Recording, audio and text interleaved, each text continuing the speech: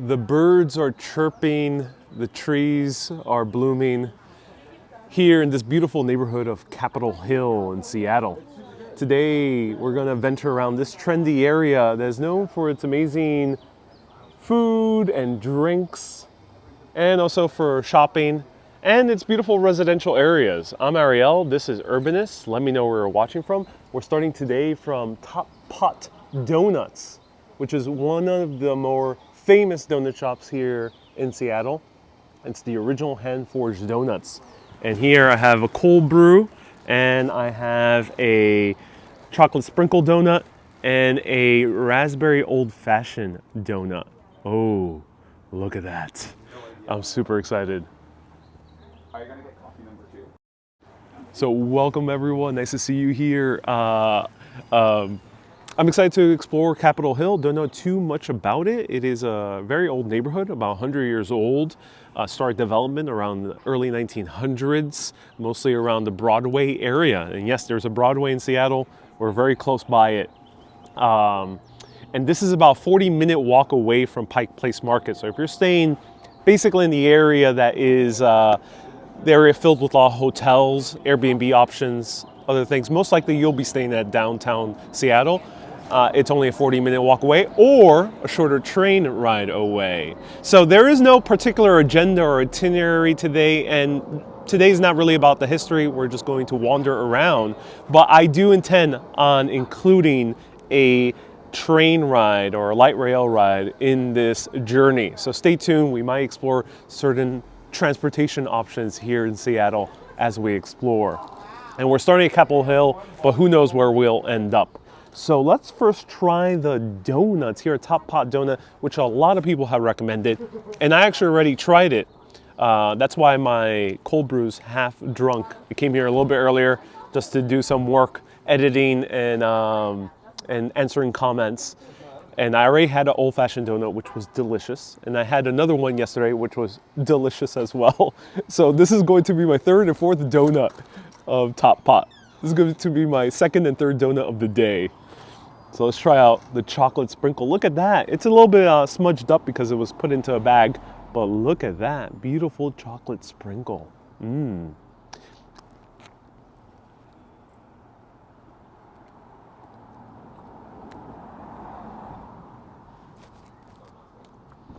Mmm.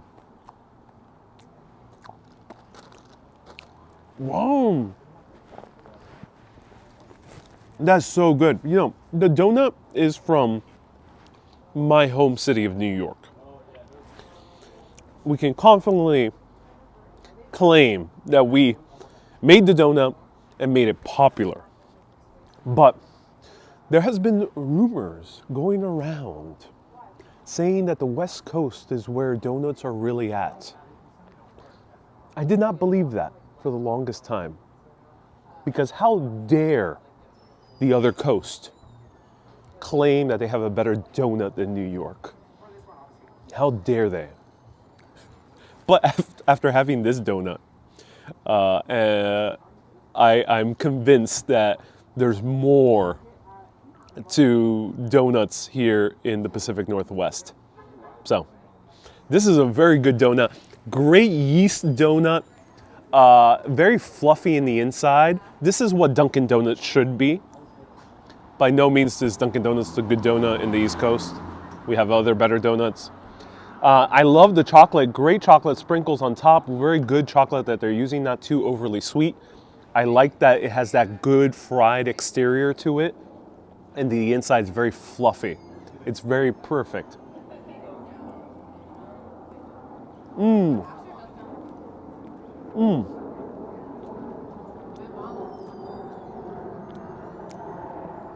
Nice firm donut, right. Might be dunk worthy. Let's try it out. So here's the cold brew. Now Seattle is known for its coffee. And I'm right next to a brunch place. And I already overheard a few people coming out. And brunch places, people usually have their coffee there. And this place is actually called Single Shot. So probably has good coffee. And I hear people coming out and say, oh, do you want to grab more coffee? And now I realize why Seattleites are among the most caffeinated in all the US. So Here's some cold brew from Top Pot.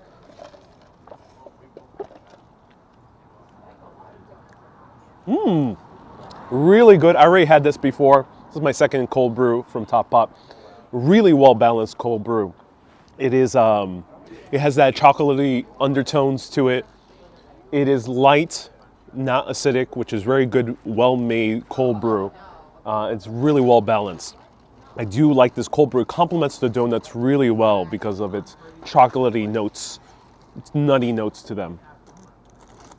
And now they have a different donut. They have actually 3 different donuts, style of donuts in Top Pot. I got 2 of them. I got the Yeast Doughnut, which is this. So it's kind of that fluffy consistency. This is more in line with what you'll find in classic New York donuts. But you also have the old-fashioned donut, which is a bit different. Old-fashioned donut is in between the Yeast Doughnut and the other donut that they have, which is a cake donut. They're all popular in New York as well, but I really love the old-fashioned style. Old-fashioned style is between Yeast Doughnut and the cake donuts. It's a little bit kind of more thicker consistency than the other ones.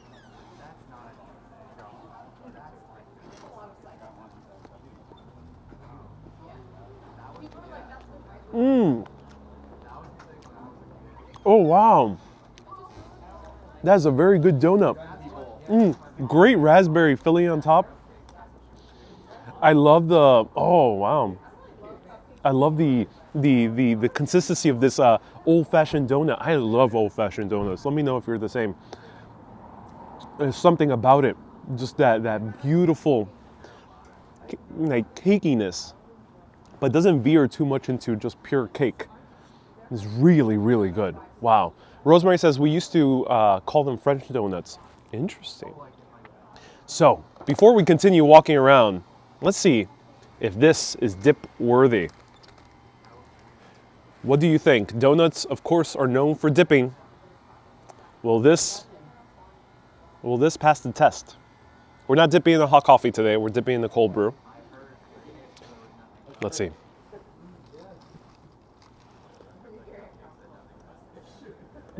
It's looking optimistic.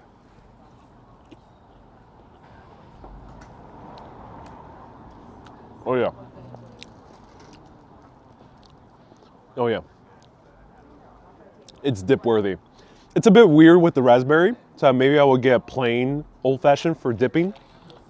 But yeah, it's a good combination. The consistency stays. It just gets a little bit wet, but it doesn't fall apart, doesn't feel soggy, because it's a very well done donut. Let's try it out with more of the classic yeast donut. I think this might combine better with coffee. So Amanda says, I never knew that you can dip donuts. I'm not sure, is that a New York thing? Because here in the West Coast, they're known for baking donuts. The Vietnamese Americans are known for opening up a whole host of donut shops all around the West Coast. Of course, you have donut shops that are popular here in Seattle. My friend who covers food, her name is Marta Stalis. She's on Instagram. She also went to Portland, and she showed that Portland is also famous for donuts. So West Coast apparently has a lot of donuts. But I think dipping should be normal as here as well into coffee. Do let me know. Wendy, nice to see you here. Little Susie, welcome. All right, let's try this. Rebel says, what do y'all think Dunkin' means? Yep, that's why they call it Dunkin'. All right. We dip. We did a strong dip here. Let's try this out.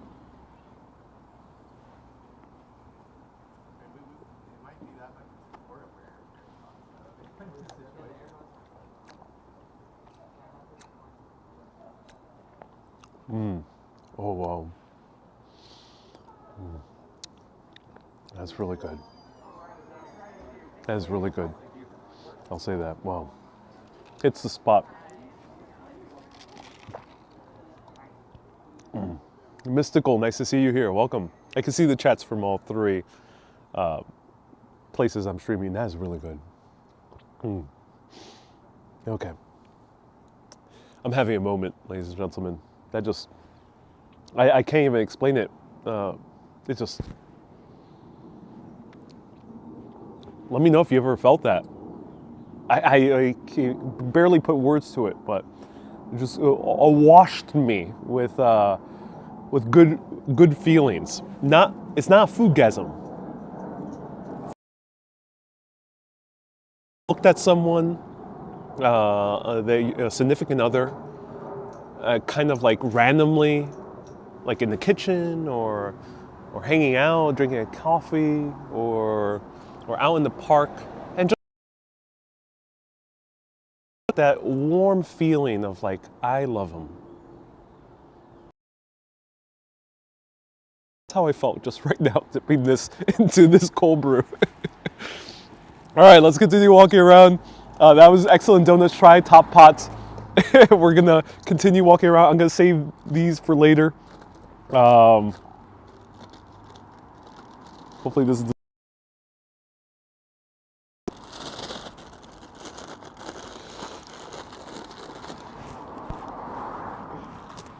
Amanda says, yes, you're in love. Wendy says, no, stop, this is making me hot. Ariel, you're high on life. Indeed I am. It is a bit chilly day, so I got to put on some gloves to walk around properly. So let's go through Capitol Hill, not the one in Washington, D.C., not Capitoline Hill in Rome, but Capitol Hill in Seattle.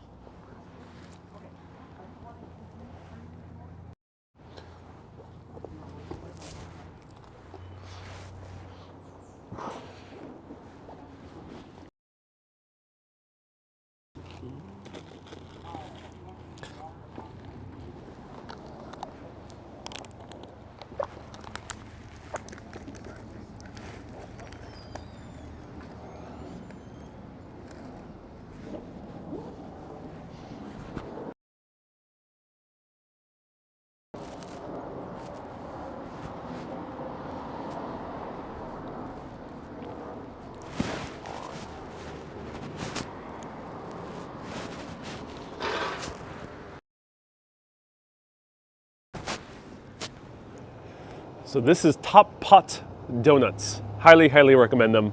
Right next door is Single Shot. Don't know too much about it, but they do have good reviews for brunch.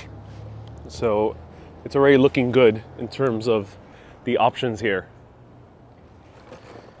And I need to clean my lens. I think some donut fell on the lens. Hey, Mighty Bull, thank you so much for a $5 super chat.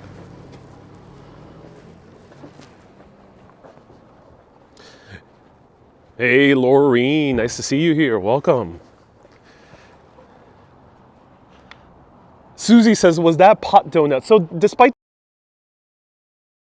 places not selling edibles, donuts are clean.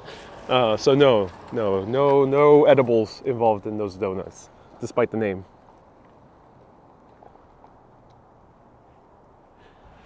So here's the Capitol Hill. We are in a residential street, and I have a soft spot for beautiful cafes and residential streets.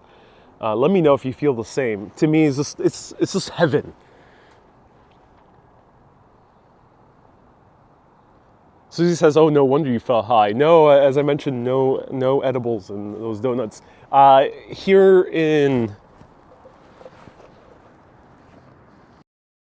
So let me clarify this for anyone who's very curious. Yes, cannabis is Washington, including Seattle, which is within the state of Washington.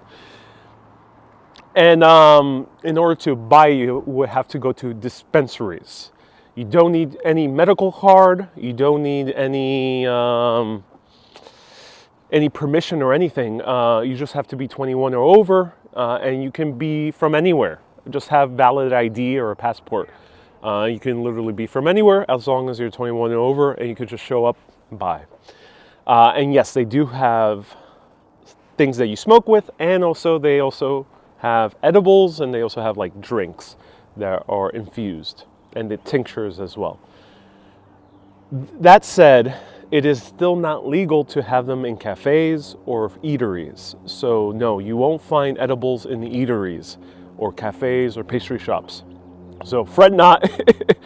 if you don't want to inadvertently eat something correctly, don't worry, that won't happen in anywhere that is not a dispensary. Just to clarify.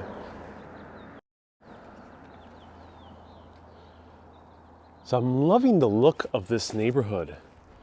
It has a beautiful combination of trees and apartment buildings here.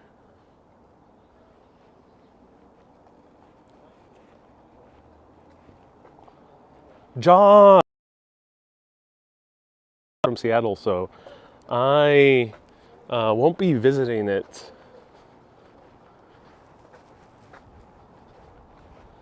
I think it's in the outside.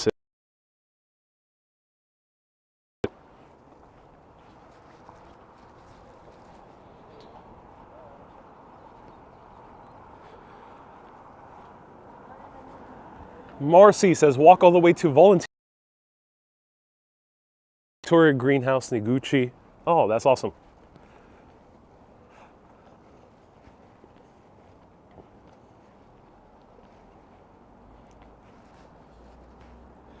Amanda Ball says it's Amanda says, what is outside the city? Apparently Kurt Cobain's house, the lead singer of Nirvana, who unfortunately has long passed.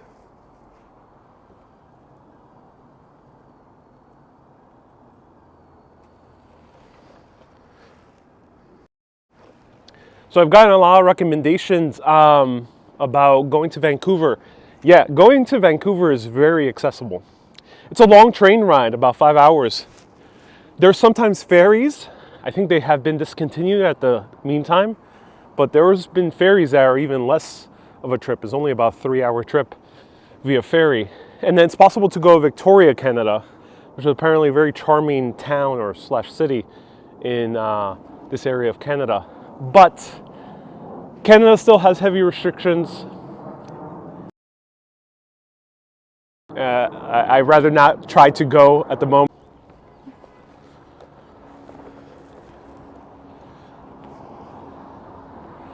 So as I was saying, Canada is a bit restricted. So if you hear when Canada does open, do include Canada in your trip.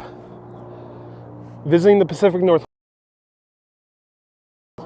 go between 3 cities: Portland, Seattle here, and Vancouver.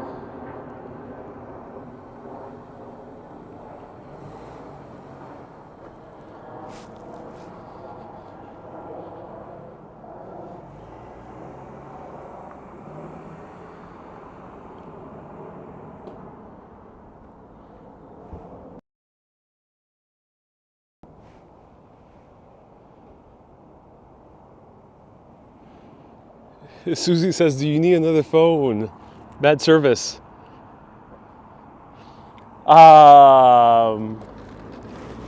It's bad service. I had 5G on. 5G is also not that stable here in Seattle, so I just turned it off. Hopefully it'll be better moving forward. Paul says, welcome to my neighborhood. Oh, I'm so glad you're from this neighborhood. Hello, Laureen. Hello, Susan. Nice to see you here.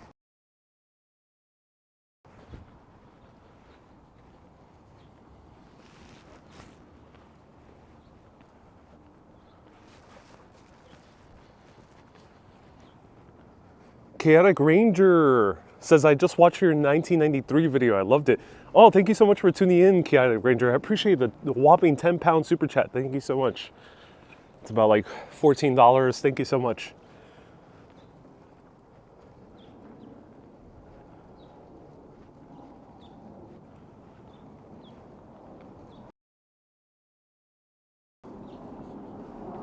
So I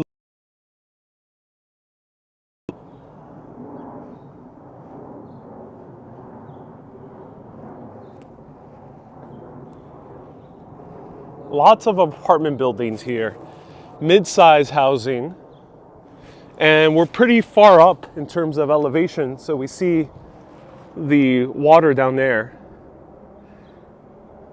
Look at those trees. Yes.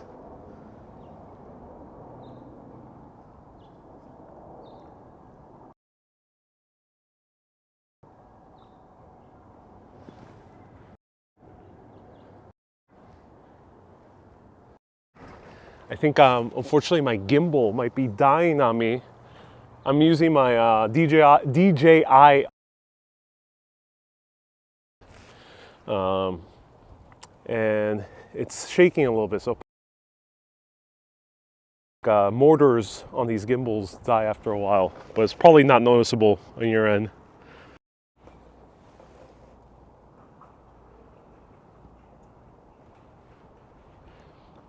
So one of the services you can use for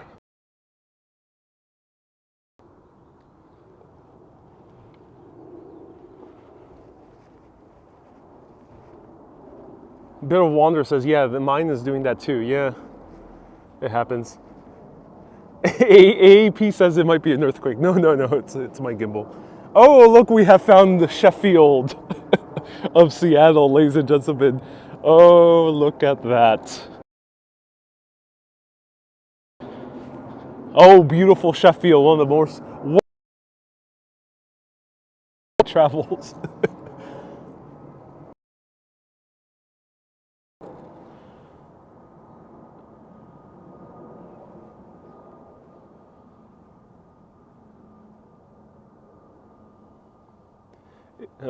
Annette says St. James Cathedral,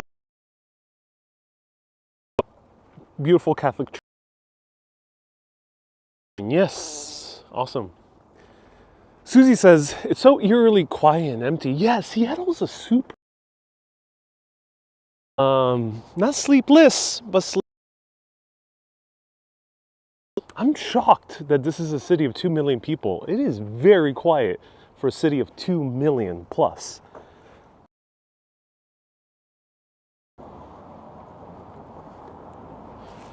And the reason for that, I say that is because I've been to other 2 million population cities. I mean, Paris is a city of 2 million. It feels a lot more vibrant in terms of people walking around. But Paris is not the best example because the metropolitan area is gigantic. But like Bucharest, I've been to Helsinki, Edinburgh, not Edinburgh, Glasgow. Glasgow is a 2 million city. There's a lot of cities with 2 million that feel more filled up with people. Stars, thank you so much. Kay, I appreciate you. Thank you so much for the stars. Let me walk this direction because I saw a few cool things.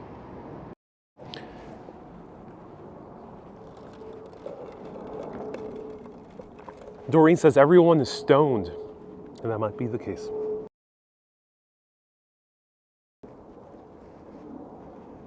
And yes, Dublin felt more vibrant as well.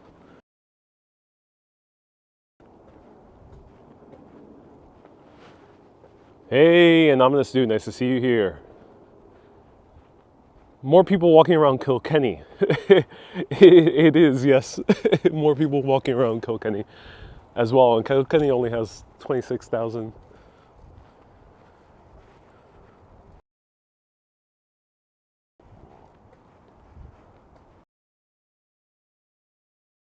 Nice to see you here. Welcome.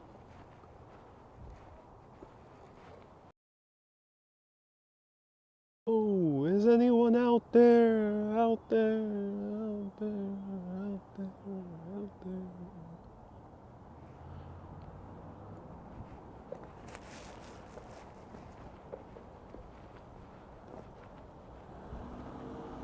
I can hear a pin drop. So I won't be emphasizing this, but you know, my show is about travel. So I don't go into these topics, but since this is an aspect of travel that may impact your adventures, unfortunately, Seattle is indeed a city with a lot of homelessness. And there are areas where there are full encampments, even in beautiful suburban areas, not suburban, even beautiful neighborhoods like these.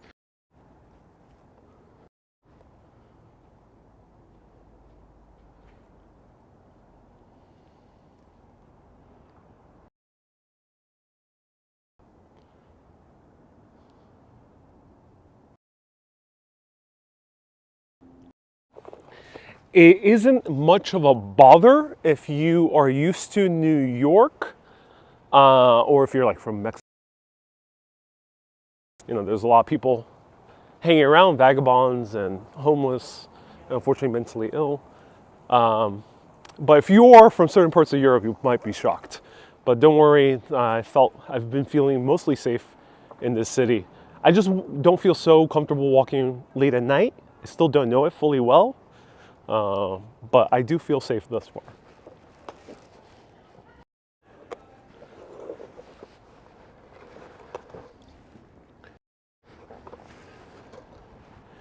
So this Seattle, just walking around right now, is buildings like these.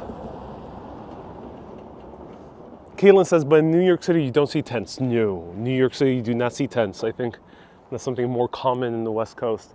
And I'm very curious as to why. But I really like this.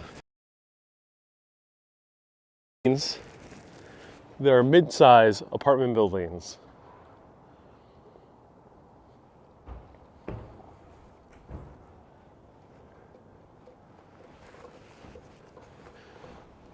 Right here, we have more.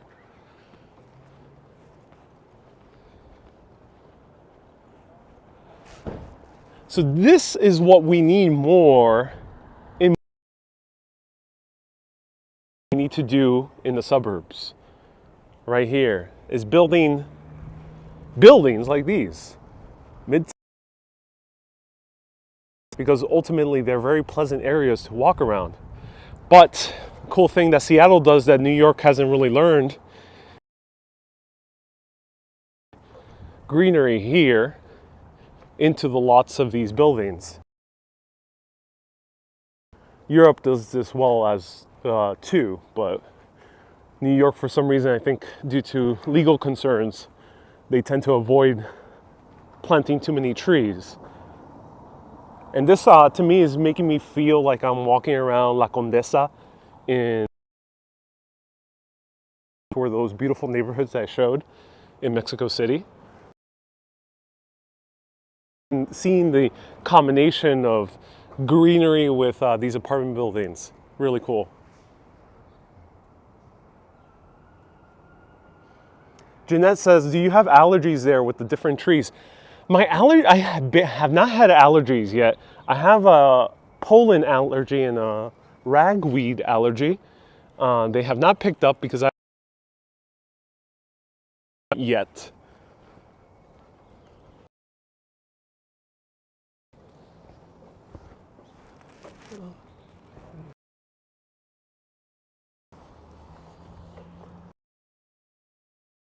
It says feels like Thessaloniki. Yeah. Debbie says, do you know that you're breaking up? Yeah, I mean, there's not much I can do. I'm so sorry. Yeah, I have a 4G LTE. I mean, I have the best SIM card there is in the US. Sometimes it happens that there's a bad service in certain places. It's hard to control because, I mean, we are in the city with some of the richest companies in all of history. Amazon, Microsoft, and Boeing.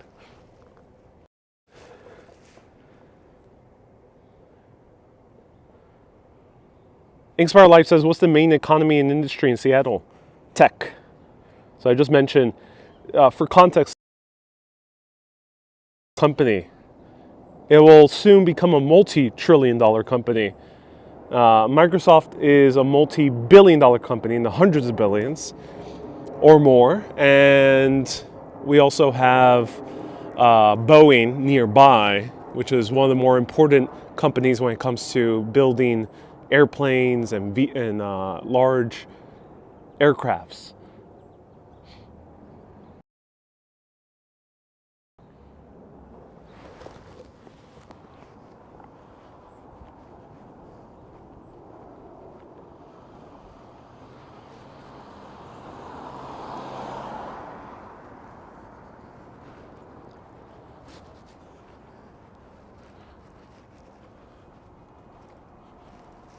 Let me take a We'll go to the main drag soon. But I think it's fascinating looking at these residential streets.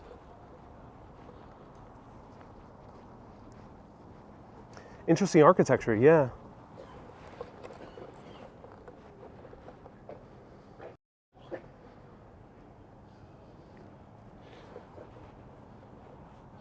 Interesting architecture with the apartment buildings.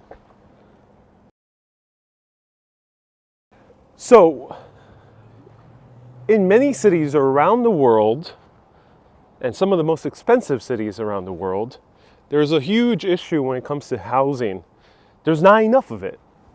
And that's why in New York City, as I mentioned many times, even if you are someone who even works in tech, I know some friends who work in tech, who work like in Google, they're programmers, they make more than 100,000 per year, and they still live with roommates in their 30s. It's because there's not enough housing in New York. Same thing applies to LA. Same thing applies to many cities around the world. London, Paris, many cities. A little bit lesser degree though. So what is there to do? The thing is the housing is not only needed for the people in very low income. It's not only the low income. We need more medium income housing, more middle class housing. Because in New York, some of the tallest buildings being built, the biggest development projects are only for high-end housing. And there's not that many people buying these high-end houses. And they really don't fuel economies. So this is what we need more of all around our cities, is neighborhoods like these.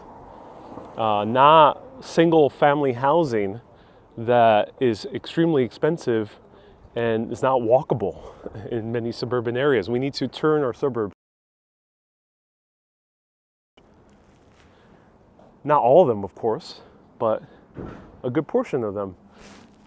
And we should turn areas in New York City like Queens into this.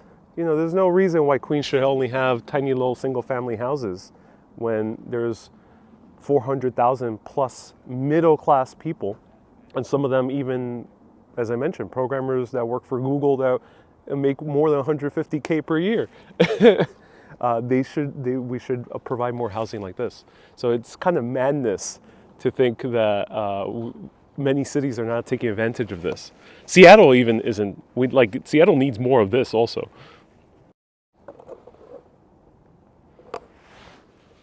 Ron says, well, about rising rents? The problem with the rising rents is because of the low stock in housing. That's why.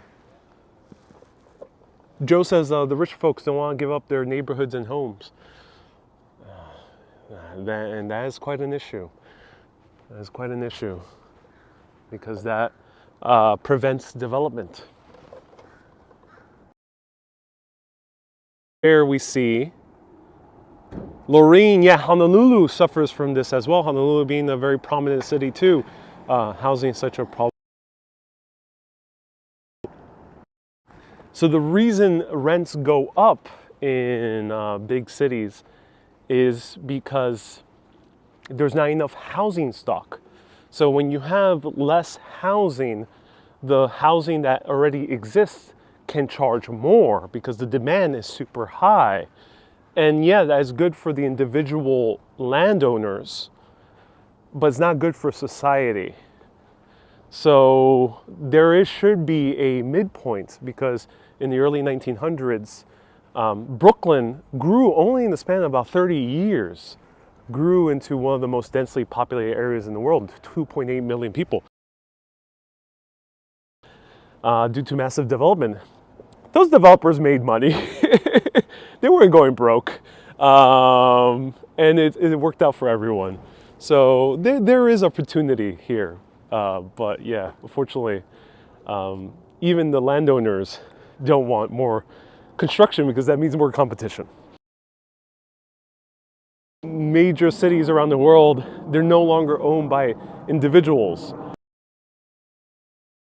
These developments are owned by big corporations that own hundreds of thousands of homes all around the US.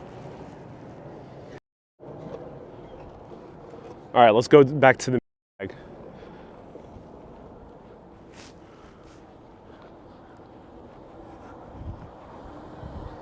Main drag is, I think, a very American expression. Thoroughfare, street.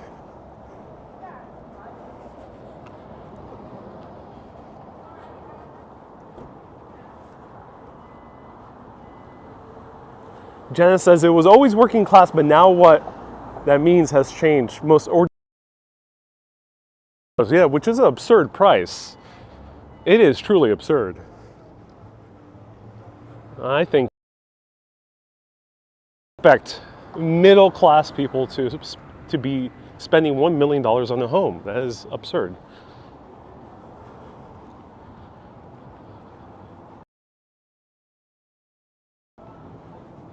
Hyde says that also happens in Copenhagen. Oh wow, yeah, Copenhagen.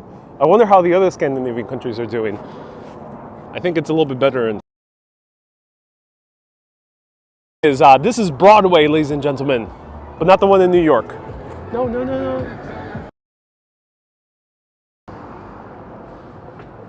Violetta says you're wearing a winter jacket. Indeed I am.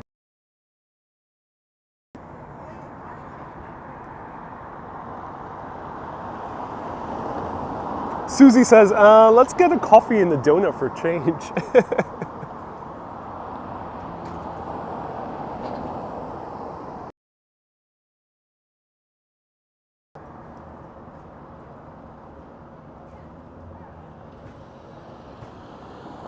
Waiting to cross the street. Can't wait for you to cross on the Rainbow Crosswalk. Where is the Rainbow Crosswalk? Do let me know. Amanda, thank you so much for letting me know. Inspired Life says, can you imagine yourself living here? Seattle does look like a nice livable city.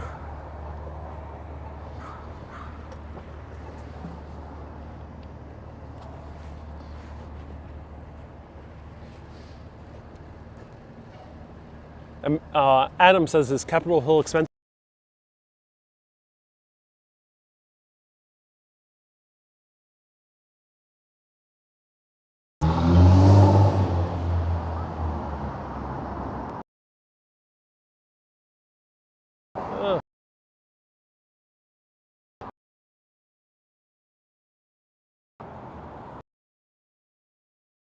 Have some mosaic tiling here in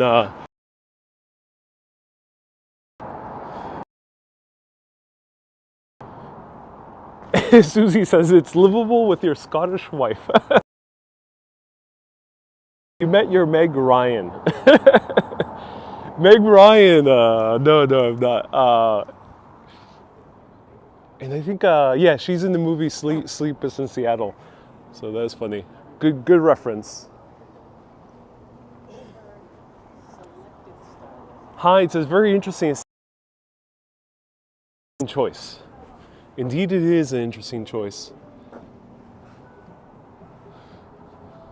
I break down why I chose Seattle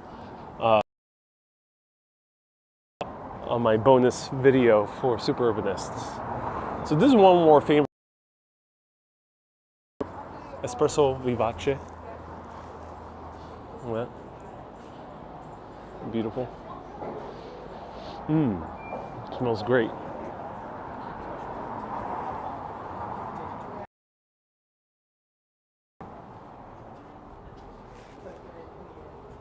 So if you're local, let me know what is there to see in Capitol Hill. What other streets I should go to? I think there's another popular street down this way.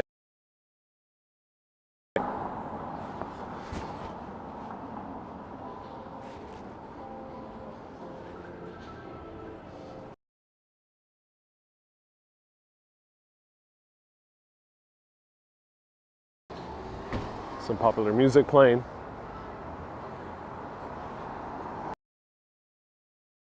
Han says, any plans to go to Portland? You know what? As I mentioned earlier, I did not include Portland in my trip this time around, nor Vancouver. But coming here, I ended up realizing how easy it is to travel between those two other cities. Very easy. So if you come, do consider also adding Portland and Vancouver. And from Seattle, you can also visit Victoria. So it's really, really cool area that's very tightly knit. It's a great place to kind of just hop around.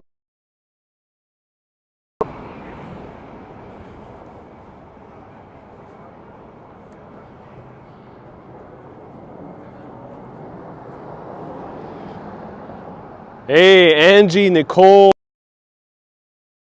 Mexican consulate to your left, says Paul. Oh, is this the haunted one? Ooh, where is it? To my left. Which way? I know there's a haunted Mexican consulate here.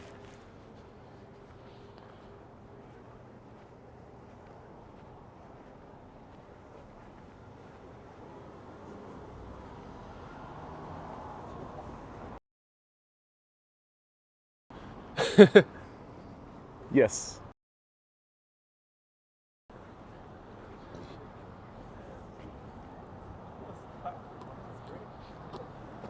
Next light, turn left. Okay. Thank you so much. Aluminum.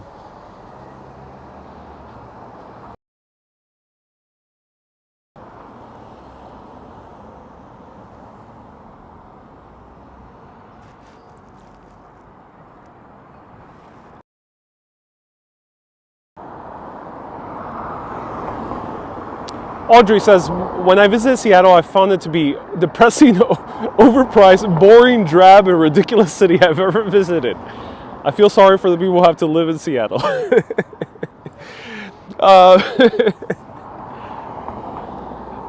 Audrey, I can understand where you're coming from. Yes, I can. But I do understand where you're coming from.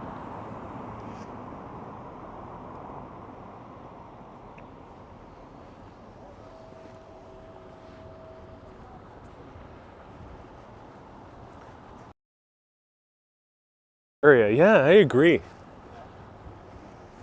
Beautiful apartment building.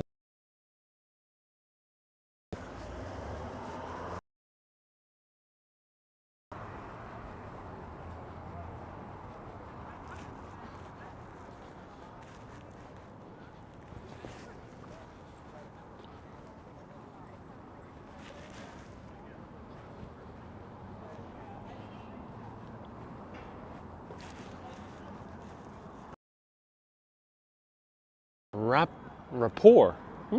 Like the name.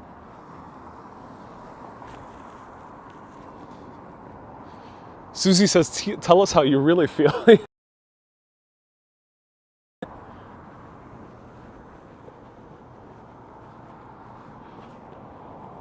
Voodoo Donuts is so overrated, says Lisa.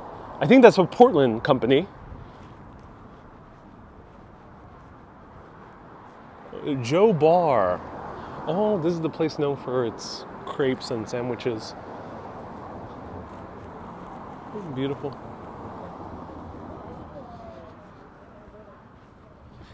I was bitter last.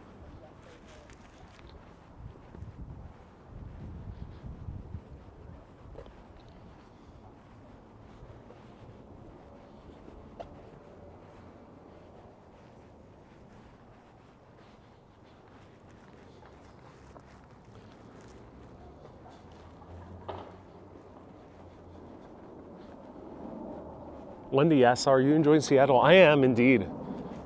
I find it to be a very beautiful. And I really am enjoying the food and the coffee here. The coffee specifically, really good coffee here.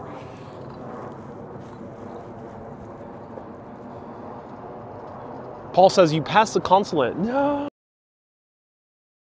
Where is it? I didn't even walk that much, Paul.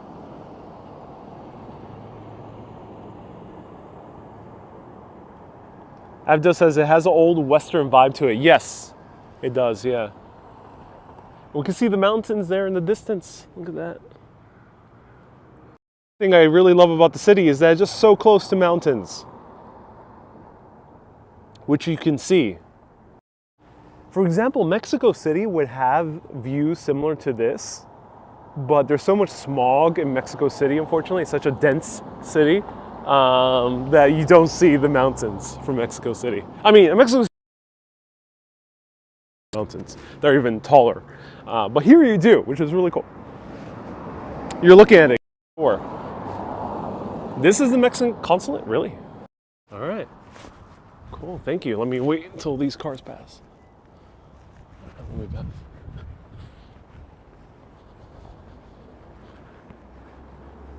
So ladies and gentlemen, this is one of the more haunted buildings. Excellent. Used to be the Little Theater.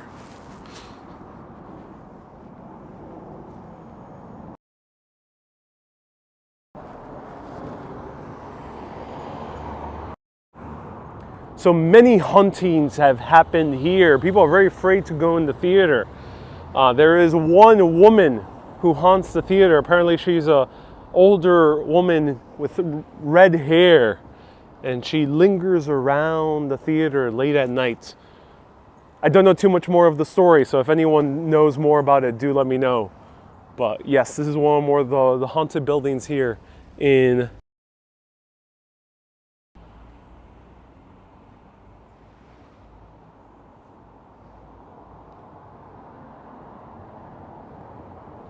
Wow, I've already been live for nearly an hour. Time has flown. All right, let's continue walking around. Angie says, I've seen many films here, but no ghosts. Oh, you're lucky, Angie.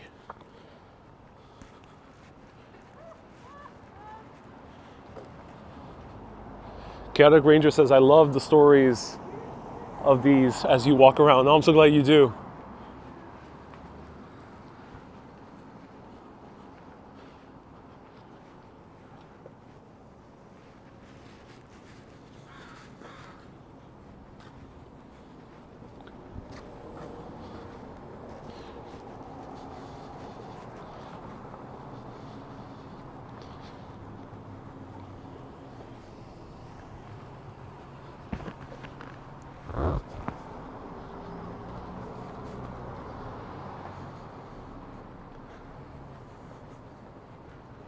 All right, let's continue walking through.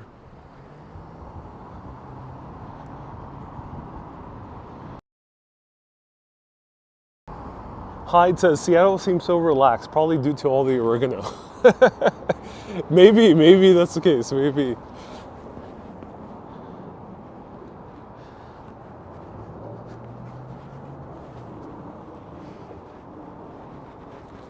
All right, let's go. Let's go to the other main thoroughfare.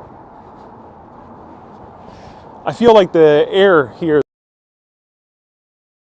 oh, very good air here. Smells like good teen spirit.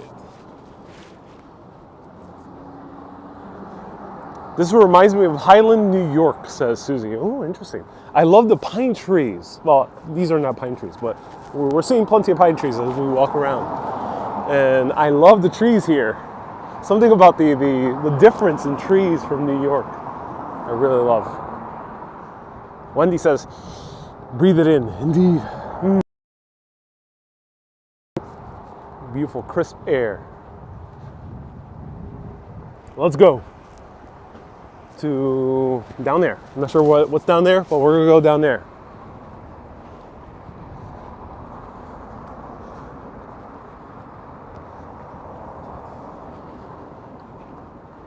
We're taking our sweet time in these videos. So if you're looking at your clock saying, okay, is he going anywhere in particular? Can he hurry up, please?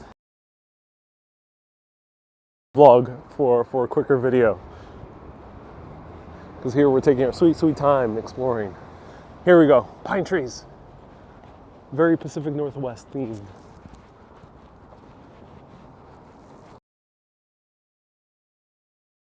Pine cones, ooh, yes. Pine cones and pine trees.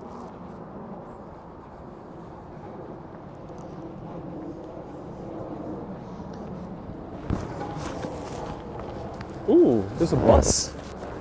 Okay, again, this bus.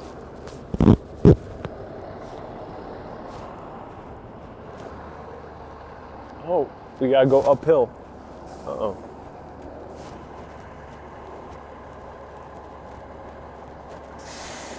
Tiernan, nice to see you here. Tiernan, our newest mega urbanist, thank you so much for tuning in. How do you rate Nirvana's Something in the Way? Ooh. From Batman. It has gotten stuck in my head, that song, Something in the Way by Nirvana. I didn't even know too much about that song. I admittedly don't listen to too much grunge, but of course I know Smells Like Teen Spirit, iconic song. But that Something in the Way has gotten stuck in my head ever since. So for people who don't know, Nirvana, famous band from Seattle. And a song of theirs was used in The Batman, the recent film released in theaters. And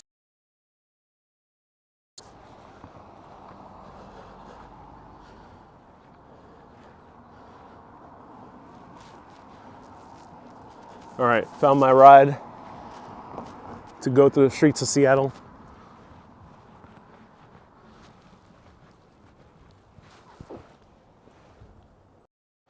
Justin says, best Batman movie ever. Ooh, that's good to hear.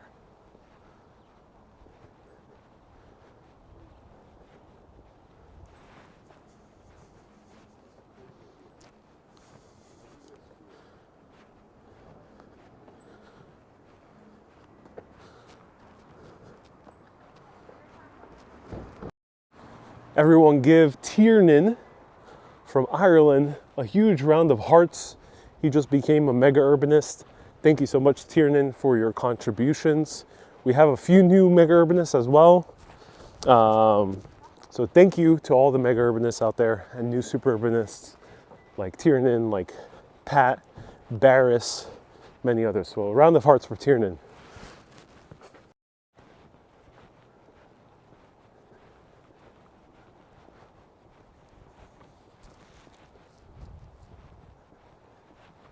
Robert says, will I be visiting Portland, Oregon?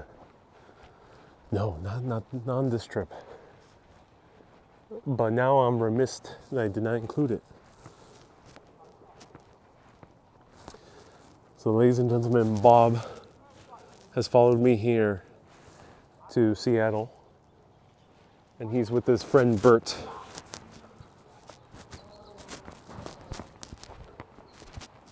They're thinking of starting a band. I'm not sure if Bob is a good singer though. City, yeah. Pink house.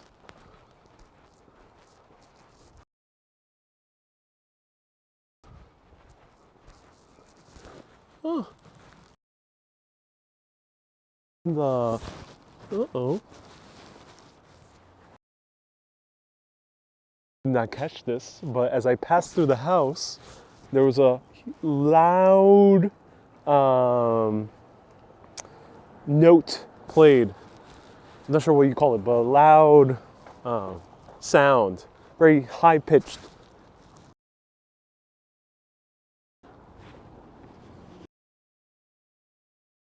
From getting too close to the house, but beautiful house.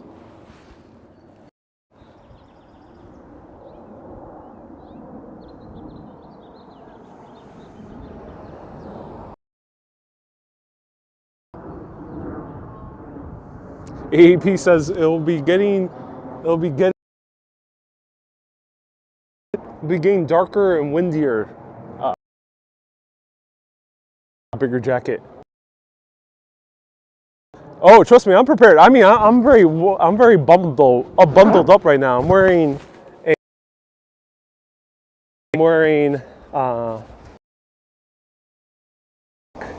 I got a heavier raincoat,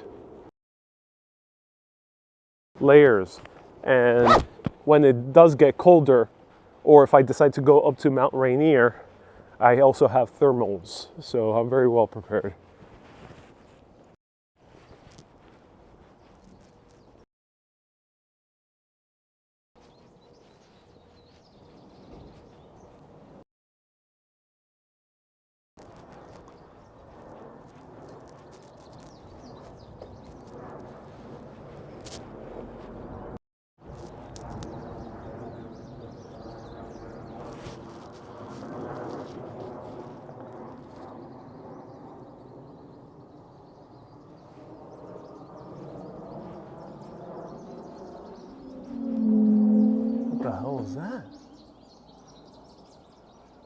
what was that? That was a weird drone.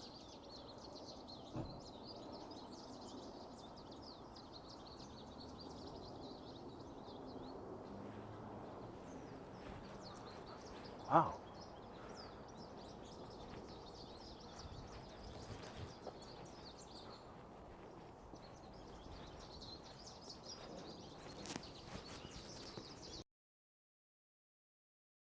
Susie, yeah, it sounded like an air raid was about to go off. But it was a droning sound for a plane. Bruce Lee's resting place is close by, says Cynthia. Really? The grave site is by Volunteer Park, FYI. Yeah, Bruce Lee has history here in Seattle. I got to research more into that, but that's so cool. And there's like Bruce Lee tours here as well.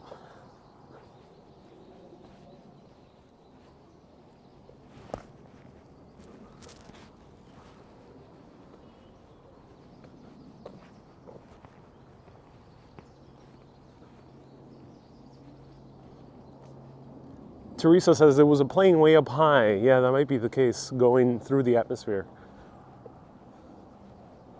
So Justin says he's buried next to his son. I visited the grave once. Oh, I thought he was buried in Hong Kong. So is he really buried here in Seattle? Or is that just a memorial? Do let me know. And if anyone can let me know a little bit about Bruce Lee's relationship with Seattle, I'll be very curious. Anonymous says, what personality do you think is inclined to Seattle? Seattle's a pretty laid-back city, but it's still a big city. So despite it kind of looking pretty quiet, it's still a big city. So the personality that I can get from Seattle is that it's straightforward, not that warm, but nice, and laid back, a little bit more laid back than New York.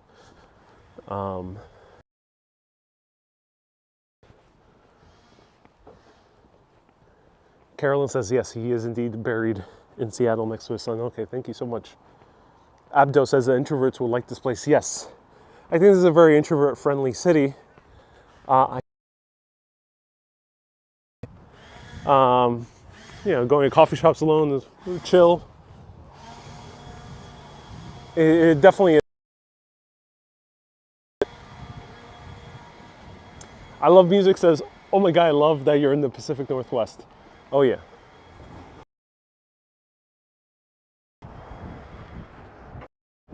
The city does not strike me as a city to make friends, though.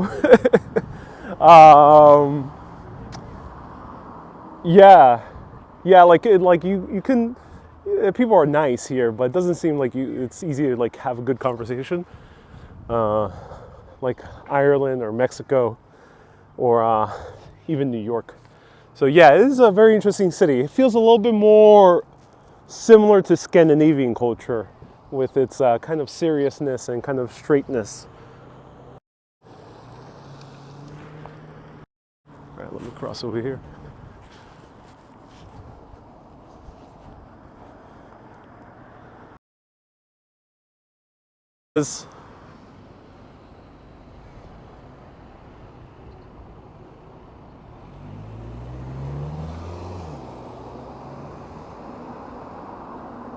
Susie says, I think you need a coffee and a donut. Oh yeah.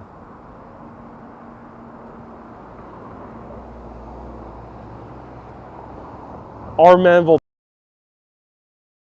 is very impressive. Thank you so much. I will look into it. Thank you so much. Was that a roundabout with a tree in the road to baffle the locals? Maybe, Gary.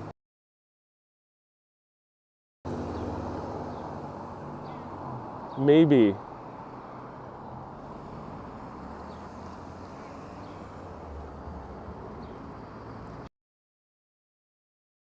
Close by.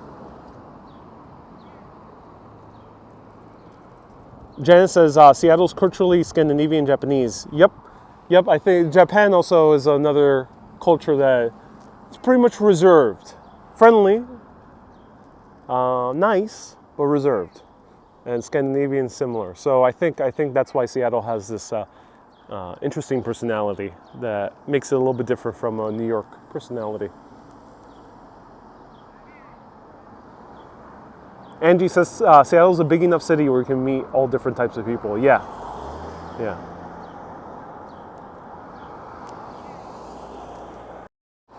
So where is Bruce Lee's burial? Do let me know. 15th Avenue. So we should be close. Do let me know. And what's the intersection again?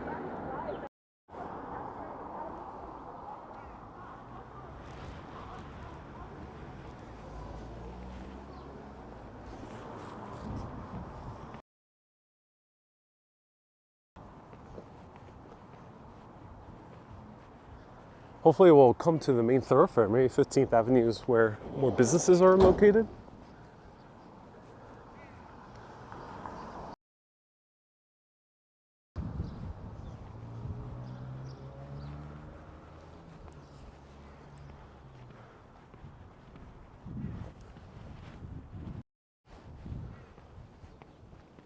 AAP says now that's a hill. Oh yeah.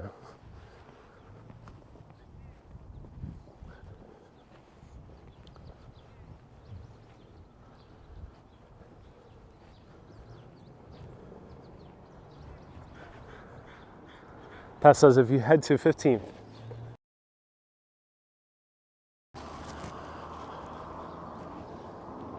We're a few blocks away.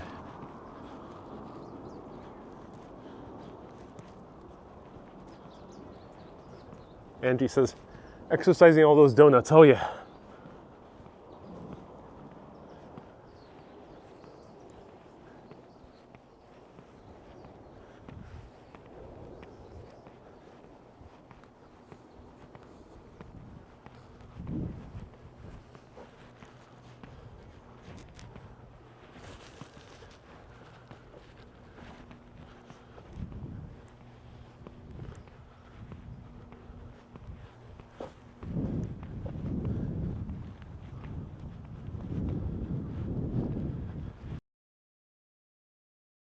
Hill.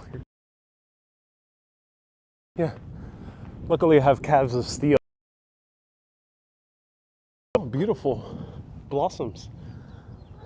A beautiful sight.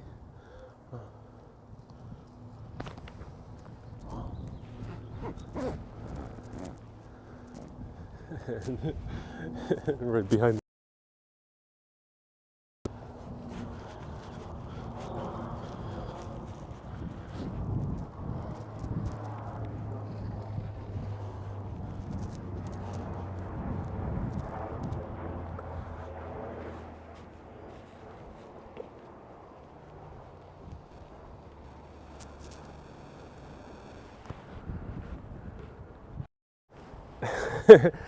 I show this like gorgeous sight with the blossoms falling down, up some balloons, and then three vagabonds come looking a little bit raggedy. So I find it very funny. That's Seattle for you. Beauty and some grime as well. Beauty and grunge. That's Seattle for you. I think that's the best way to describe it.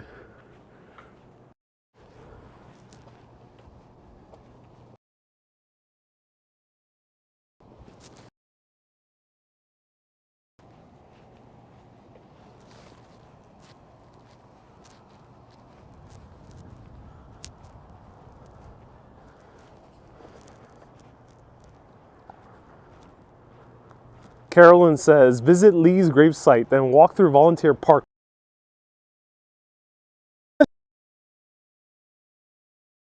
Or his son, because his son was also a prolific landscape designer.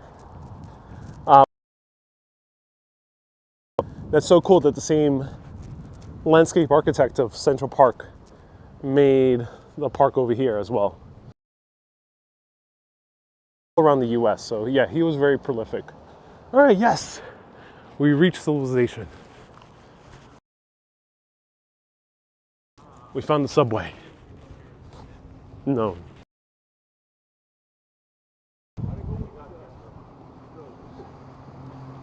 Justin says, any hints of where you're taking the train to later? I don't know. Stay tuned.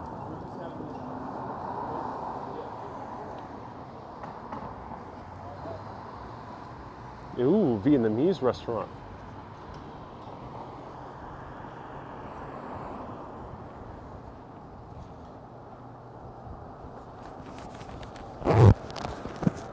Ooh, what is that down there?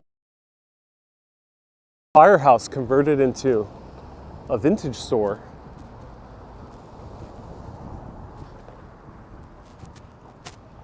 Oh, this is nice. Oh, I love this. So quaint. Hyde says, I feel like listening to something Nirvana. Yes. Okay, Google, play Something in the Way by Nirvana. Alexa, play Something in the Way by Nirvana. Here's another famous coffee shop. Maybe we'll try it. Ooh. Some burgers and sandwiches. Let's go to a cute store though.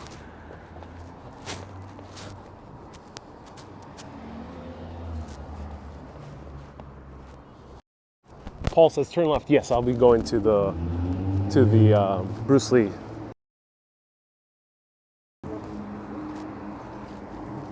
Hi.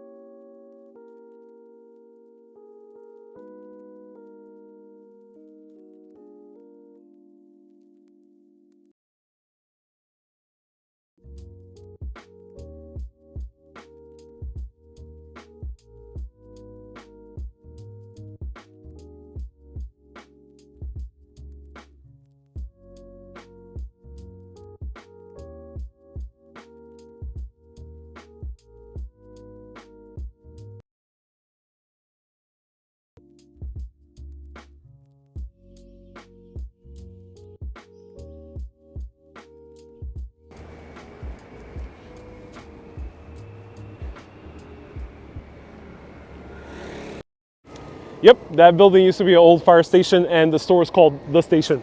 So a really cool store. Great little shops here. This is what I like about Seattle too. There's a nice variety of nice little knick-knack shops all around. So vintage clothing shops nearby, yes, there will be. But first, coffee. Might as well take advantage right now. Susie says, please buy us a souvenir. Souvenir only for hyper-urbanists. Victrola, which is one of the other famous coffee shops. I might need to mute because of popular music. Be right back.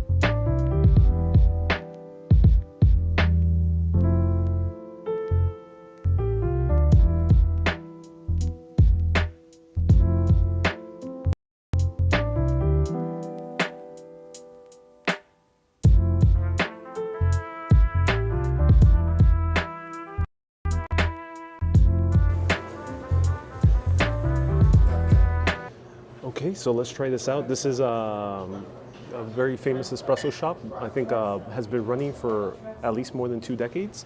And this is their single origin espresso from Ethiopia. So let's try it out. $4 for a single shot of espresso. Quite expensive, but ooh. It smells really good. No, it does not smell like teen spirit. I think that pun should be already put into chains like Alice was.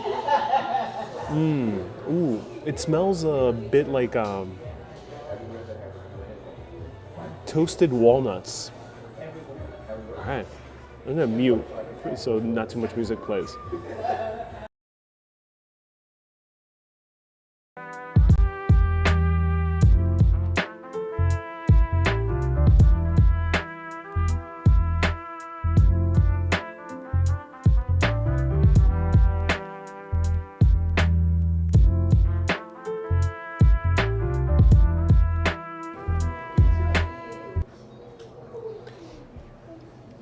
This is really good. It has a very particular taste to it, very bright, kind of clean texture around your mouth, and has quite of an acidic punch.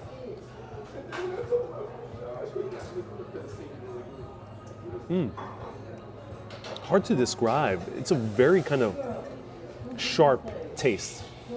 I think the best thing I can come up with is kind of like very citrusy, very kind of watermelon taste I get, like very sharp. It cuts through. It could cut through, I think, even the thickest of pastries. Really good. William says, "How are you feeling?" I'm feeling good, relaxed. Seattle's a very relaxed city, so kind of adjusting to the relaxedness of Seattle. I gotta have a piece of donut with this because it's a bit sharp.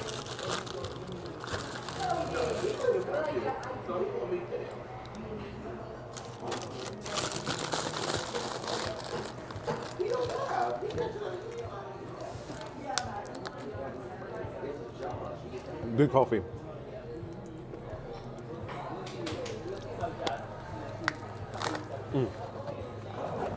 So the place is called, I'll show you, Victrola.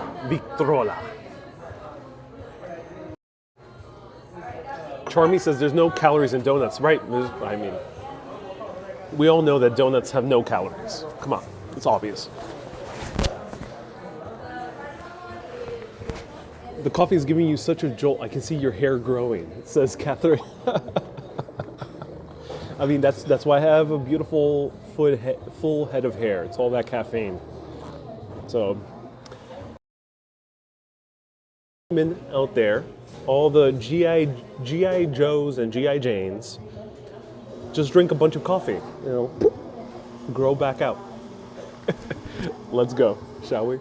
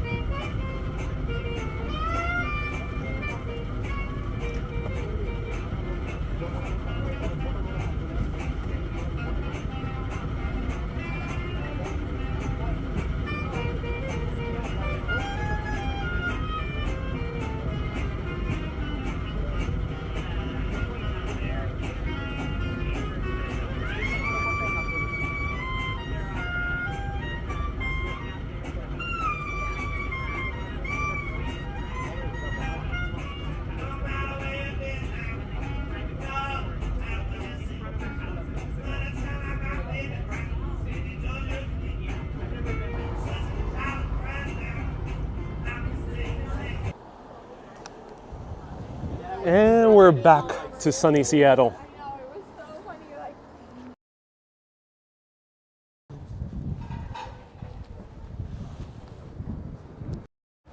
So I had to take a commercial break. That was the ferry ride. And there was a band playing, really cool band playing that kind of old-timey music. So yeah, hope you enjoyed it. Let's continue walking around. Lorraine sent 500 stars. Thank you so much, Lorraine. Ooh, look at this. Ida's Technical Books and Cafe. Huh.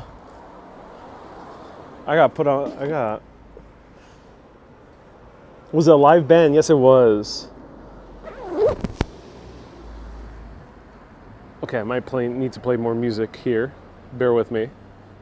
Yeah, they're playing music inside the bookstore, but let me walk inside.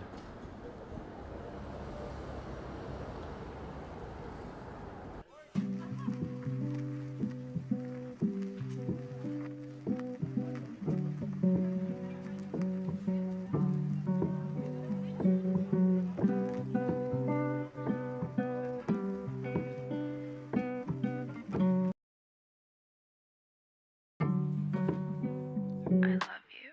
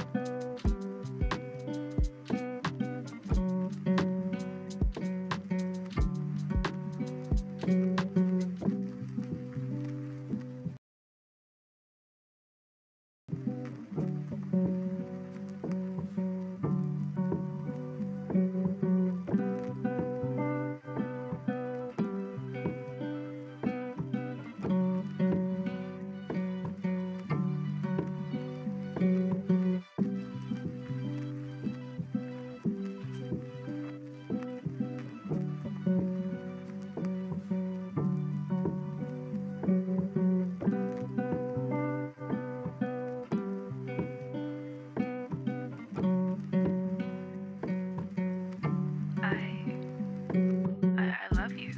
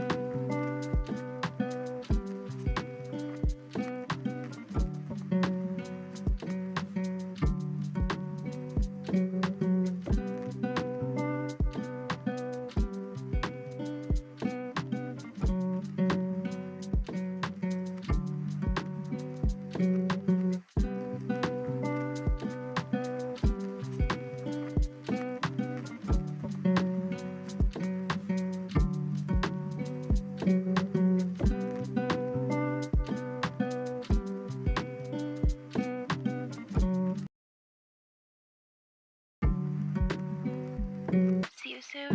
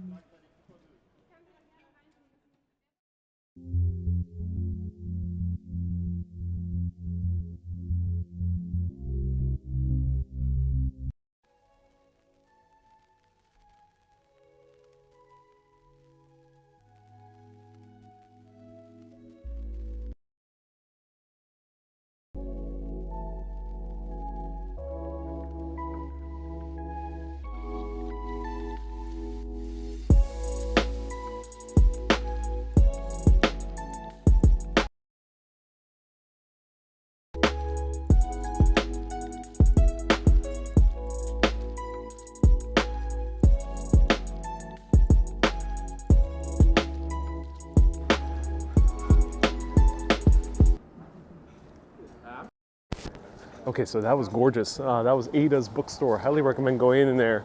The back area was all books about tech. So C++, JavaScript. It's basically the second language of Seattle. Plus, and JavaScript and Python and all those are programs. A lot of people here that work in Seattle probably already know very well. So they had all books on those. And then they had a nice sci-fi collection too. And they had very interesting coffee drinks. So that was really cool. Oh, here's the other famous coffee shop. Cafe Ladro.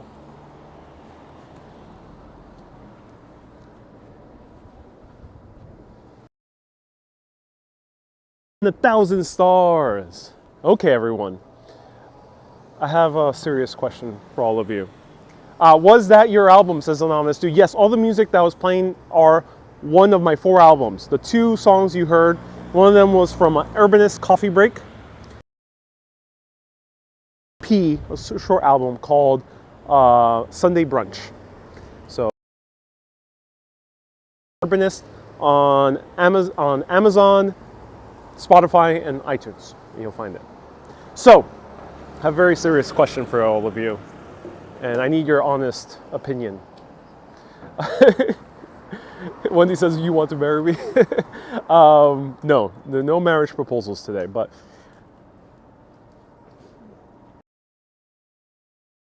to ask this. Is there such thing as too much coffee?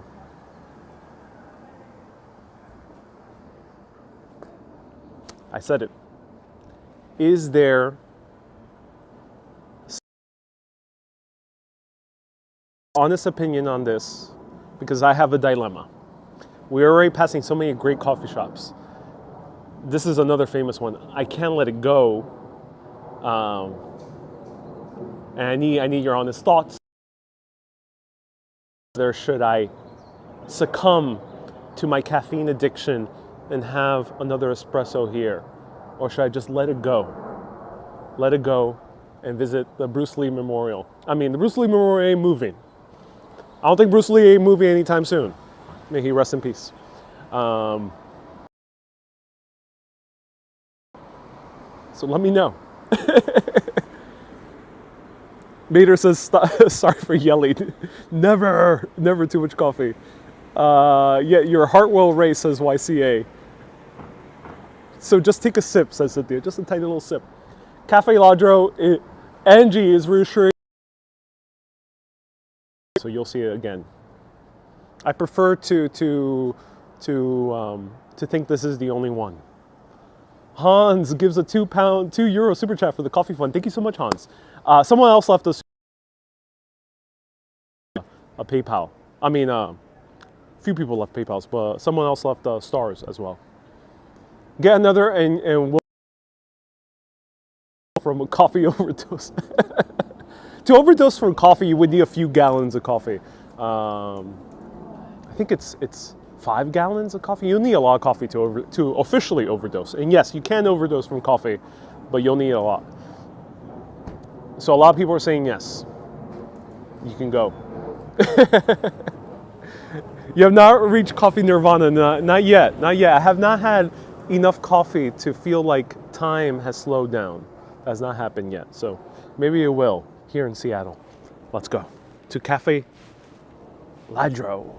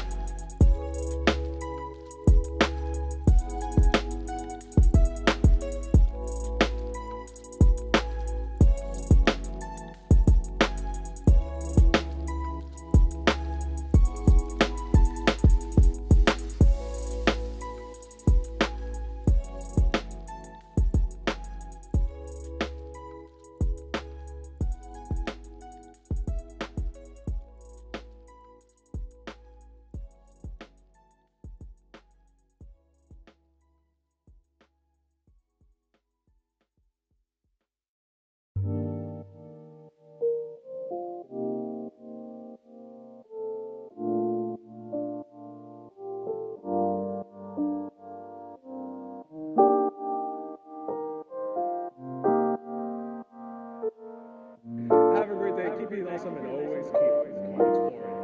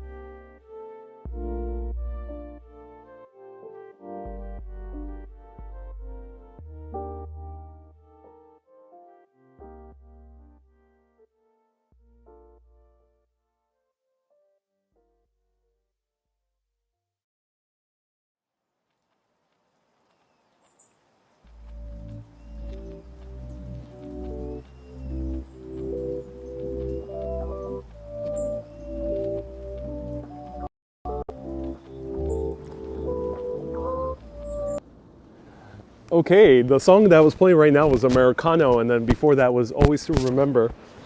So, this is Ladro. Very nice people behind the counter. A lot of people know about YouTube, which is nice here, of course, along with New York.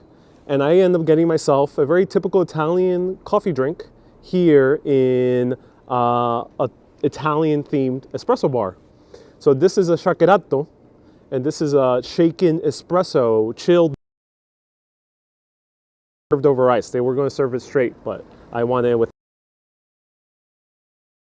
here in Cafe Ladro. So I'm excited to try it out. Cheers.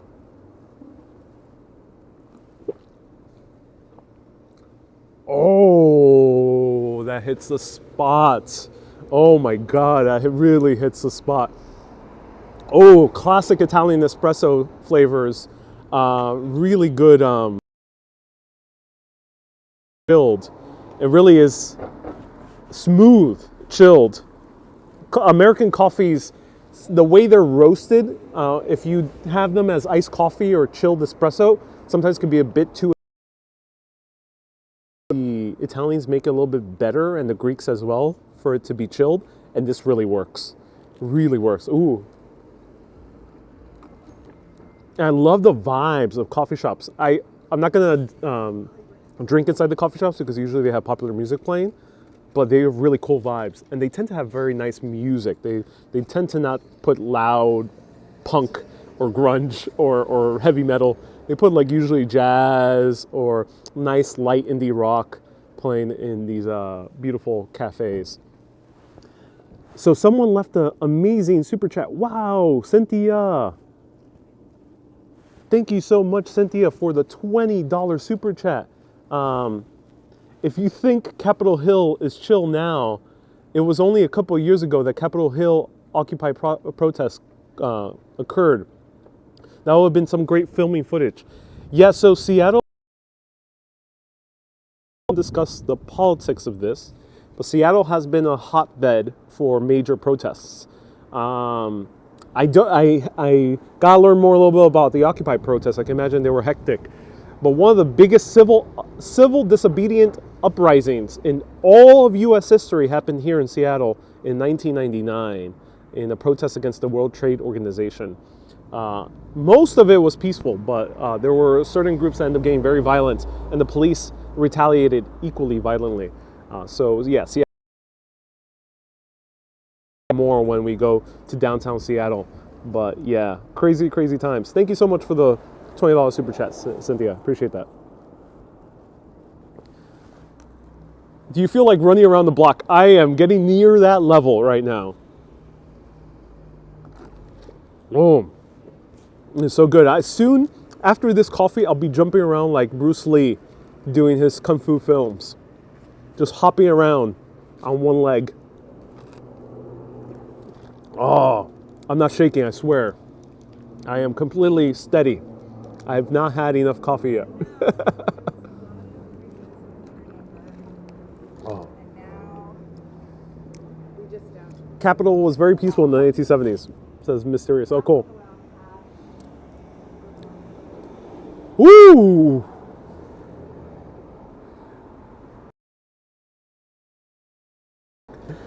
Now I'm reaching high coffee levels. Cold brew has the second highest coffee level. So I started off with a lot of coffee. I had one espresso, and now I have two more shots of espresso. Okay, so we're going in for the long haul, ladies and gentlemen. It's a Saturday. We're gonna take our sweet time. It's a sunny day here in Seattle. We gotta take advantage of the sunniness here in Seattle. So it's gonna be a long video. So buckle up. Drink your own espresso as well, or wine, or state. You can do a special drink that involves coffee and some oregano. I'm just saying, when I go to Paris, I'm going to talk about this. But Victor Hugo, the writer of Les Miserables and The Hunchback of Notre Dame, many other classic books, along with a few of his writer friends, would gather around late at night and drink coffee mixed with butter and oregano, cannabis. And it is no wonder that Victor Hugo's books are tomes, gigantic, massive of anyone's head. They're like huge books. No wonder, because he was super caffeinated and very up in the sky. True story. And he wasn't indulged and endured in that drink. Voltaire was another guy. But here, unfortunately, you have to do that on your own. You won't find cafes that would do that for you.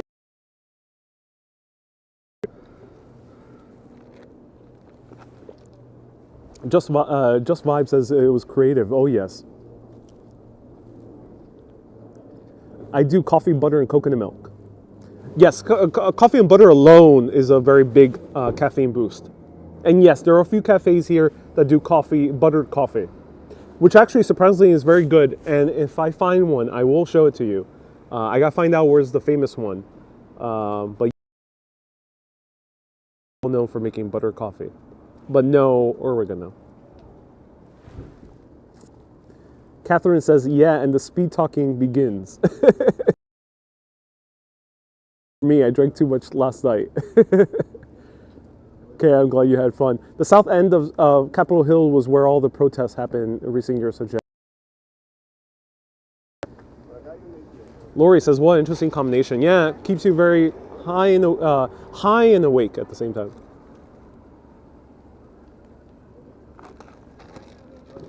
I'm swear I'm not shaking from all the coffee.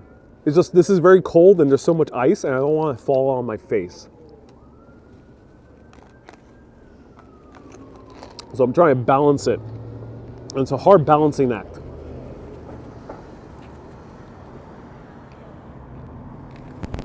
Ah, all right.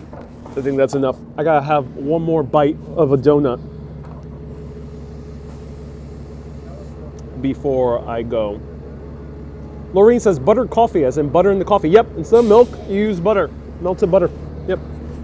It's butter tea is very common in the Mongolian region of the world, and butter coffee was common in Europe for a while, but kind of went out of style until recently.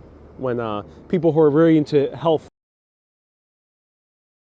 order coffee because they realize that it actually keeps you caffeinated for a much longer time. All right, I've only had donuts today. I haven't had proper food. Is that bad?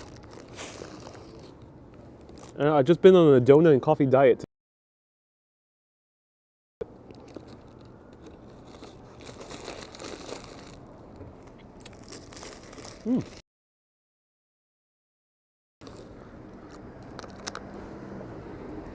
It's very good.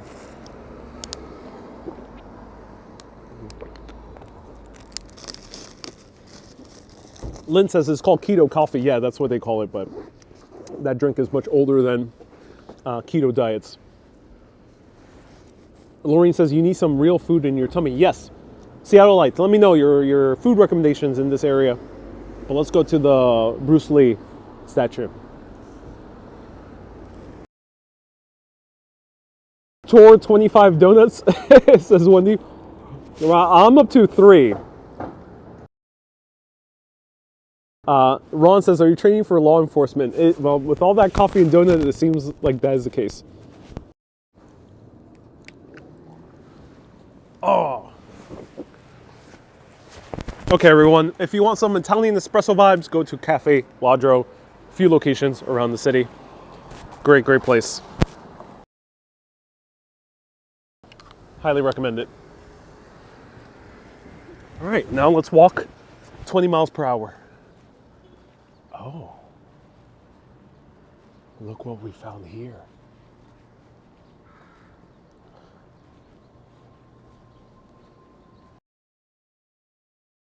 Cause a ruckus, but there's a place called Ruckus here.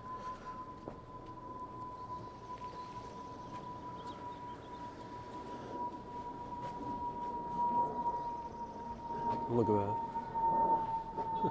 That's funny.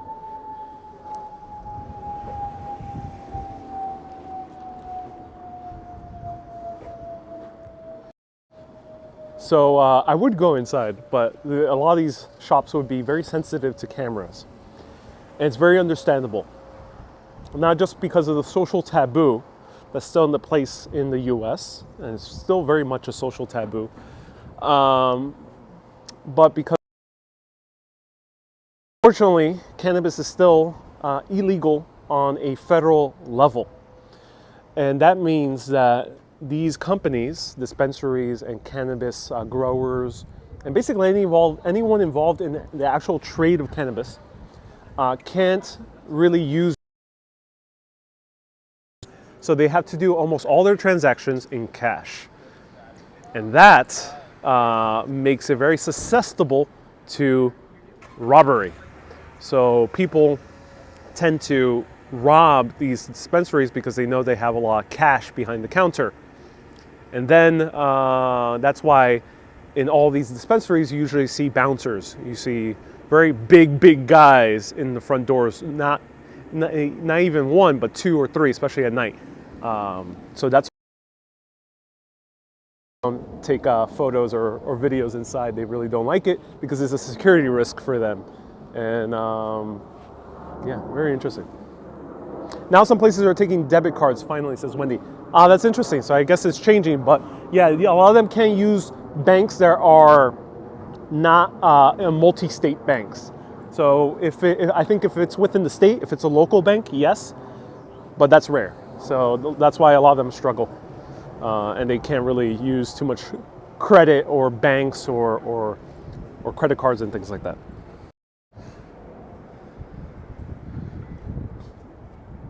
Mimi left a $20 super chat. Mimi says, my great aunt was an immigrant from France. Introduced me to coffee when, excuse me, I had a lot of coffee. When I was about 4 years old. I did have some great coffee in Paris. I can't tell you that I was blown away, but I'll give it another shot when I go to France in the near future. As I mentioned, 200 patrons by June 1st. And then there's going to be a star goal, making it a little bit higher, 100,000 stars. For the star goal on Facebook. And then I might be showing you some coffee in interesting places in Europe. Could be France, could be Amsterdam, Could be more of Italy. Who knows? Stay tuned.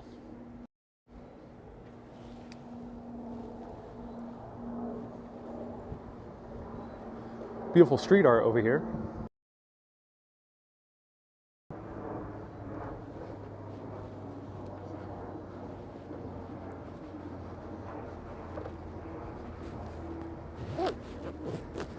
Mysterious says, what's the name of the Bavarian restaurant on 12th? Ooh, there's a Bavarian restaurant. Interesting.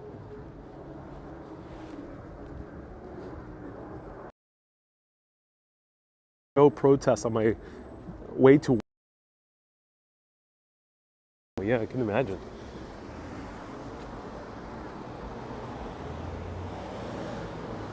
Oh, here we have another one. Not to put on pizza, but the one to eat pizza. You can go right here.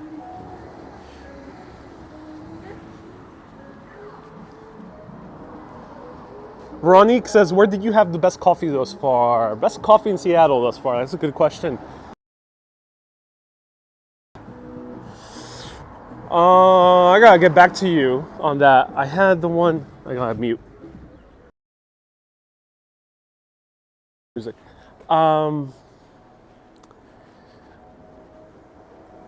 That's a good question. I gotta get back to you. Still don't have one that has really stuck out. They all have been good.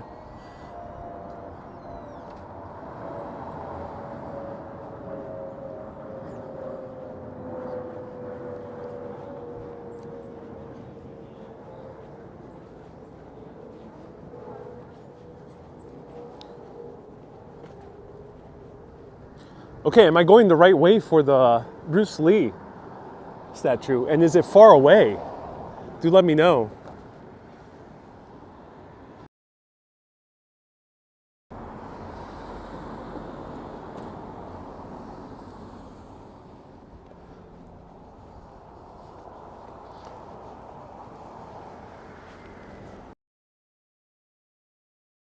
On your left is great seafood. Oh, thank you. Right here? No, this one's called the Patio. Beautiful little restaurant.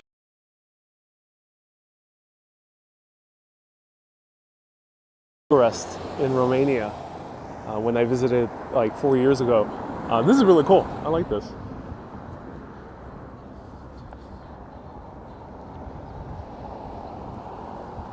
Patty says it's a deserted city. It is a sleepy city. It is indeed, yeah. It is a Saturday. It is a bit sleepy. Okay, so someone might have already written this. Sorry if I didn't catch it, but if anyone could write it now, let me know. Am I close to...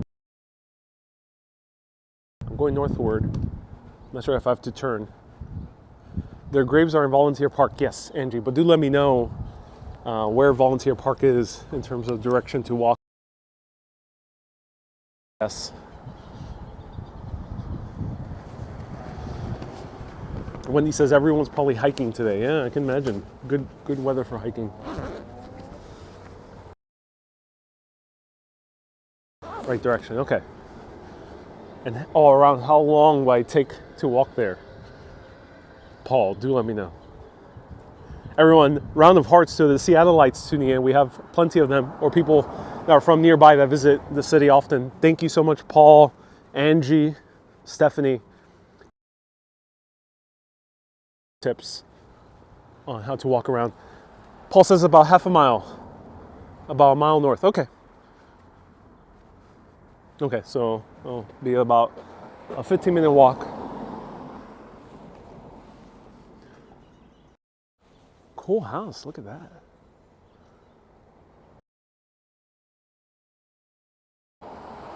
Straight down the road on the left, says Mysterious. Okay, thank you so much. Bit of a wander, says I'm going to England this summer. Tips for live streaming.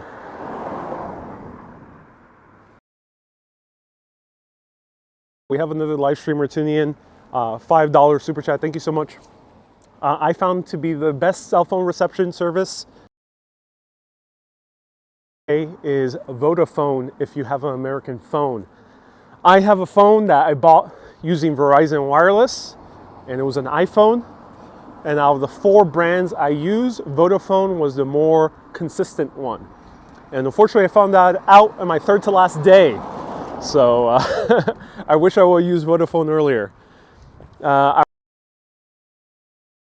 need a phone that has 5G because unlike US, UK is installing far more 5G antennas.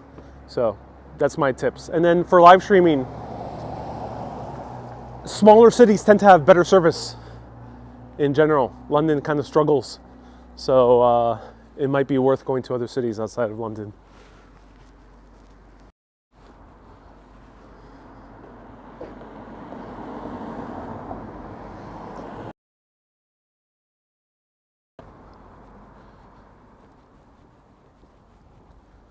Okay, thank you so much for putting the Patreon link. So yes, we are getting for our 200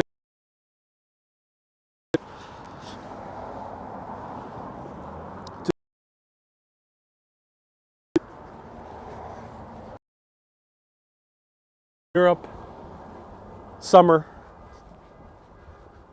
with the 200 Patreon goal by June 1st.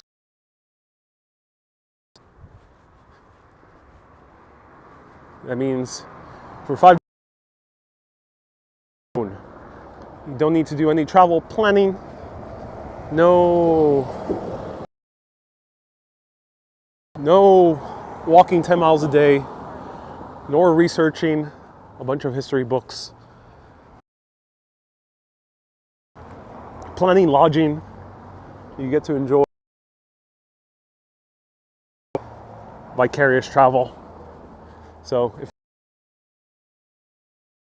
to become a patron, you can do so. Patron tours, which I typically don't show on my own.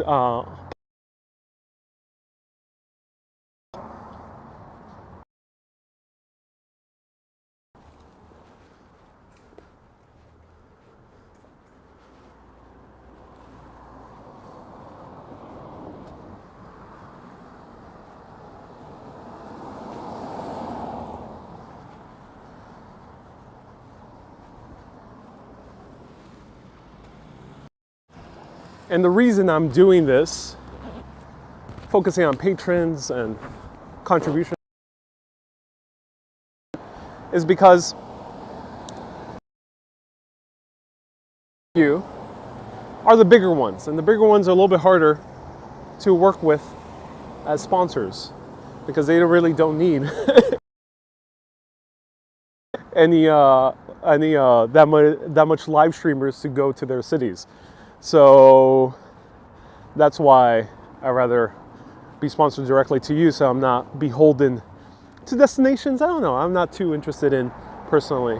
I want to show you the really fun, gigantic, beautiful destinations that everyone knows, but show you urbanist style and show you the kind of the off the beaten path places as well.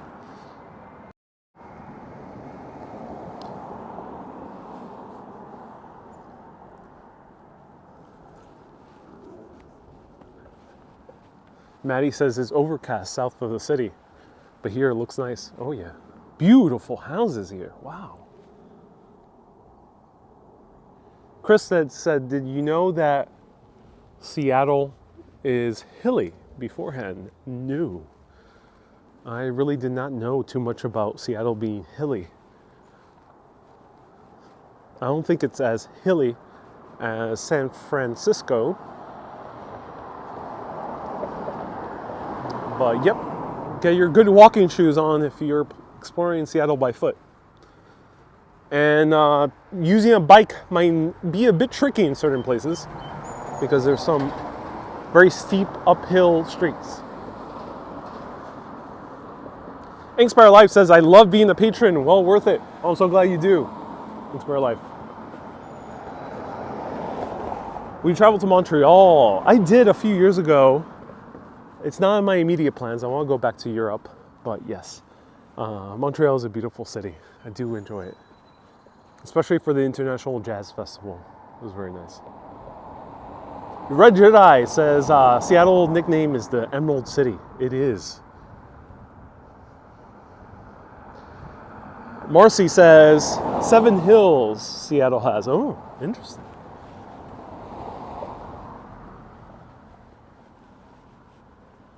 Angie says I'm thinking of joining. A lot of crows here in Seattle. I'm kind of surprised. Nice.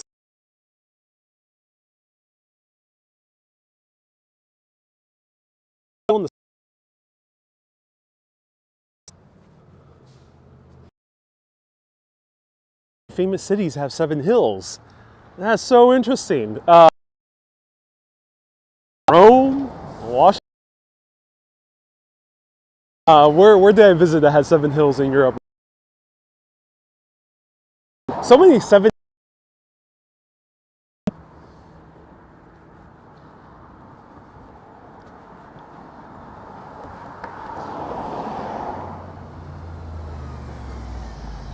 Janice says, you're on top of Capitol Hill. The Crows are valued citizens. So it seems like I could take the bus down, which is great news. There's good bus service here in Seattle. Okay, is it this way?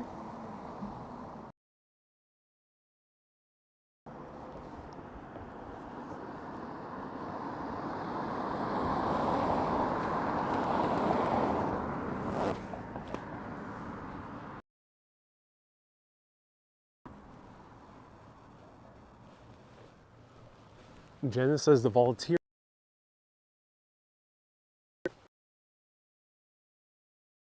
The other Seattleites, there's another famous coffee shop here, right? The Volunteers Park Cafe.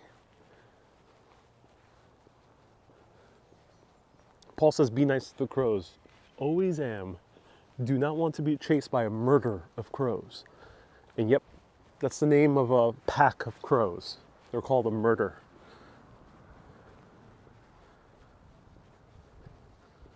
Jen says, if you keep going straight, you'll reach the cemetery. Cool. Thank you so much, Janice.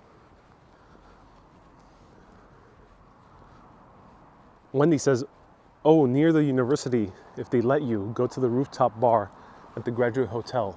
Okay, I will keep that in mind. We pass it. Nicole says, crows can remember your face. Yep. Yep, just like pigeons, they do remember people, quite literally. I would also say beware of feeding them, because a crow, they come in packs.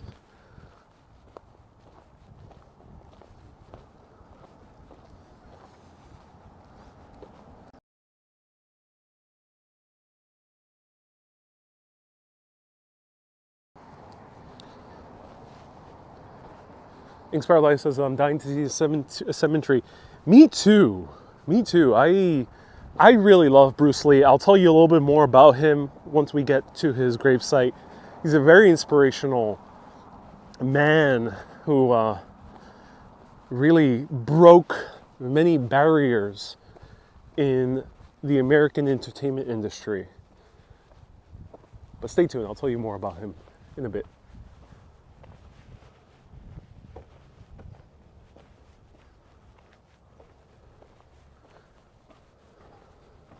Ron says, this is such a romantic place to tell a special someone that you invested heavily in LinkedIn. I think LinkedIn, I'm not sure if their offices are based here, but they are owned by Microsoft, which is based here.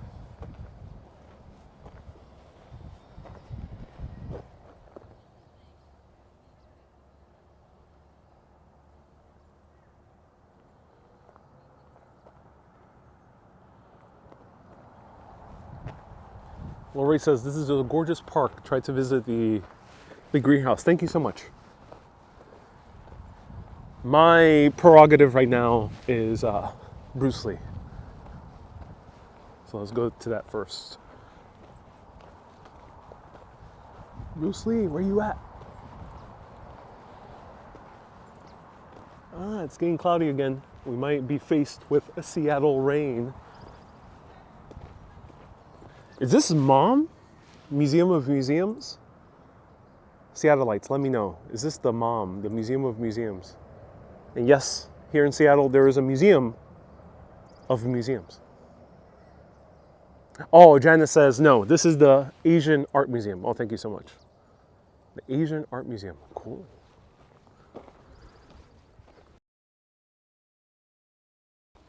Is Earl about, says Wendy. Yep. They're scurrying through the trees.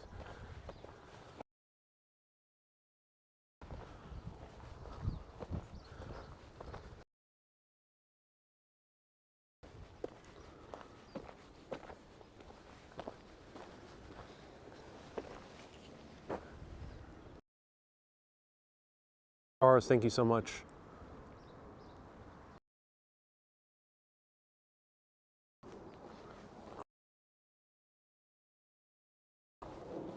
Sending 500 stars, thank you so much.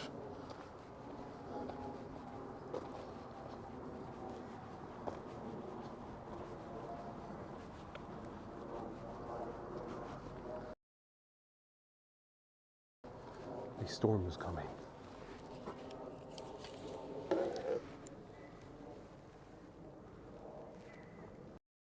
Okay, bear with me. I gotta drink some water and put on gloves. It's starting to get chilly.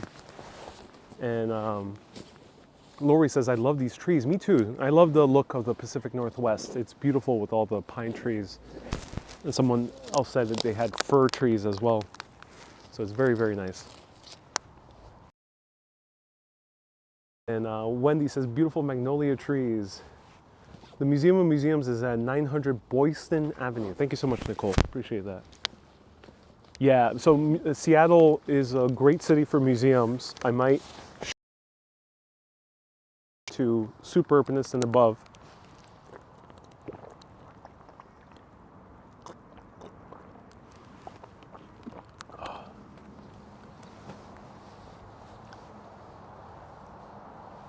Baby Channel says, hi, how are you? I'm doing well, Baby Channel. Thank you so much for tuning in.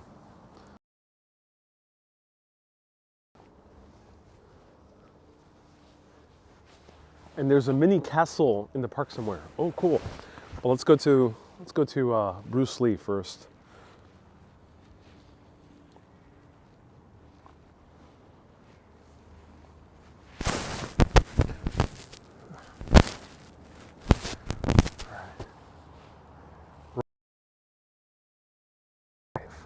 I am, yeah, still alive here in Seattle. Today.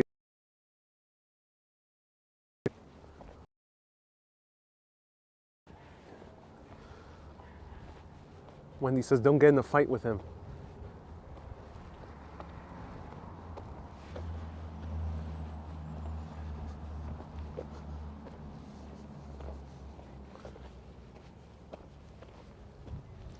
Marcy says, you're actually volunteer park right now. Yeah, I am aware. I think cemetery should be that way. Inkspire today, yeah. My stomach is only on donuts and coffee right now. I think I'm gonna need an actual meal at some point today.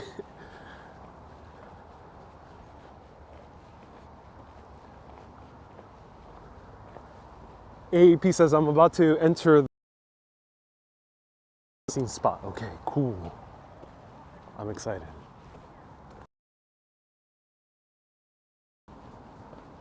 Maybe you'll see Chuck Norris hanging out there.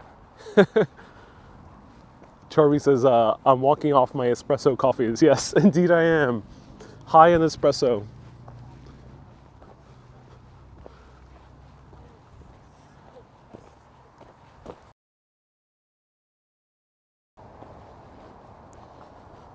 Hyde recommends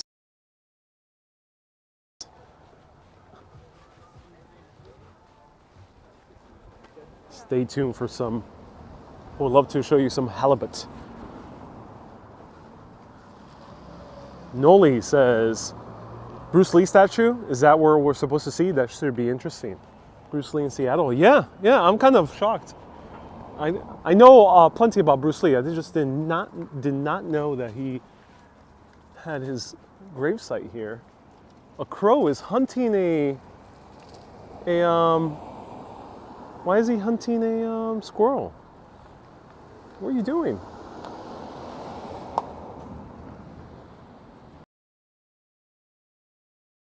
Is being very mean to a squirrel.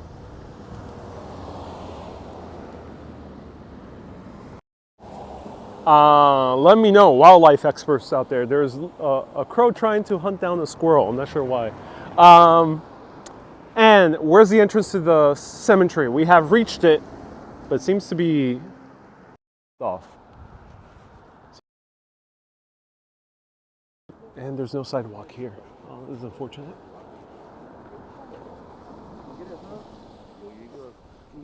AP says that's Brandon Lee's spirit. Yeah, so speaking of crows, okay, I'll tell you this as we're approaching the gravesite of both Bruce and Brandon Lee. So Bruce Lee, as many of you know, is world famous kung fu movie star. And his son is Brandon Lee. Brandon Lee was following his footsteps, doing some amazing movies, also well trained in martial arts. And he starred in a movie called The Crow, which people were expecting it to be his famous movie, like Bruce Lee's Enter the Dragon. During the shooting of The Crow, there was a scene where the titular character, played by Brandon Lee, was going to be shot by a pistol. Usually in Hollywood, as evidence with the recent news of Alec Baldwin, they're supposed to use blanks. But sometimes they use live rounds for sound reasons or in other shots that really are not involving people. In this case, I'm telling the story off the top of my head, so if I get any detail inaccurate, do let me know. But in this case, they had a live round. Bruce Lee, during the scene, was shot. And he bled out.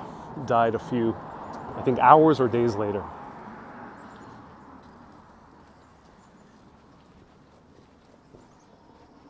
And I'm not sure if the scene that is still in the movie of him being shot is the one of him actually bleeding out.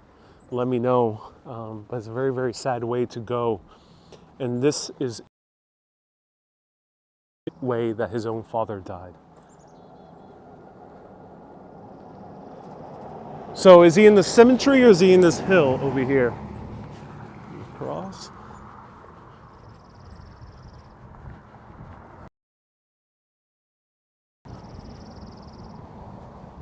Well, it's open until 8 p.m. Oh, wow, pretty late for a cemetery. At around 4:30 p.m. He is in the cemetery. Okay, thank you so much. Cemetery.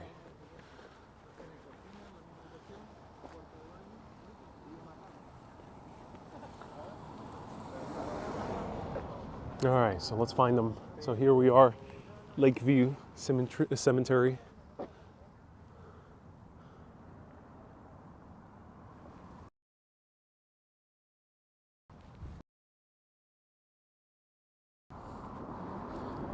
Did Bruce Lee die of heart issues? I'll let you know once we get to his gravesite. That's a good question. Wendy says, thank you for taking us there. My pleasure, Wendy. I'm glad people are enjoying this. As I mentioned, Seattle's a little bit more of a sleepier city. Even downtown, despite amazing architecture, is pretty sleepy. But maybe we'll take a trip there. Go forward and look for the black headstones. Okay, thank you so much.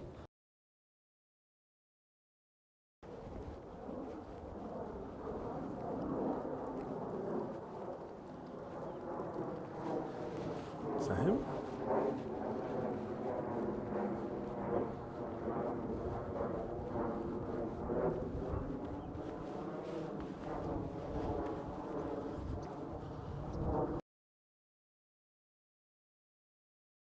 C. Lee and Gwendolyn Lee.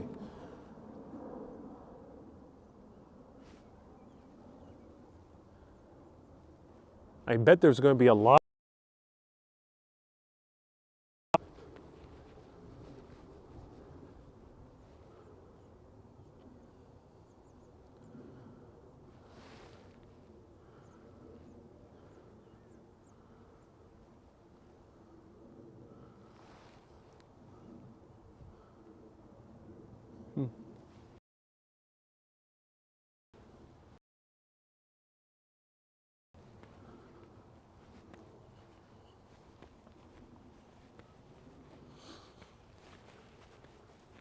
I see another black headstone there in the distance. Let's check it out. Robert says probably 1 or 2 Lees in Seattle. Robert, you know what? I would doubt it because I think there will probably be more because there's a substantial Chinese American population here. Is Jet Li related to Bruce Lee? No, Red. Great question. They're both famous kung fu stars, but no. I don't think Jet didn't do kung fu per se. Kung fu is used as a general term for martial arts movies here in America. But of course, these guys did a wide variety of different martial arts styles. It's a very common name in China, both L-E-E and L-I. This is Chang.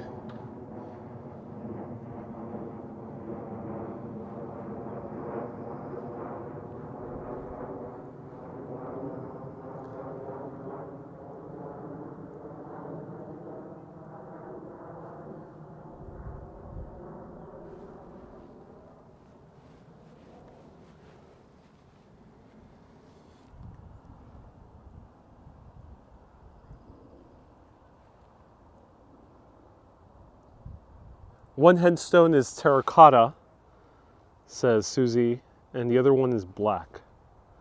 Thank you so much.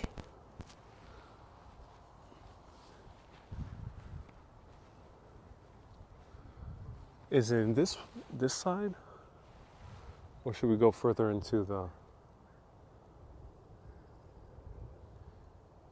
the cemetery? We can see beautiful views. Wow.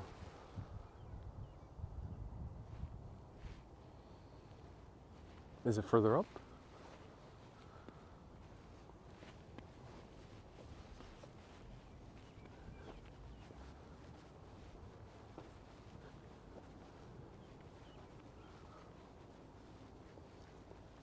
Hi, thank you so much. Bruce Lee was the founder of Jeet Kune Do, yes.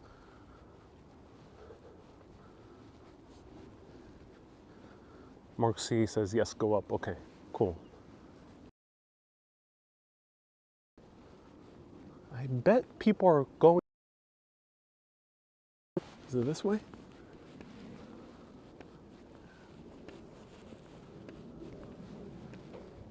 There's a lot of people going this way.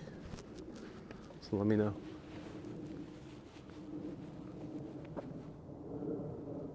It's a small hill in the middle. Okay, cool. So it'll probably be around this general direction. Thank you. Turn right. Yep.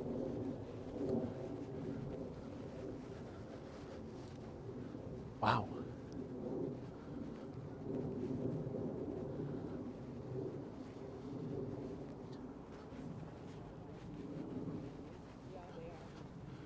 Oh, wow. This is truly a lake view.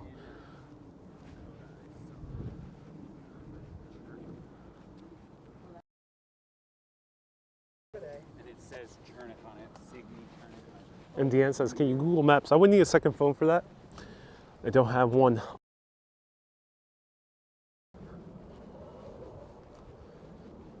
But here he is.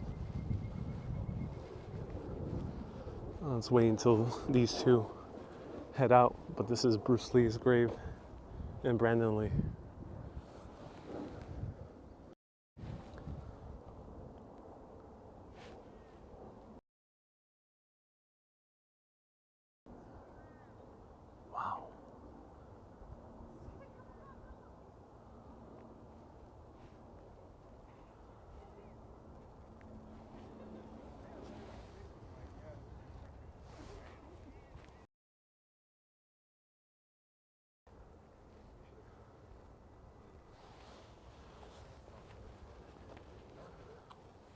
there's mountains that way.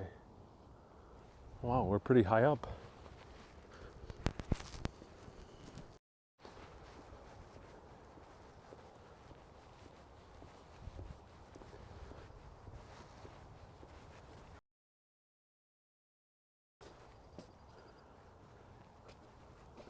Bruce Lee, November 27th, 1940 to July 20th, 1973. Only 33 years old. Died so young and left a very powerful legacy. It says, your inspiration continues to guide us towards our personal liberation. Bruce Lee had an American wife. He did indeed, yes. And this is Brandon Bruce, 93. He also died very young.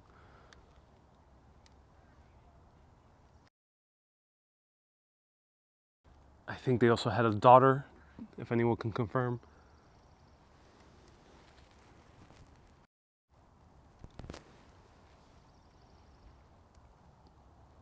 I'm starting to.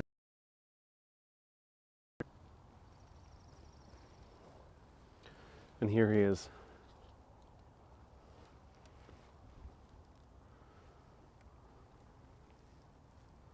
People are leaving coins and flowers in his honor. Someone left a water bottle. It's an old Chinese tradition to leave food and beverages for the deceased. Usually family would come and have like a little picnic, and then they would leave a little bit of the favorite deceased. If you want to see that depicted on film, on an American film, check out The Farewell.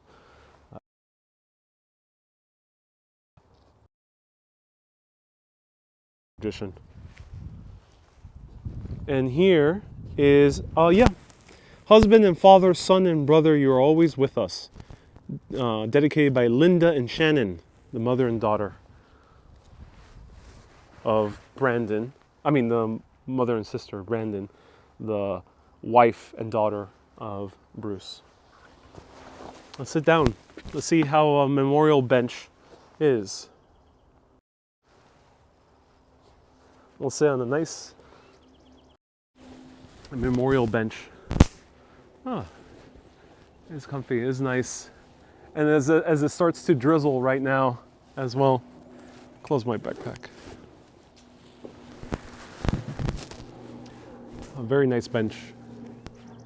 Since this is a bench of a deceased person in honor of two, I won't be rating it, but it is nice that they have it here. So this beautiful memorial bench. So Bruce Lee, who was he?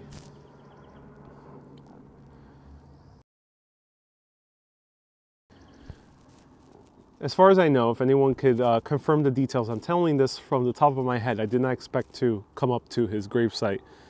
But Bruce Lee grew up in Hong Kong.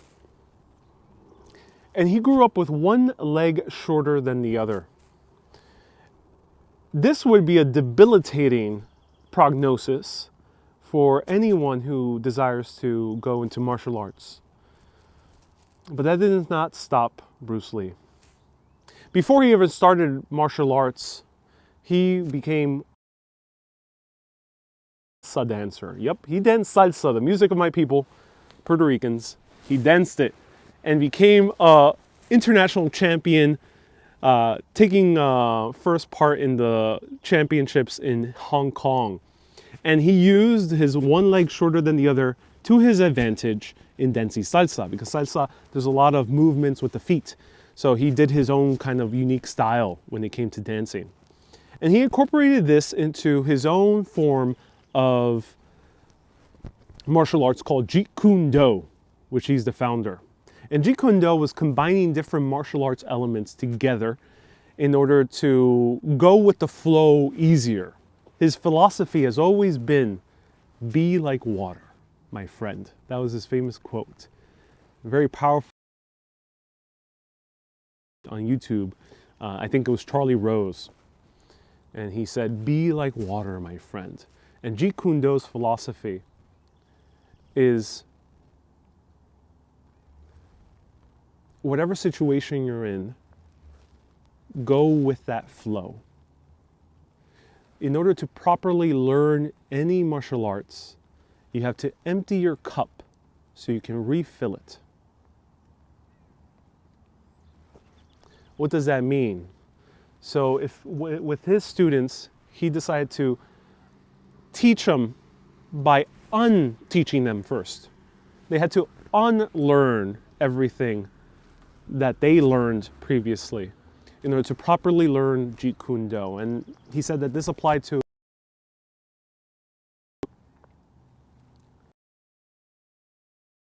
truly master any skill. Because if you try to fill up a cup that's already filled up, it will overflow. But if you try to empty up your cup, clear your mind before a fight, something new, clear your heart before opening it up to someone else, you can refill it and enjoy the fullness of those new teachings. And he very much lived with that philosophy, and he was able to become one of the most well-known martial artists in the world by having a than the other. And it's because he adopted his martial arts style to that leg being shorter. And that's why if you notice the Kung Fu films that he did, he was always hopping around. He was hopping around not because he wanted to dodge his opponents. That was one aspect that came out of his necessity to hop around because he had one leg shorter than the other. And he ended up becoming a worldwide international Kung Fu star. But this was during the time that he tried to break into the scene first in Hollywood. But Hollywood had its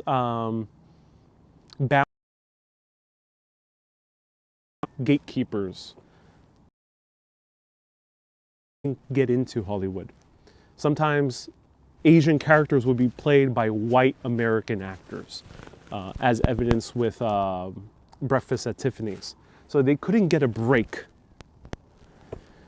But Bruce Lee helped break through that with his role as Kato in that famous TV series, Kung Fu.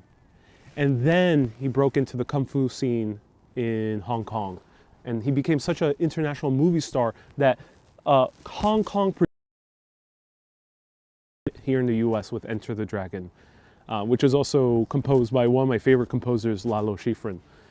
So he was breaking barriers back then, not only being a person who would technically be disabled or, you know, not as able as other fighters, being Asian in the US, not allowed to be in many films, and somehow broke through. So very inspirational guy.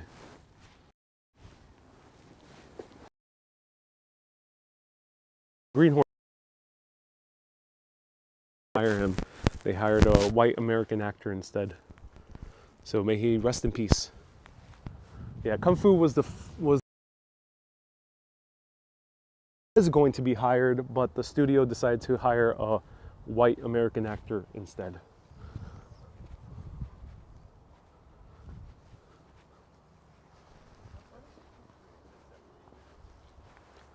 They replaced Bruce Lee for David Carradine in the Kung Fu show. Yep.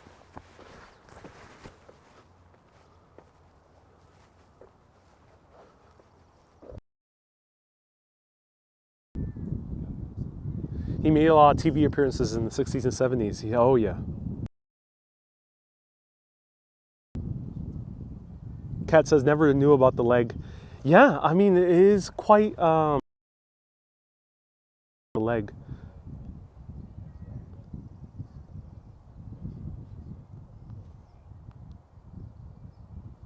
And someone's playing a bagpipe there in the distance.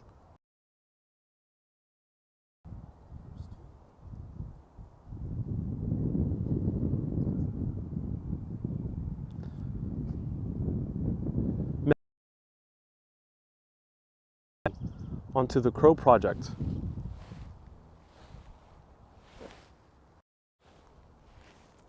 Tom Hiddleston, he might have been too young back then. But as far as I know, The Crow was played fully by Brandon, but that was his last film. So Brandon Lee, as I mentioned, passed away during the shooting of the film being shot at. It was very sad. Bruce Lee also died from very sad circumstances. He had a brain aneurysm while shooting one of his famous films. It ended up becoming a very popular film, and somehow they made it work at the end of it. But apparently he took some headache. He had terrible headache. He took some medication, and during the shooting of the film, he went off on his own and died of a brain aneurysm. There's of course many theories as to what really happened to Bruce Lee, because his death was rather sudden for someone who has been through so much. I would recommend an amazing film, which I forgot the name right now. Something the Dragon, The Call of the Dragon. Do let me know what the name of the film is. But there's a biography film made in his honor. He also suffered and paralyzed, but he still pursued a whole lot in his 33 years of life. And Kay says that's the second time you've been to a cemetery and Simone was playing the bagpipes. Who's Simone, Kay? But yes, this is pipes being played. Mysterious says some people claim he was murdered. Yes, they do. Enter the Dragon. No, Enter the Dragon was the famous film, but there was a biography film. It's a different name. Something Dragon.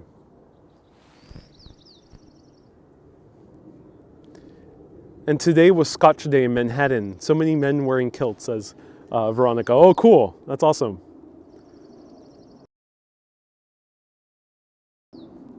And Lynn says, you already heard someone playing bagpipe when you were visiting a cemetery in Kew Gardens. Yeah.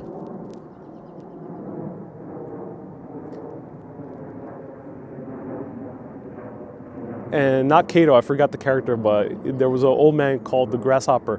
Oh, you might be referring to, I'm not sure what you're referring to.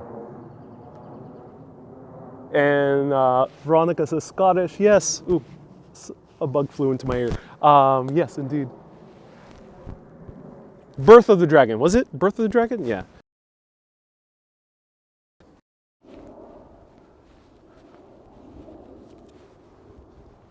So there you go. That is the cemetery with Bruce Lee Cemetery. Cool to visit his gravesite. May he rest in peace. Now, do let me know, what's the Seattle connection? Did his family live here? Was Brandon raised here? If anyone can let me know. Carrie, so the name of the biography film is Birth of the Dragon. Thank you so much. And who's the actor of that? Another great actor, Asian American.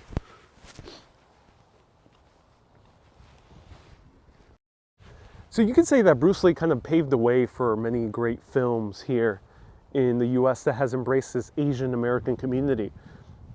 Here in Seattle, we are in a place where it has a very long history of Asian Americans. Focus as other ethnic groups in the US.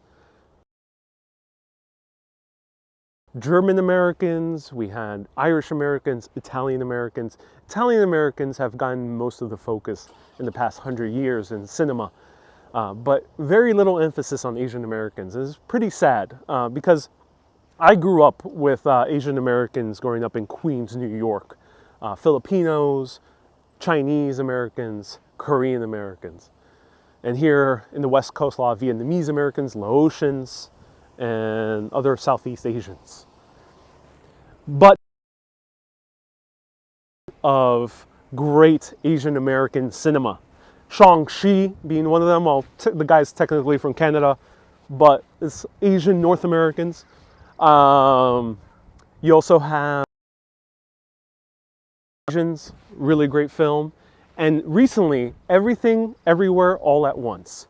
Highly recommend checking that out. It's another film that depicts Asian Americans. So I really personally love those films. So highly recommend checking out those films. I'm glad that it has paved the way for... There's a lot of great gangster movies, there's a lot of great Italian American movies, but I kind of already got the gist of that. There's a few great Irish American movies, got the gist of that. I want to see more Asian American cinema, so it's cool that's coming back.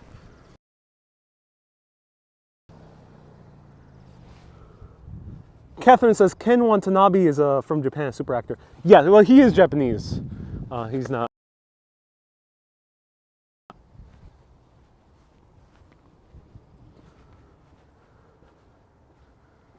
Seattle, closest to Hong Kong, Kareem Abdul-Jabbar, another famous actor slash, I think, basketball player, was in the plane going to visit Bruce Lee right before he died. Oh, wow. Oh, wow, that's so interesting.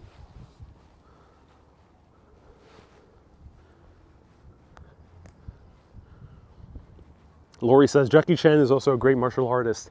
Jackie Chan is also indeed. Unlike Bruce Lee, Jackie Chan broke into Hollywood, yes.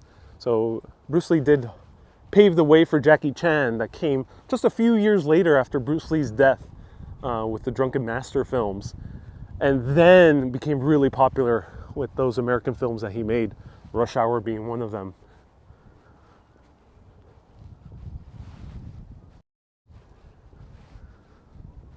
Don says, didn't know Bruce Lee was from Seattle. Bruce Lee is not from Seattle. He's from Hong Kong. But he's definitely very Asian American because he came here quite young. Most of his career was based here in America. Well, not most of it. He did a lot of Hong Kong cinema, but part of it. And I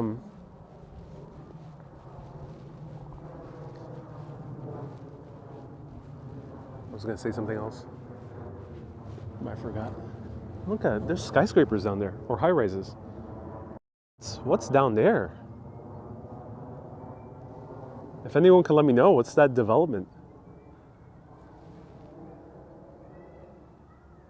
Brandon was born in Oakland and grew up between Hong Kong and California. He attended 4th grade in Seattle, upper grades in Los Angeles, says Stephanie. Thank you so much, Stephanie. So apparently they were based here at some point. And where is Linda Lee from? Do let me know, his wife, his widowed wife. Okay, so Bruce Lee came to Seattle in 1959 for the university, says Hans. Oh, thank you so much, Hans. This is a Bruce Lee history lesson. Indeed, yeah. As I mentioned I did not research this beforehand. I researched his life just in general before, so I'm saying stuff off the top of my head. So do your own research afterwards.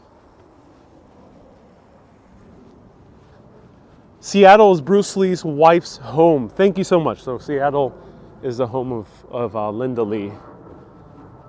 I assume she still has the Lee surname. Do let me know if she still does. And look, the mountains.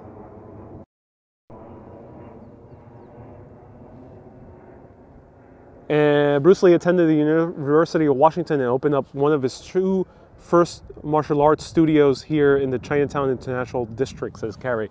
Oh, wow. So he even had film ties to over here. Linda Lee was born in Everett, Washington. Ooh. Thank you so much, Stephanie. So she's from Everett. Han says, yes, it's Linda Lee Cadwell. Okay, thank you so much. Linda Lee Cadwell. Those are the Cascade Mountains, says Robert. Yeah, it's beautiful. Wow. Almost looks like a painting. Little happy mistakes, with little happy mistakes, like Bob Ross used to say. And Strain says, I want an Asian husband. Hook me up. Well, American cities, great place to be a lot of Asian Americans.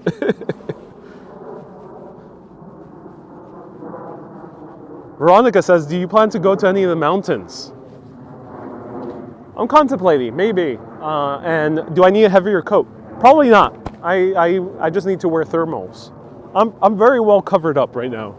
And this coat is for heavy winter. I just need thermals, which I have already. So I'm very well packed.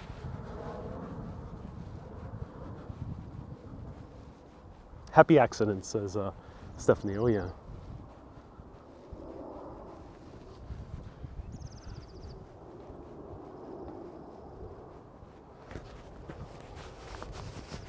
Seattle borders Canada, says Baby Channel. Yes, we are on the border of Canada. Canada is, let me know how many miles away. Very, not that many miles away. It's about a 3-hour drive to the border, I think, or even less. What is this? Oh, someone put chimes.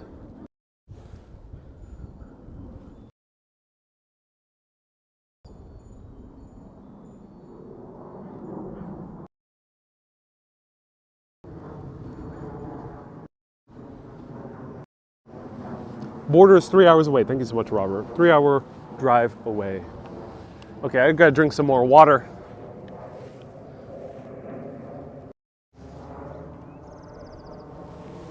Gotta drink some more water.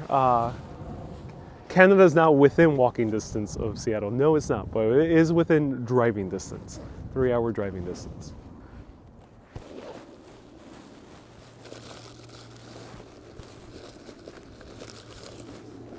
I'm gonna need some sustenance soon. Robert says, will you be visiting Vancouver? Moderators, feel free to answer this question moving forward, but no plans for Vancouver nor Portland on this particular trip.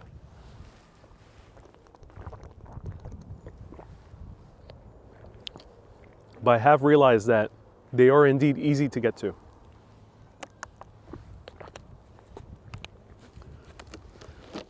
Okay, so are we close to public transit? If anyone can let me know. Do I have to walk my way back down to Capitol Hill? Where do I go from here? Have you had an excellent sit-down meal with some potatoes or rice yet? Or are you snacking on this, on that? I could use a big meal at this point, Veronica. I've only had donuts today, quite literally, only donuts. I could use a full meal.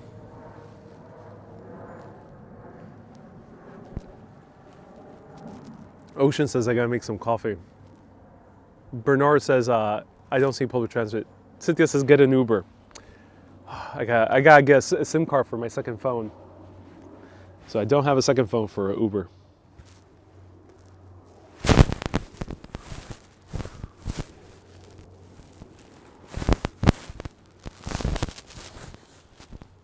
Take the Great Wheel Express. It's all downhill, says AAP. Yeah, indeed.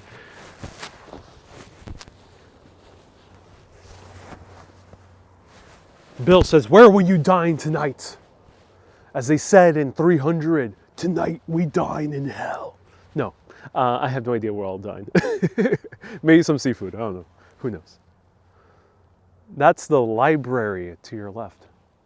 Cool. All right, let's check it out.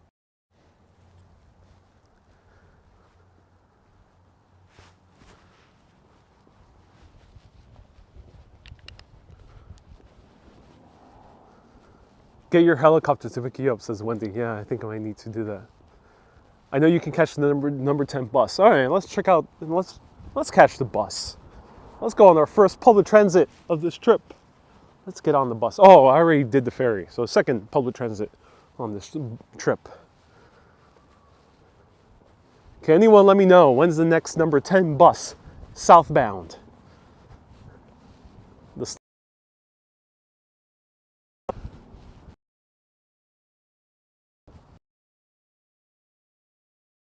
Janet says, or you can go straight downhill on Blaine Street, Westlake to Lake Union. Oh, interesting. Is there internet service on the bus? Bernard, I think unlike London, unlike UK, I think we'll be okay streaming from the bus. I think so.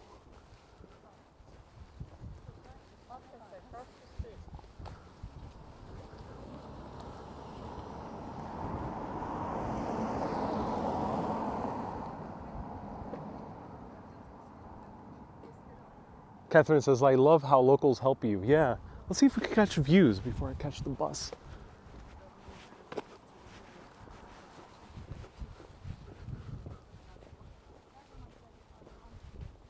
Carrie says, make a right turn. Yes, I will. Thank you so much for letting me know. I just want to see the views first. Because I think here, maybe it's a little bit less obstructed by trees.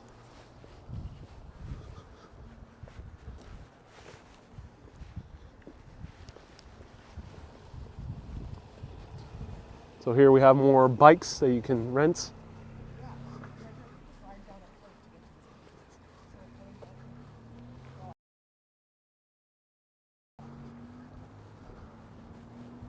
We already have photographers, I think. So you have a popular viewing spot.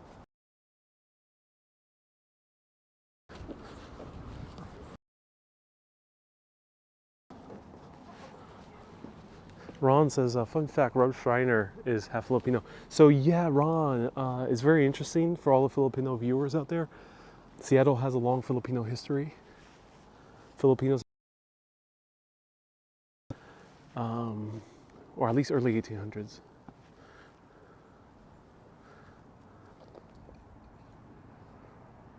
And some of the very first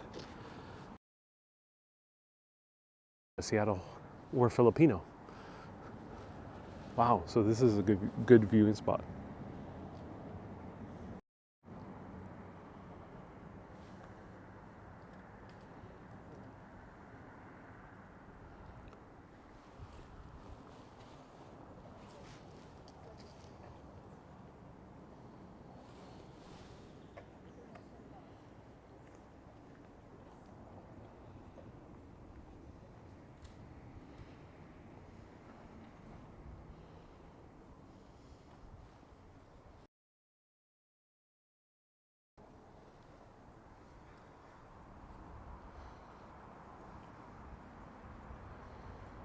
Wow.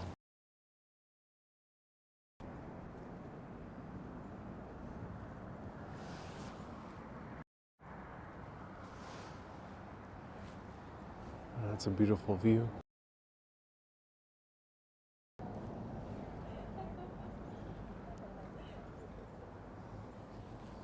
That's amazing.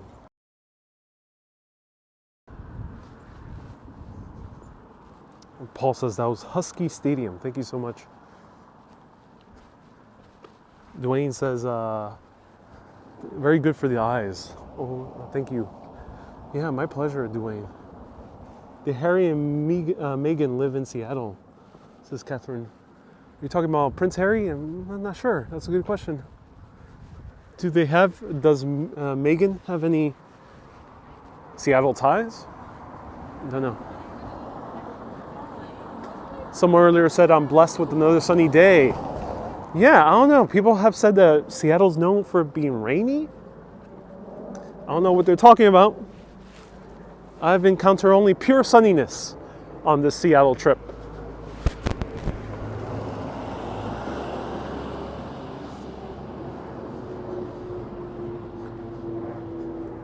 Bernard says it's actually always sunny in Seattle. Yeah, I think that's the case.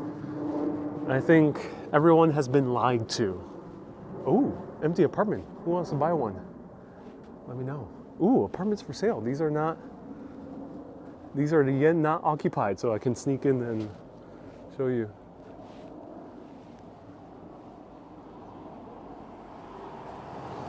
Paul says 9 minutes till the 10 bus. Thank you so much, Paul. I appreciate that.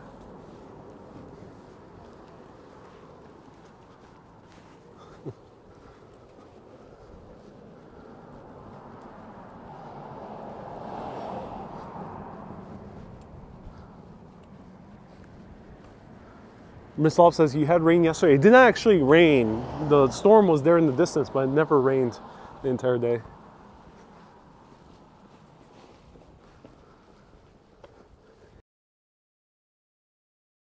Didn't see any posting. All right, the bus stop is right down there. AAP says you just. Oh no, AAP, no.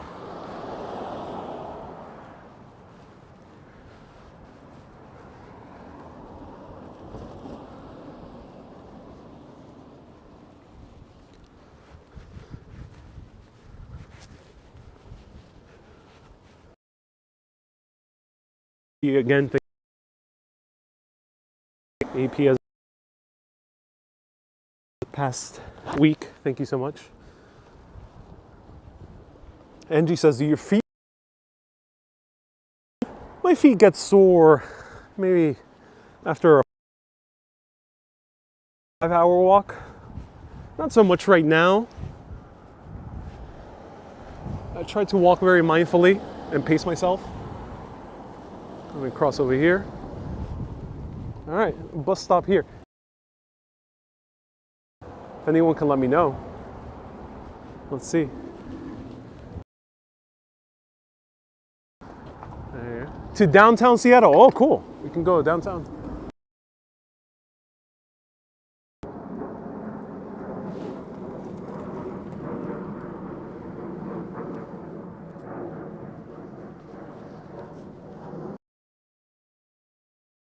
Awesome. They have a timetable here, so the buses don't pass often. They pass on the hour. Oh, wow.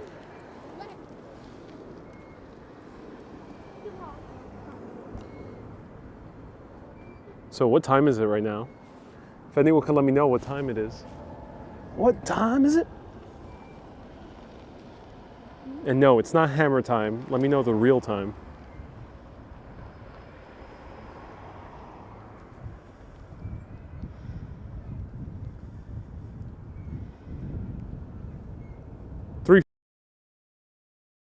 $3:55. Okay, cool. We're getting close. Awesome.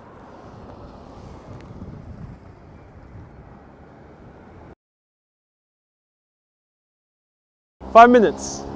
Stay tuned. We'll be able to take the bus as far as the eye can see. We'll take the bus. I don't know. Who knows? We'll take it. Maybe we'll take it. Who knows where? Miss Love says coffee time. AAP says you're welcome. Thank you so much for the great work. I will send you some espresso to revive you. Thank you so much, AAP. So stay tuned. What else is there awesome to see on this bus route? Let me know if any Seattleites have any good recommendations along the number 10 bus route that is interesting to see and eat. First time on the trolley bus, says Hans. I have not taken I have taken the bus, so this would be my second time, but this is the first time I'm showing it on video. And Seattle does have a good public transit system. Netogino says it's in 20 minutes. No, it appears to be only in 5 minutes. It says 3:55 right over here.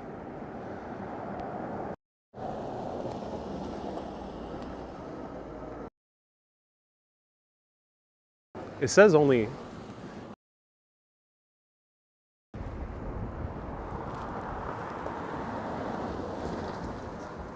Oh, sorry, it's not on the hour. It's every 15 minutes. I misread.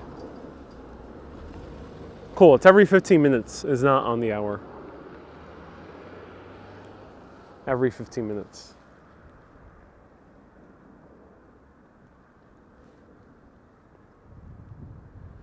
Bernard says this. So Shugan says it's very rare to see heavy rain here in Seattle, unlike California. Yes, so yeah, it's not a heavy rainy place. And Seattle does not strike me as a place similar to New York where it's kind of like rainy all the time. It's a little bit more similar to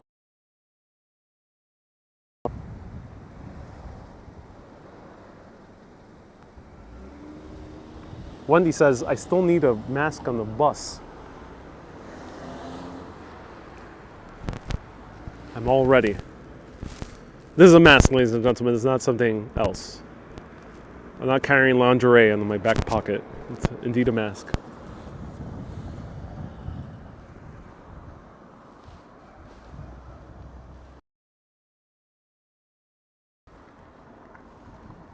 Paul says 7 minutes away. All right. We're going to wait for the bus.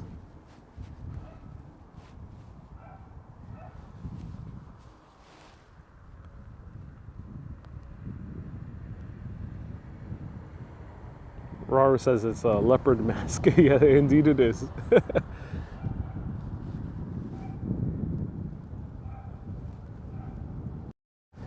Susie says, I hate waiting for buses. In New York City, it could be very annoying because the buses pass very infrequently and they're often delayed. Yeah, it kind of sucks in New York City. I'm a little bit more optimistic about Seattle though. So let's see if the bus comes on time. Inkspire Life says Seattle or bus. Yeah, indeed. Where are we going? Who knows, Wendy? We're letting the wind be our back. Netudino says that is a small Speedo, maybe. Bob says, what was your bisque the other day? My bisque the other day was seafood. It had a variety of seafood, including salmon, cod, shrimp, and a few others. You can take the 10 to the link. It off. Chris, thank you so much. Is it the Capitol Hill station? So do confirm. Chris, thank you so much for letting me know.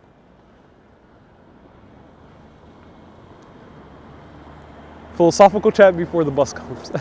Feel free to ask me anything. Waiting for the bus.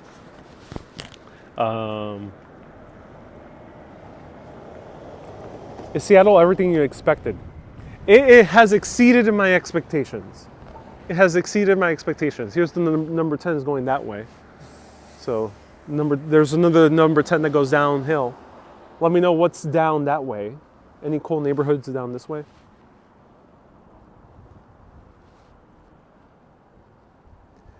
Mysterious says, if Ariel pays his fare, they'll know. Let me know. It seems like it's pretty much an honor system here. So if people don't know, you can easily tap, you have to tap your card to get into public transit, but there's no turnstiles. So at least on the trains, on the light rail, you could just jump in. I can see the bus in the background, so that was the other side. We're waiting for this side. Is there a location in Seattle you can visit the troll under the bridge? Stay tuned. Red Jedi, great question. You'll be seeing the neighborhood of Fremont soon. Stay tuned. Thursdays through Sundays at 4 p.m. There's one day and then one more weekend left. All right, the bus is coming. Let's go.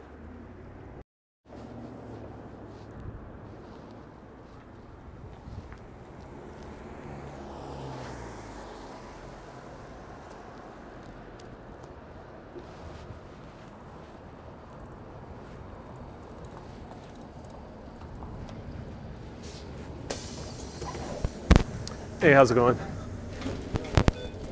Thank you.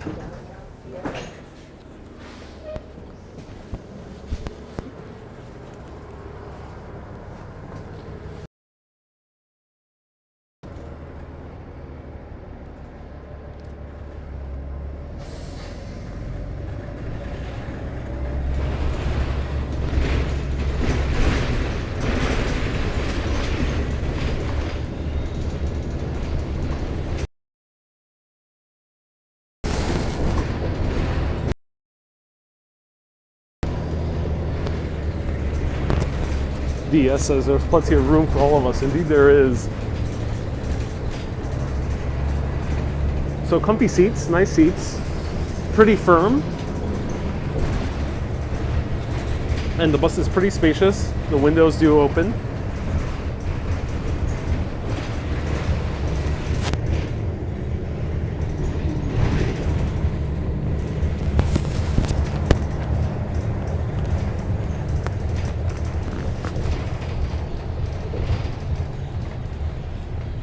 The Seattle Transit have a name. So this is the King Metro system. There's two types of metro systems here. The King Metro system, which is the bus system, and there's Sound Transit, which is the light rail, and the commuter rail, which is the sounder. So there's two systems, Sound Transit and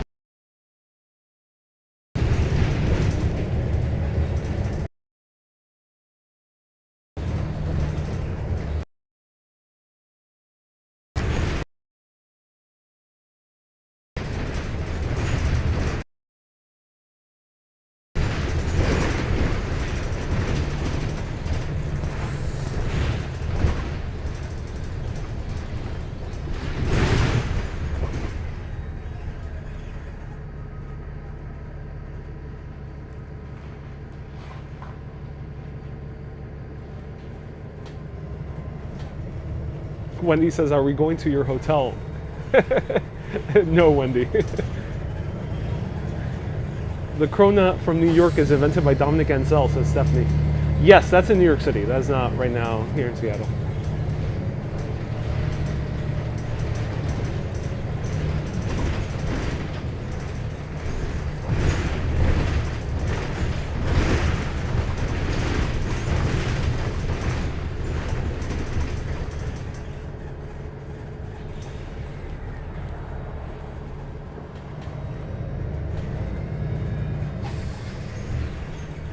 DS. So New York City, New York State is the Empire State.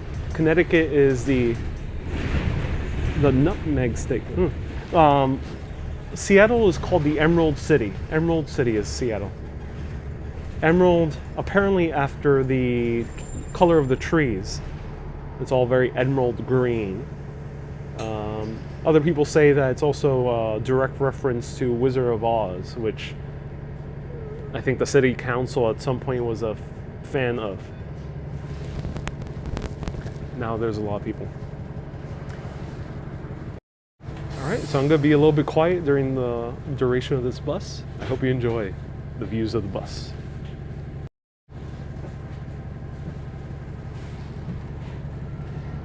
So Janice says Washington is the evergreen state. Okay, thank you so much.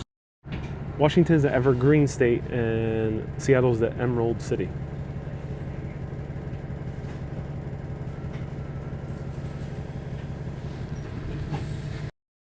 Poco says, have you seen the guy who walks around with a football?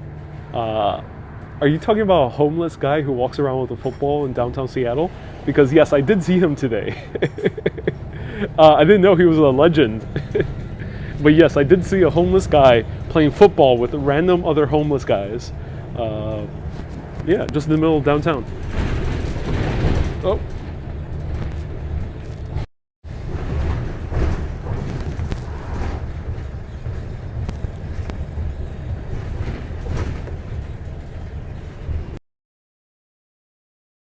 Netzogino says this is a very noisy bus. Yeah, noisier than the UK buses. Yeah, that's true.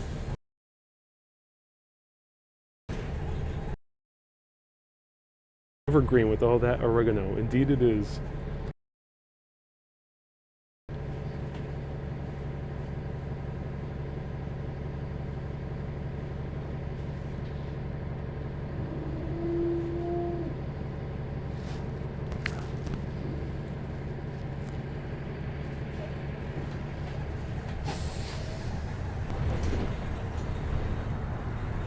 Sugardolf says, what street are you getting off? Who knows? Stay tuned.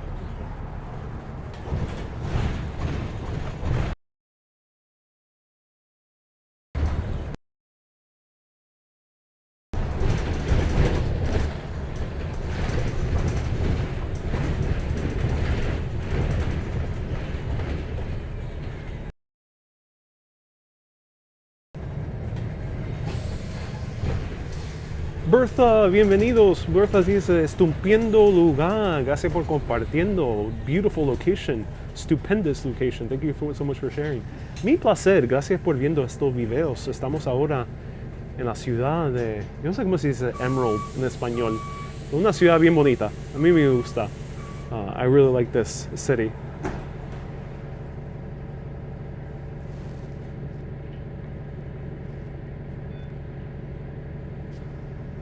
Y cualquier persona,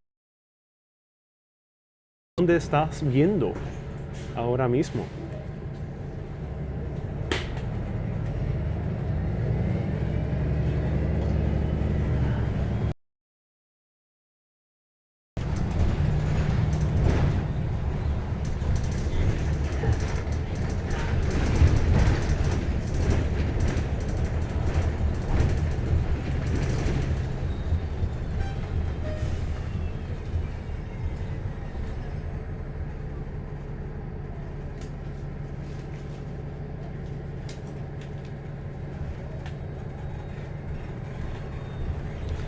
Carrie says Seattle's LGBTQ friendly. It is indeed, yes, Carrie.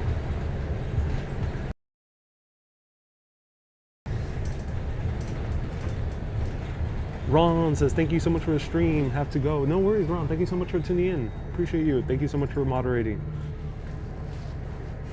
Bernard says Brooklyn used to be a city. I think this is similar to Manhattan.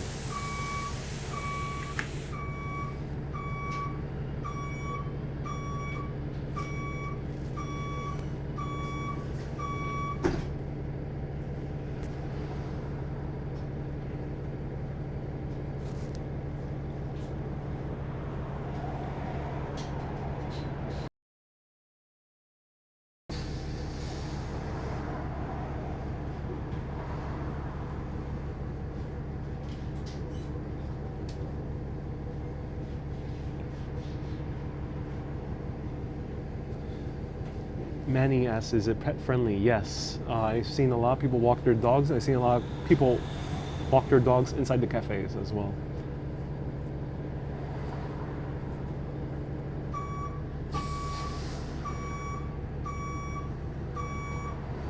Chris says, you're going downtown, you missed the link station.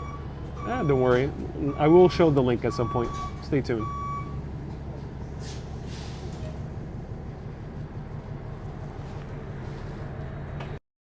So on my video, for the sake of peace of mind, for the sake of not really needing to pay attention to directions, I don't really focus on that. So other channels, how to get around the city. They show you the addresses, they show you the directions they go to. For example, in Seattle here, check out my friend Manny Explores. And he did videos where he's more clear at where he's walking. There's another guy that I checked out was really cool. It's called Lao Ocean. Ethnicity, but Lao, L-A-O, and out. Also another great vlogger who shows exactly where they're walking. I don't tend to do that. So if you feel lost while watching my videos, trust me too. I feel lost as well. But that's the beauty of travel.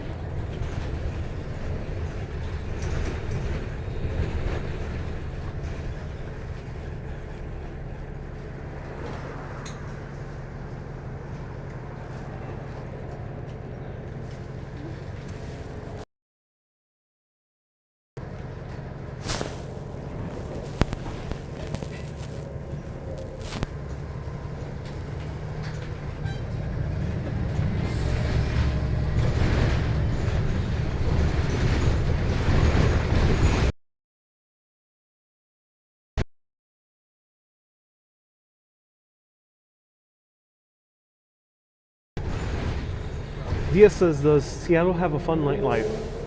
I don't know. Seattle, to me, is striking me as a pretty sleepy town. I haven't seen too much nightlife. People have recommended me to visit Capitol Hill or Fremont at night. Those might be a little bit more vibrant, but it doesn't strike me as a very nightlife city.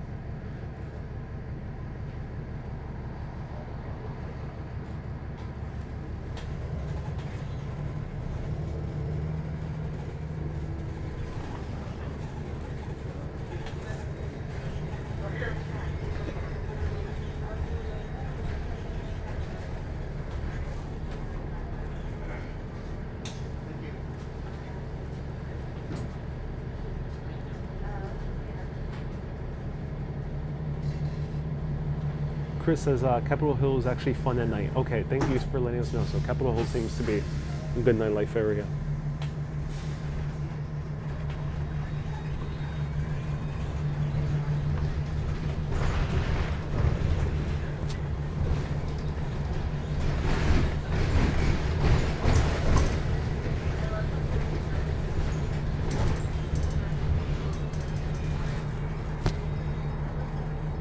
So we're passing the highway right now.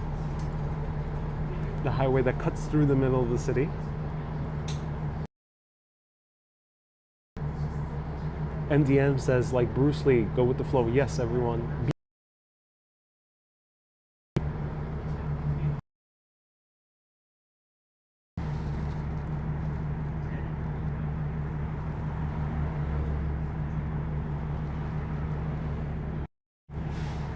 if you feel that sense, because I know some people who watch my videos, and I've felt this before, not just with videos, but I felt this while exploring a new city or a friend showing me a city.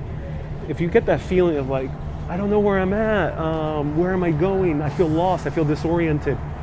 Breathe through it. It's okay. It's okay. It's okay. Don't worry. Especially in cities, Seattle is one of those cities, like many others, that you can get lost in.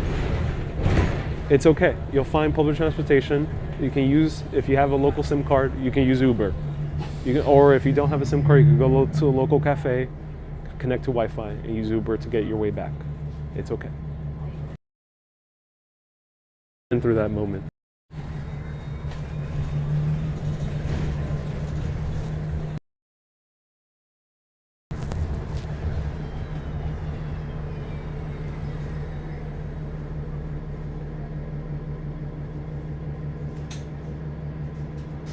Susie says, have you heard any emergency sirens? Barely. I think I've heard only twice in the entire 3 days I've been here. Ooh, there's a Timbuktu shop. I love their backpacks. Oh, I might come back here.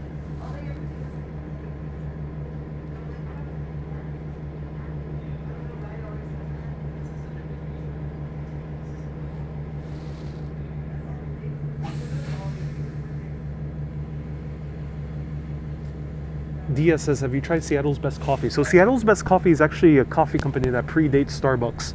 And Starbucks, many years ago, did buy it out. I have not tried Seattle's Best Coffee. I haven't at some point.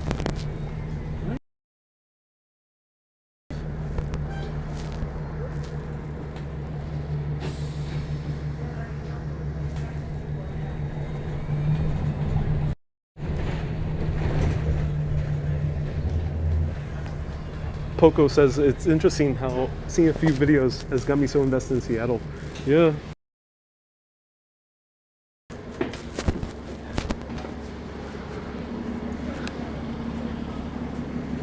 Okay, so here we're at the link. So we can take this. This is the light rail. There's actually underground in certain portions. I'll show you that at some point, but let's stroll around downtown Seattle. Lorene says, I'm back. Lorene, welcome. Nice to see you here. So it is a sunny day in Seattle. Last. So we're gonna soak up the sun as much as we can, get that nice Seattle tan, and continue our adventure. Now let's explore downtown Seattle. So downtown Seattle is where all the skyscrapers are at. It's the center of Seattle. It's where the all action is. Well, kind of. Let's see. Let's see if there's any action in. Carrie says, am I hungry? I am super hungry right now. I'm very, very hungry. So if anyone has any good recommendations for food, do let me know. Oh, it's bustling. Oh, I like this. I was here earlier and it was empty. Here's the monorail. Ooh. Should we go to the monorail? Maybe a little bit later. Let's find some food first.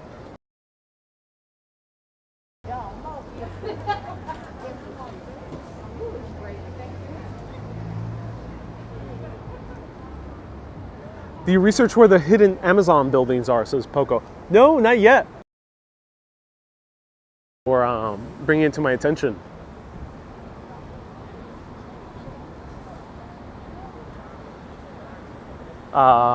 Steph was. Okay, I found the food. I found food.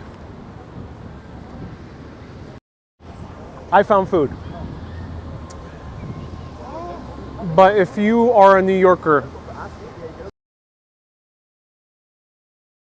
because this might be shocking what we're going to eat.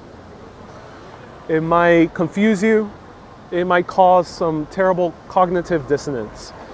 So do take a breath if you're a New Yorker, because we're going to try the legendary, the iconic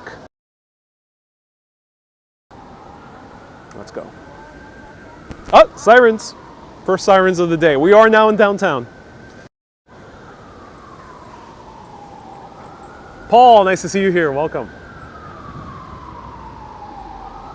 Skyscrapers. Seattle is indeed a big city. Robert says pineapple pizza. No, pineapple pizza. When we go to Toronto. This is from, what's the name in Canada? All right, let's go and have a Seattle dog. I already made a short video on this, but might as well feature it on live video too. Let's go.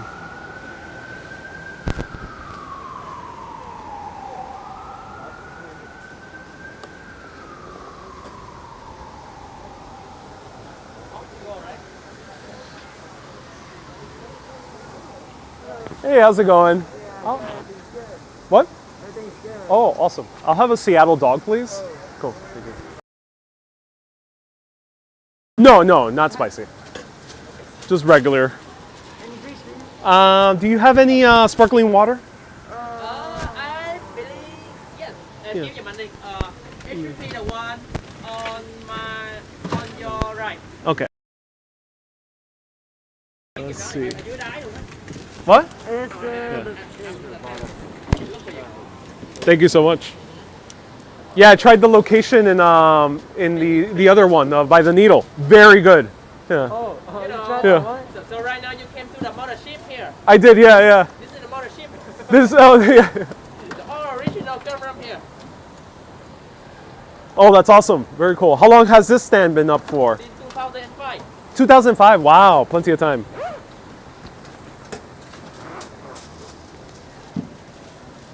Fresh lemonade. Ooh. Enjoy it. Yeah, right, that's true.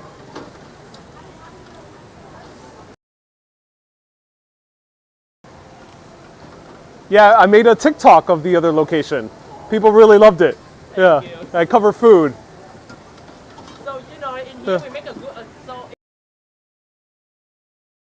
Oh, fascinating. Oh, cool. We don't have, but I see.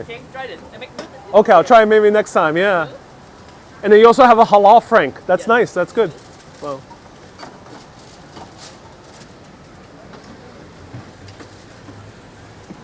Don't worry about it. I'll have a lemonade instead. Right. Yeah, don't worry about it. Sorry, bro. No worries. So, you order one regular lemonade? Yeah, we're on regular lemonade. Yeah, thank you so much. No dog today? What? You want hot dog today? Yeah, the Seattle dog. Seattle one? Yeah.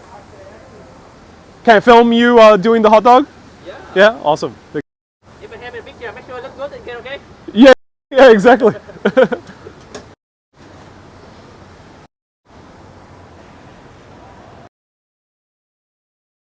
Huge hot dog. Very long hot dog. I'm from New York and our hot dogs are shorter. I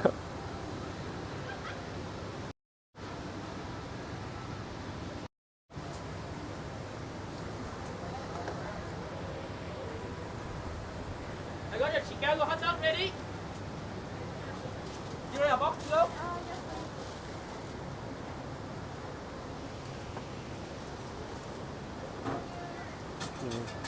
You from New York?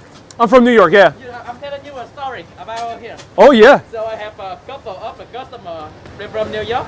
Yeah. They came here and they look at the menu. They go like, oh, the cream cheese belongs to the bagel only. You guys see it?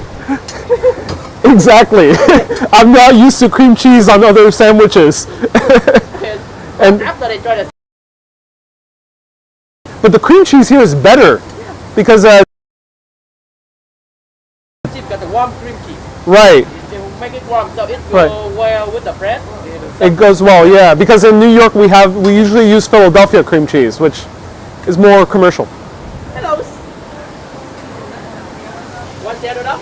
You like spicy or jalapeno? For the Seattle dog and the lemonade. This thing is $3. All right. You accept card? Yeah, we All right, awesome. Okay. I will try to make it almost.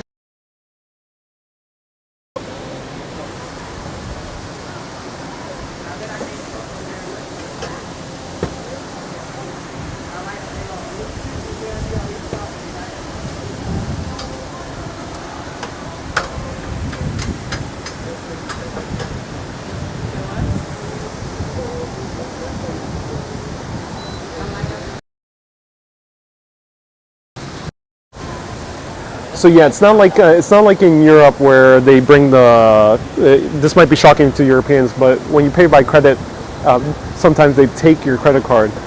It's not like Europe where they bring the machine to you. That doesn't happen here. So yeah, that might be a little bit shocking to Europeans. And Apple Pay is not that popular yet.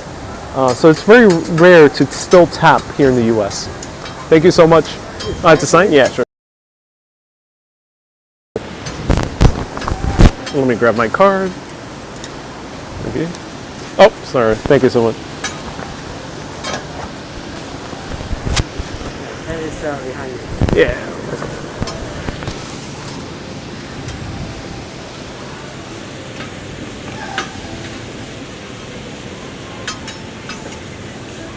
What's your TikTok? you, What's sir. your TikTok channel? I can It's- check it out. It's Ariel Vieira. Ariel Vieira. Ariel Vieira, yeah. Okay.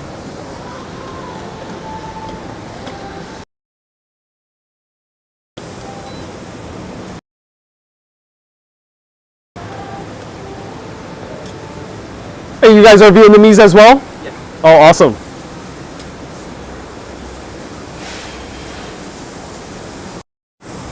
Where's a good banh mi here in Seattle? Good banh mi. Yeah. So there one should be in the Chinatown. In Chinatown, okay, which is nearby. Lan Hue. Yeah. Yeah. LANHUE. Lan Hue. Lang Hui, okay.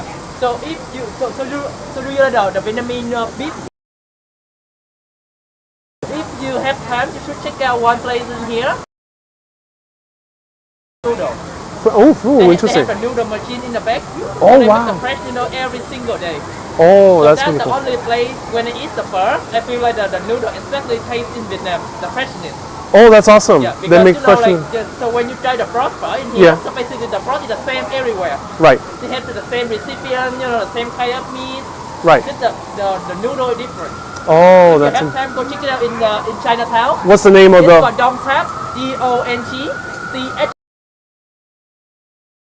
That's the right Cool. Nice. That's awesome. Okay. Yeah, I'll put it over.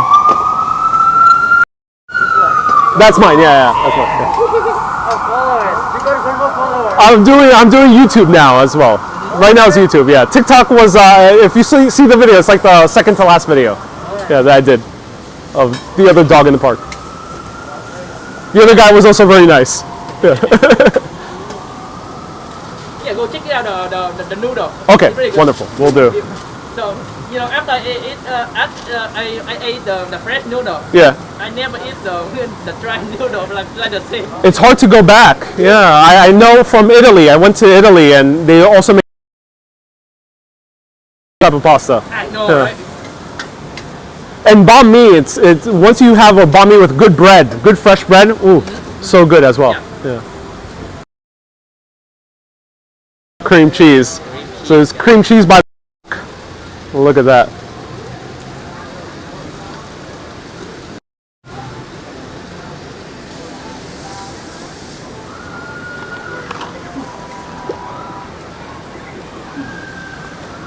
With nice grilled veggies.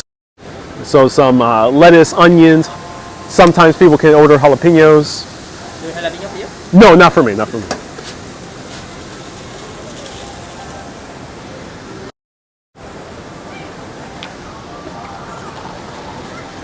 Wonderful. Thank you so much. I appreciate it. It's ready for you. You want some jalapeno? No. You go back. Huh?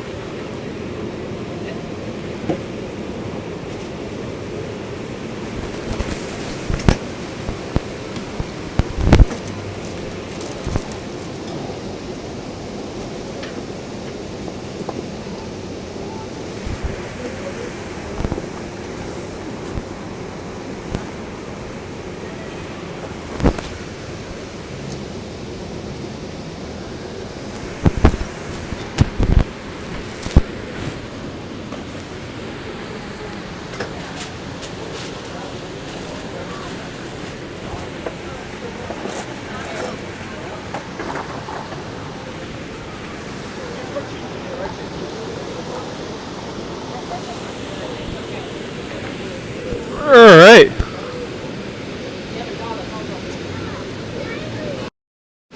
So very nice, guys. If anyone captured the names of what they said, a little bit hard to understand, but they're very nice.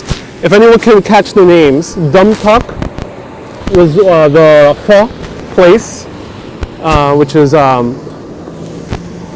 Vietnamese style noodles, and then the other one was Do Let Me Know, the banh mi place. So they're very nice guys, Vietnamese Americans, and they've been owning this business for nearly 20 years.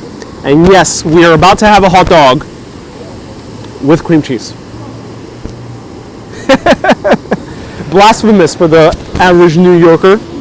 But yep, cream cheese on the hot dog. You heard that right. And as a New Yorker, I like my cream cheese on my bagels and I like my hot dogs. Never thought I would have them together. But let's try it out. And the cream cheese is fresh cream cheese. It's not Philadelphia cream cheese, which is packaged cream cheese that has a little bit more kind of a pastier quality to it. This cream cheese has a little bit more block cheese quality to it. It almost tastes like a brie. Really good cream cheese. So let me try the lemonade first. I'm very loud. Okay, sorry about that. I put up the volume so you can hear the guy. Okay, I'm a little bit better now. So let's try this out. Look at that. Cream cheese on a hot dog.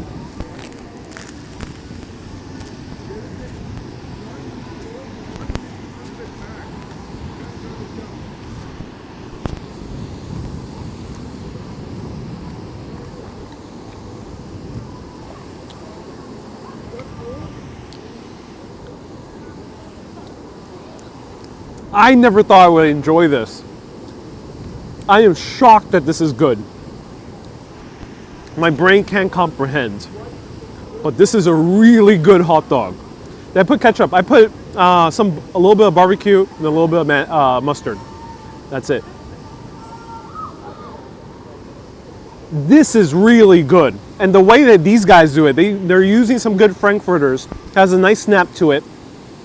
The bread that they use is really good. It's this bigger bread. And the Seattle dog, according to lore, well, actually I think this is the real story. It was an owner in one of these popular nightlife neighborhoods that ran a bagel shop. But the thing is, late at night, here in Seattle, like most of America, no one's going to go out of the club and have a bagel. So he thought to himself, okay, let me make something that people will want to eat late at night. He started serving hot dogs.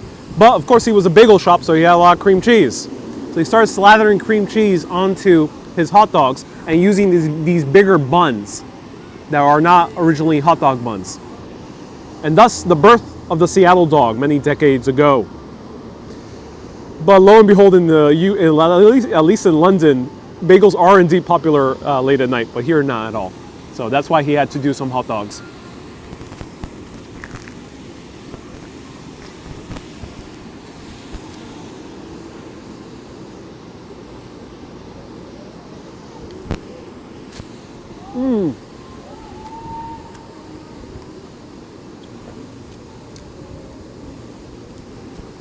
Great with the veggies that are grilled.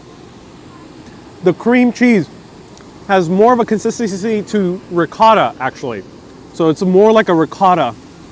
Let me show it to you. Interesting. Let me know, Seattleites. Why is your cream cheese different from just the one that most of America eats, which is Philadelphia cream cheese? So you can see that little nub of cream cheese sticking out. Let me focus. Focus. Ah, not focusing. My camera does not want to focus on the cream cheese. There we go.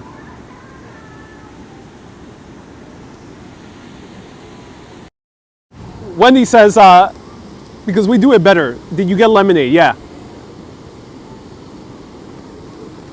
Very good lemonade. Pretty fresh. Not so sweet. I like it.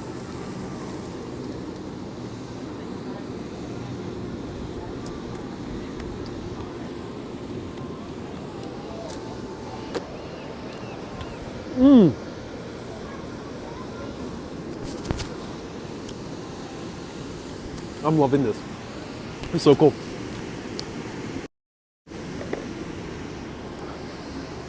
Here we have the Macy's. Unfortunately, it's closed down, closed right before the pandemic. And this is the little downtown area.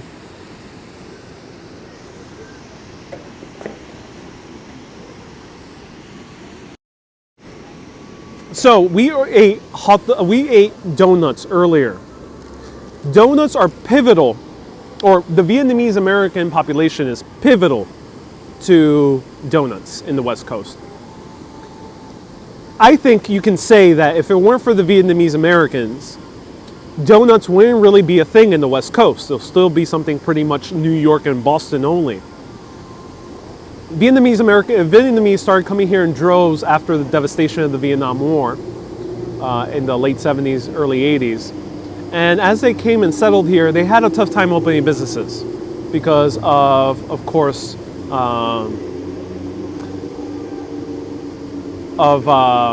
bigotry and people who weren't looking too kindly to Vietnamese opening up any type of business that could compete with Americans. So, like the Chinese Americans did before the Vietnamese, Chinese Americans started Chinese food shops and laundromats. And no, that's not a stereotype. That was literally the main businesses for the Chinese American community for most of Chinese American history outside of the West Coast. Same thing with the Vietnamese. They decided to seek out a business that they weren't stepping on no one's toes. And that ended up being donuts. However, there was a challenge. They had to make a living, and to start buying boxes that were nice and white or clean, plain boxes, the very first Vietnamese American donut shops were stuck with pink boxes. Those were the cheapest boxes that they could find. So they started selling donuts in these pink boxes, and they became iconic. And that's why many places in the West Coast have their donut boxes pink. And thus, Vietnamese Americans started spreading donuts all across the West Coast. And you see it in movies, you see the iconic pink box with a dozen donuts.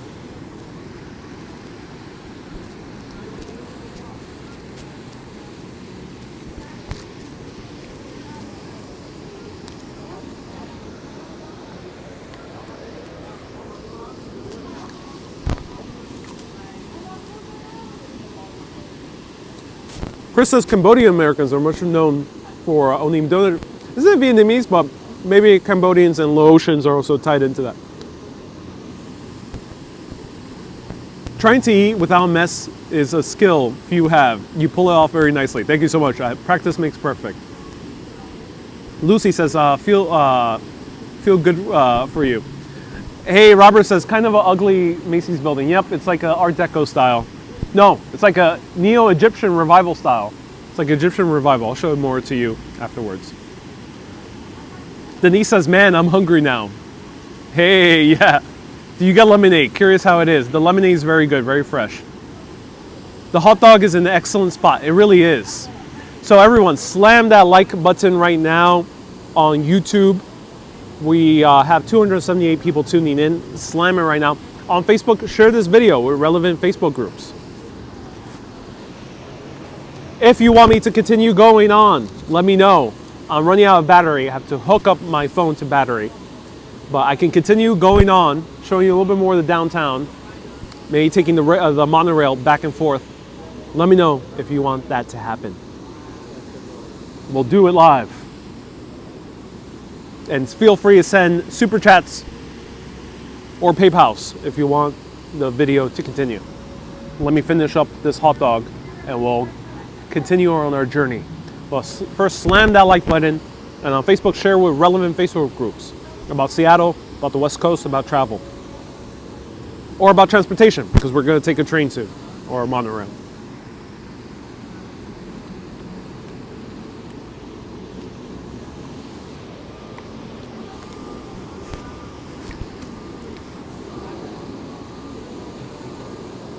Ooh, I was unable to evenly spread the mustard. I just bit into a gigantic vat of mustard right now, clearing all my sinuses. Metrogino says, hook up, Ariel. Lucy says, continue, my friend. VB says, keep on going. Ariel, there's another Starbucks around the corner. There is another Starbucks around the corner, yeah. But I think the only Starbucks I might show you is a Starbucks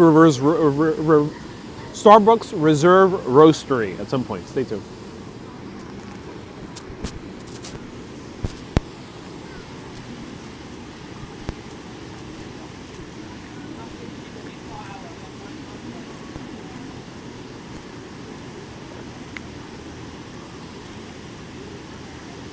Never knew about the donut box color, says Mater. But personally, I don't care what the color of the box is. Yeah, I really like the pink color. It's nice. It's pretty iconic. You make me want to head to Sonic for a hot dog, says Veronica. Yeah.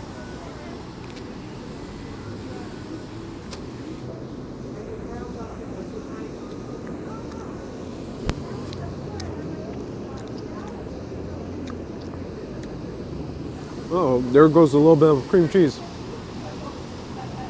Last bite.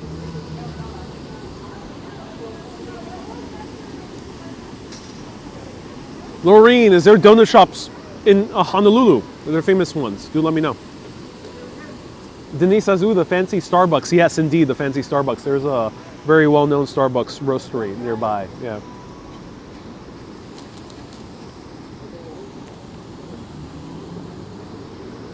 Wow. Great food.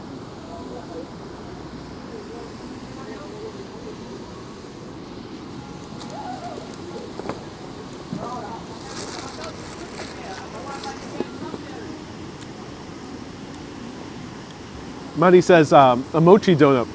Mochi donuts, there is like 2 or 3 in New York City.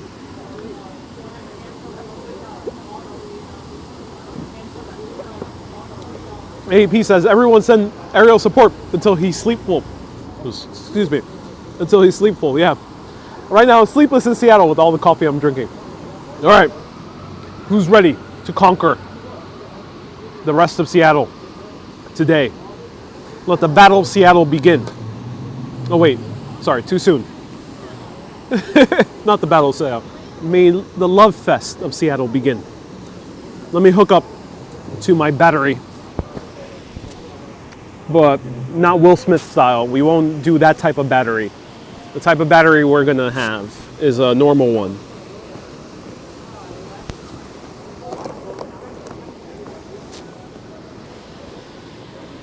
Wendy says, let's go. Yes.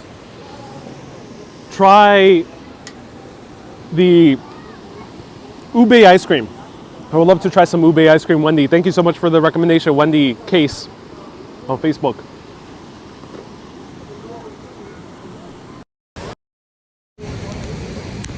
All right.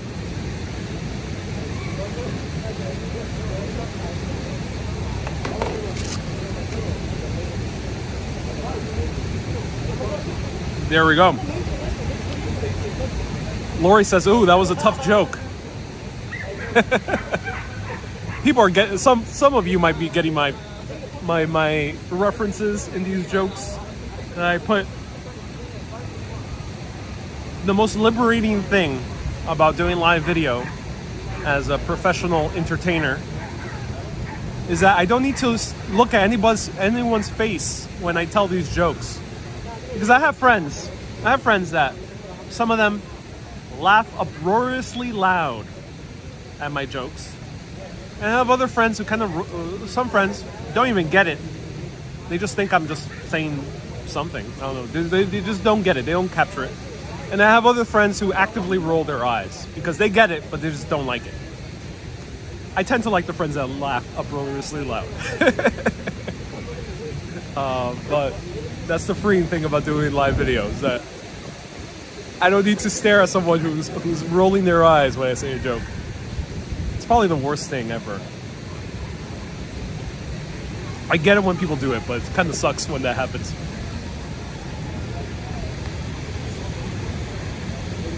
AAP says you should bring a 2,000 amp battery. Yes, I have a 20,000 amp battery. Yep, 20,000. All right, let's continue walking around.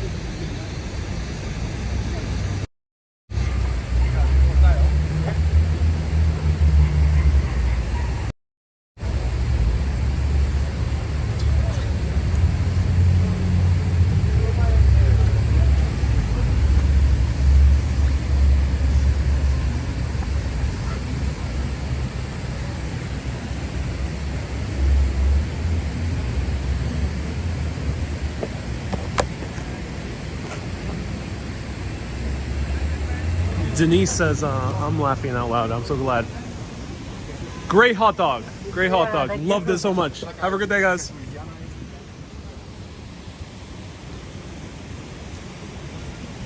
All right. Continue walking around.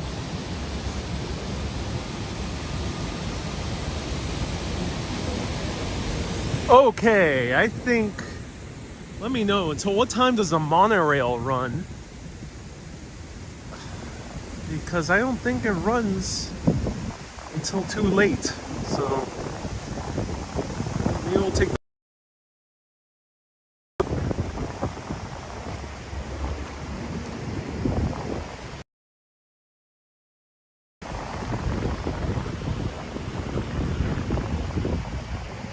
So we have to go through the mall. Interesting. Through the mall in order to get.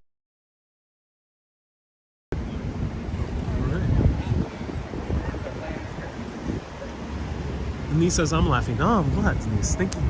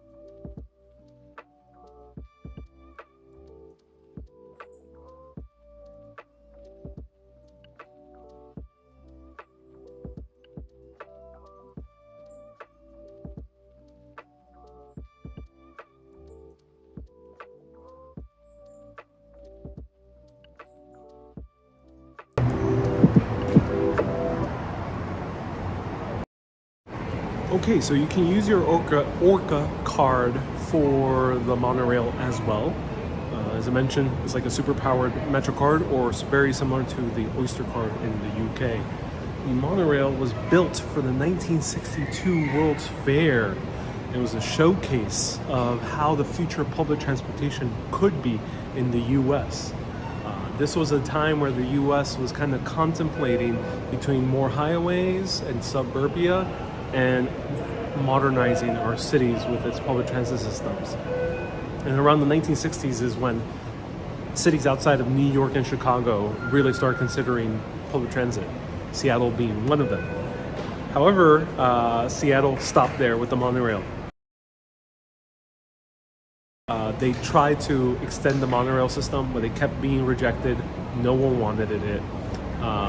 People kept downvoting more public transit over and over again, and they still wanted more highways.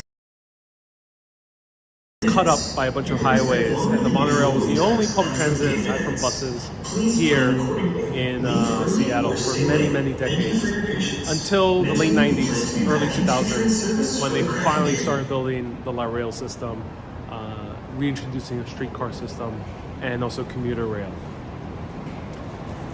The monorail still hasn't been expanded yet. There are plans, but mostly they have stuck it to just kind of ride. So that is, and that the future monorail really never became a thing in transit. Almost no. It only became famous for Disney World. So it kind of sucks that there's no monorail, but we're gonna see how quiet it is. Let's see if it's bumpy or not. So let's wait for the monorail. Can you walk from Seattle to New York? It is possible. People have done it. It's a very long walk.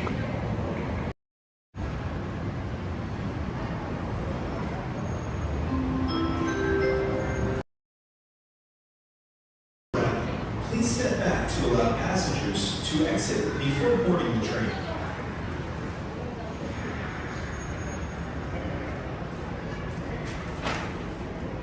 And technically the monorail can be driverless, but I think there's always a conductor nonetheless.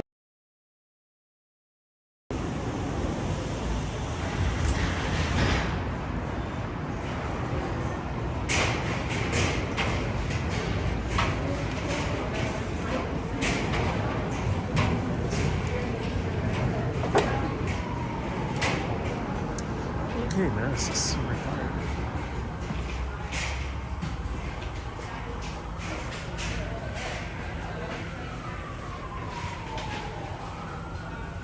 Oh, it sucks. They have these. Okay, you can still see it. Okay, good.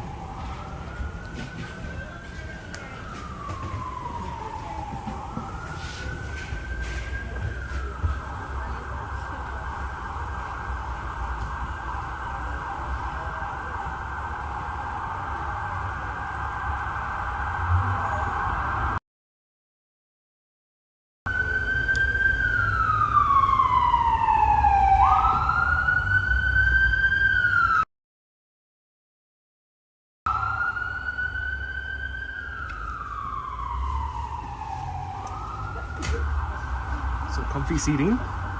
These rubbery seats. I like them. Comfy. It is wide. The woman who was conducting has now gone to the other side of the monorail. Excuse me. In order to drive. And we're off.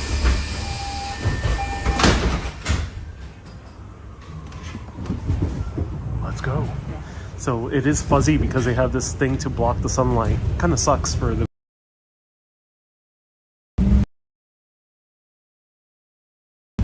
physics of this. Oh wow.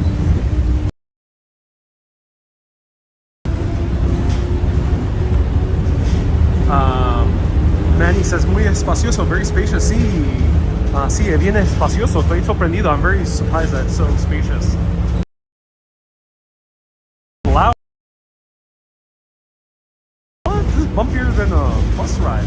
I'm surprised. Monorails, I thought.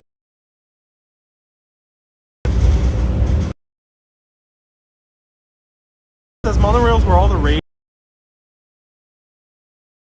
They were, and Disney built them. Yeah. So Walt to World's Fair here in Seattle to build a monorail system in his Disney.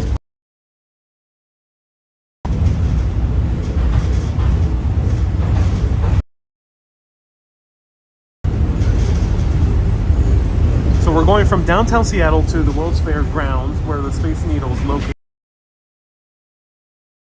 Oh no. It's not my gimbal. The train is literally slanted right now. Oh no, it's curving.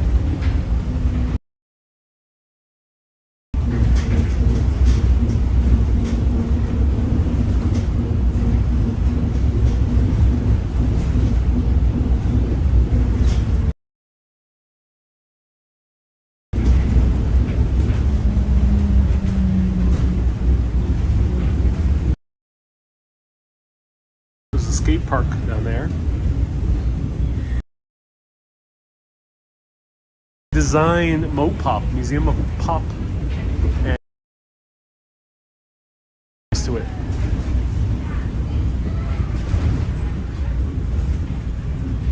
Cool. World's Fair grounds.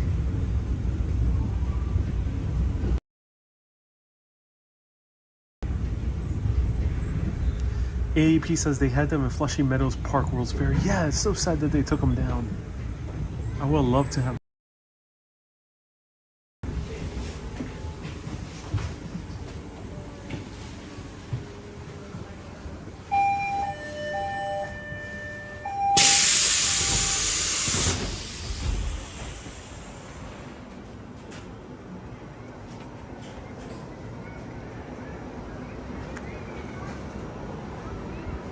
So that was fun.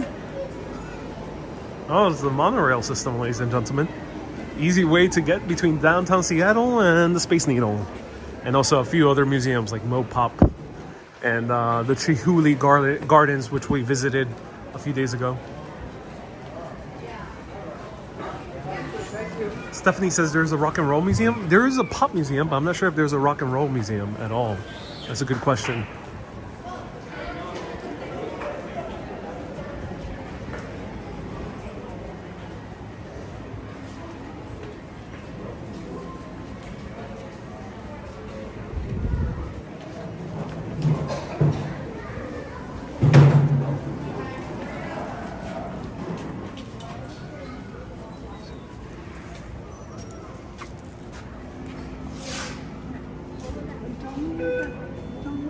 This is $3 per person.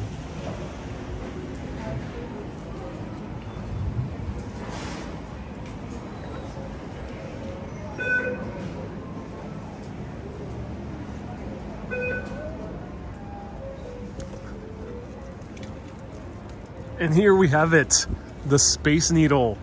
Built also for the 1962 World's Fair, meant to look like a UFO, quite literally. That was their design intent. Also to make it feel like you're floating off to space. And it's really cool. Check out the full video of the Space Needle. Super Urbanists will be getting a 360 VR tour of the Space Needle as well. Dolores says it was a short ride. Yep, only 10 minutes. Oh, less than that. Very quick ride.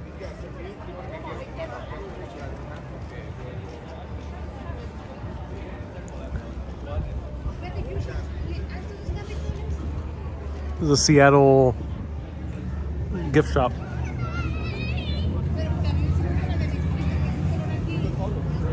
Inspire Life says, yeah, for the 360 tour, yeah.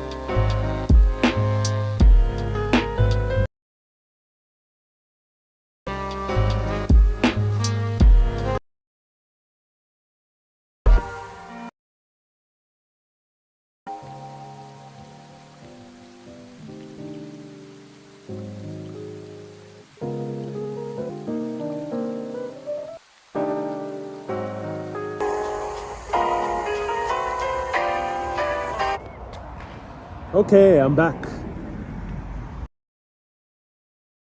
The entrance of the museum. They don't allow video there? No, it wasn't a no video sign. The sign was a no concealed weapons sign. I was just joking around. Don't have any concealed weapons. But yes, you can't bring in, because guns are indeed legal in many states of the U.S. I mean, it's legal in the U.S., but it's a little bit more liberal here to own a weapon. So yes, can't carry a concealed weapon inside of the museum. Many other tourist attractions. Here's Chris Cornell. Prolific songwriters and the greatest voices of the modern music era. He was born and raised in Seattle, and he discovered music of Soundgarden. His songs ignited the alternative rock scene and put Seattle on the map as one of the great music cities. One of his lyrics says, "I am not your rolling wheels, I am the highway. I am your carpet ride, I am the sky." Chris Cornell of Soundgarden. So cool.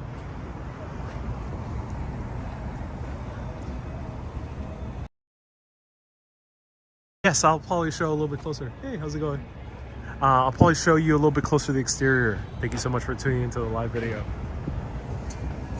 So right there, Chris Cornell.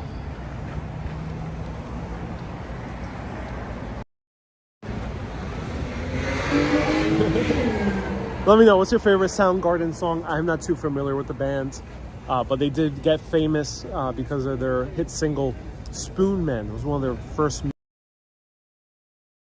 Man was based off one of the buskers in Pike Place Market, which we visited yesterday, that used to only use spoons as musical instruments. So let me know, what's your favorite Soundgarden song? Now I got mute again because there's more popular music, but I'll show you more of the views of the museum. Made by famous architect, Canadian-American architect, Frank Gehry.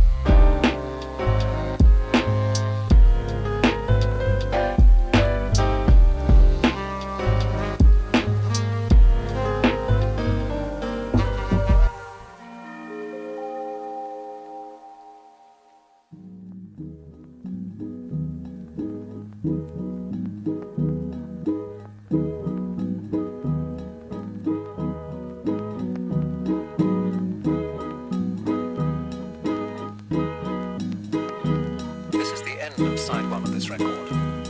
Please now turn it over for the second side.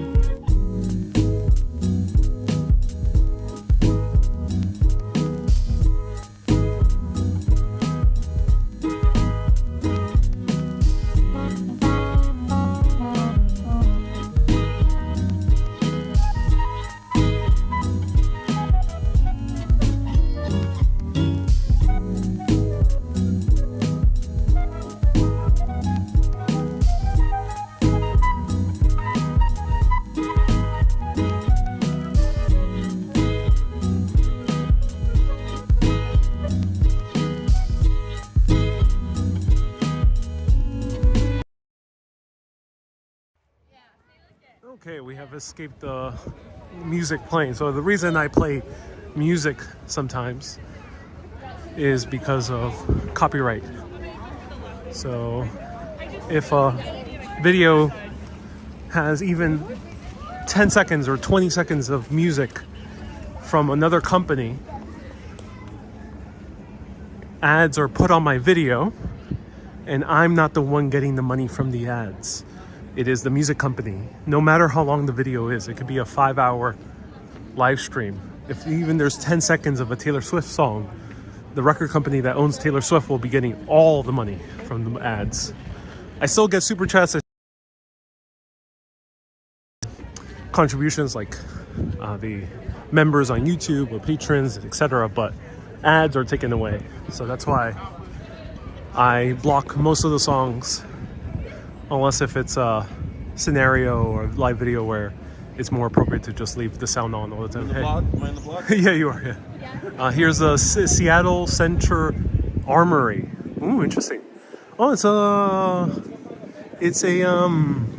playground's down here. it's a food court. That's interesting. Let's check it out.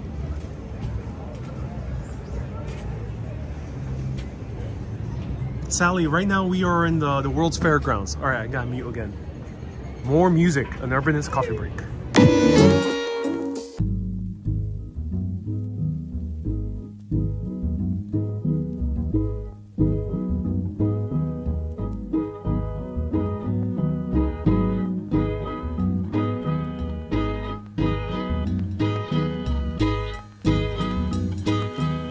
Please now turn it over for the second time.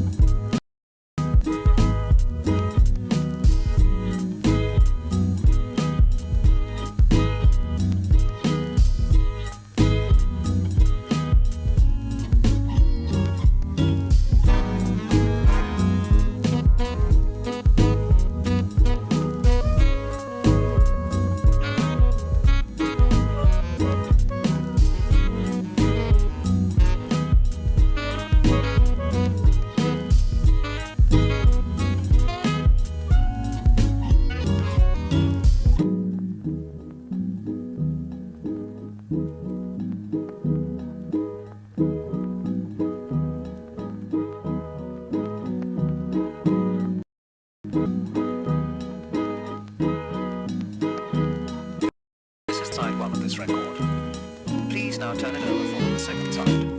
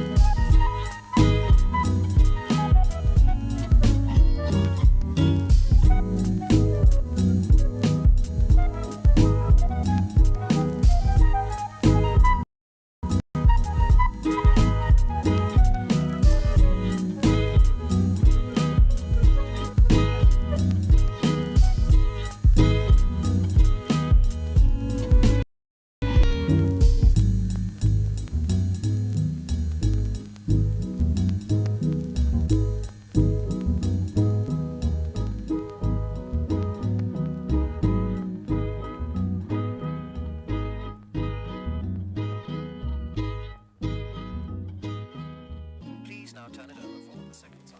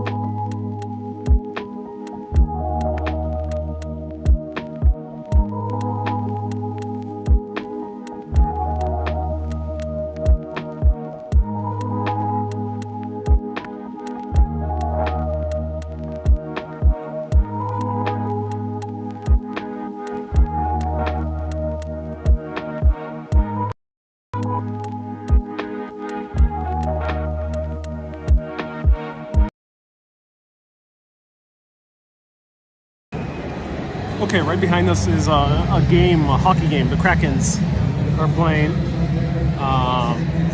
But I saw meat pies here, and this is a rare sight.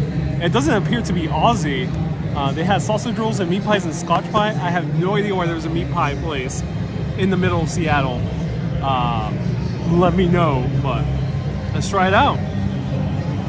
Let's try out Guinness stew pie. Good Guinness steak pie, just like we found in Ireland and also in England. It was ale instead of Guinness. Let's try it out. I'm super hyped. They even had mashed potatoes and they had sausage rolls. Blows me away. Oh, I'm optimistic. All right, let's try it out. Yes, good meat pie, says Wendy. Ooh, interesting. And someone left a whopping super chat. Christine, aka Swisser, with a $20 super chat. Thank you so much, Swisser. Swisser is sponsoring this meat pie. Thank you so much, Swisser. Christine, thank you so much for tuning in. All right, let's show this meat pie.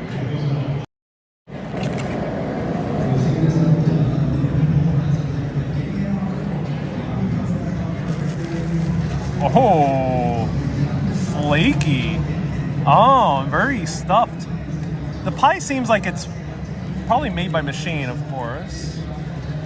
So it strikes me a little bit as a more of a fast food pie. But I am optimistic. It's looking good. It's super flaky. Look at that. Lots of meat.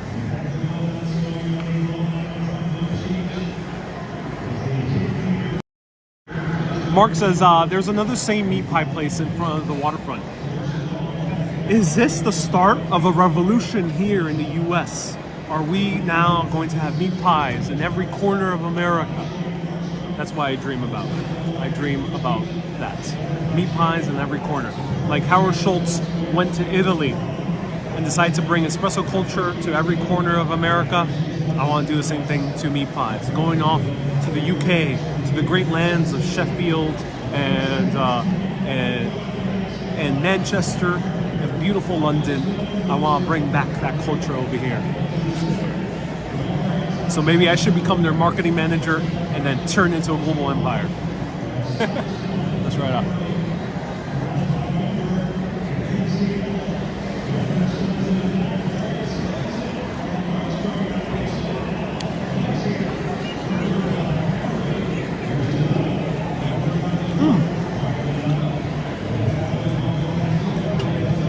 It has a very sharp taste to it.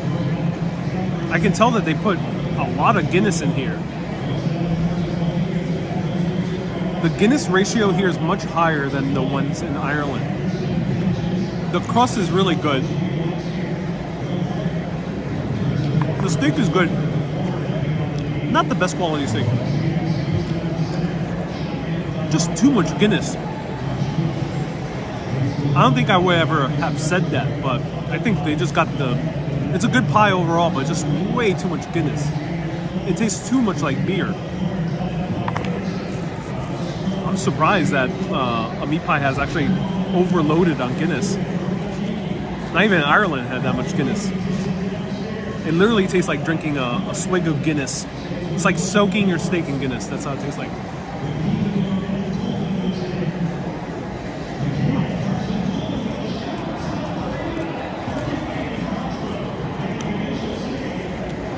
I'm curious about their sausage roll, but it's too heavy on the Guinness. Stephanie says that's a shame. And lots of Pete from the bog says AAP.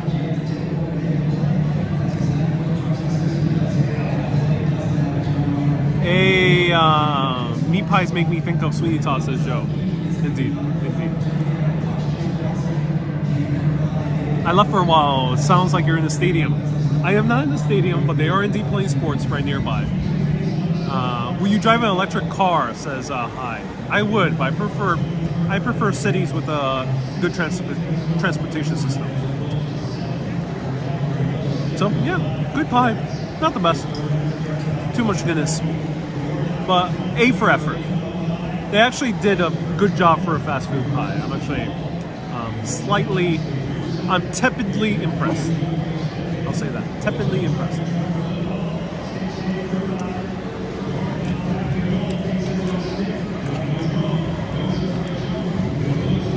Too much Guinness.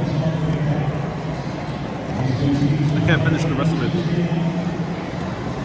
Inspire Life says much more sustenance for the strip. Yeah, I just can't have more. Oh, too Guinnessy. There's a Seattle Armory food court. Yes, that's right, Stephanie. Thank you.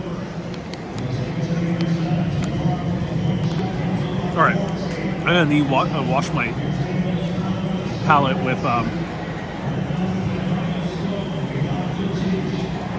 wash my palate with a little bit more of the donuts.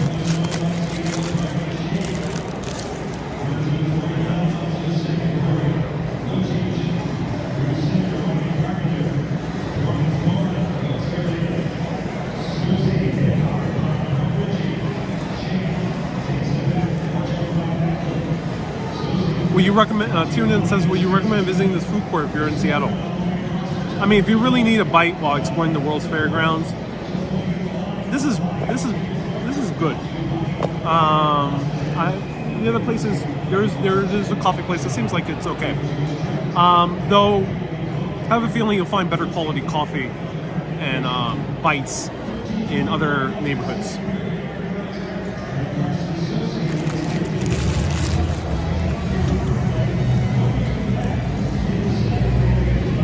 How's the crust? The crust was really good.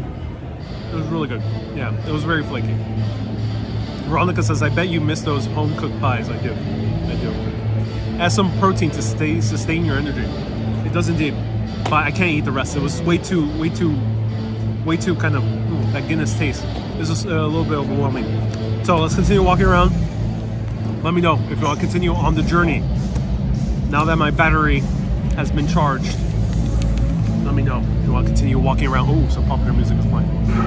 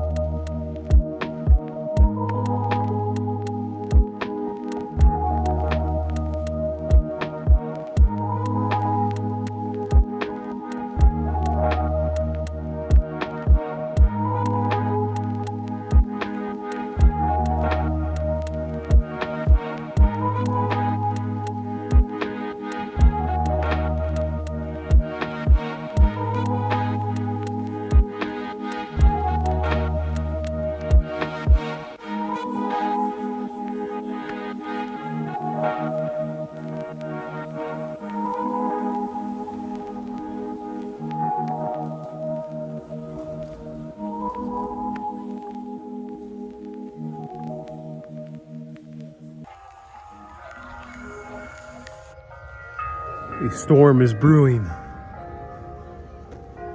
Lori says, yes, please, more exploration and impressions. My pleasure.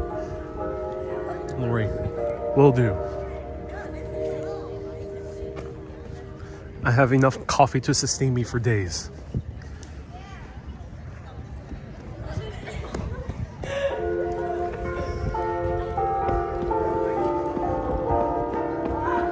Slam that like button. Yep. Stephanie, thank you so much. Wendy says, is this going to be long as the wedding stream? My longest stream ever was actually for hire. It was an 8-hour stream for a wedding last, I think it was June, late May. And it was a really great wedding. I'm not sure if it'll be as long as 8 hours, but I do want to continue a little bit longer. This is the Sacred Heart Catholic Church.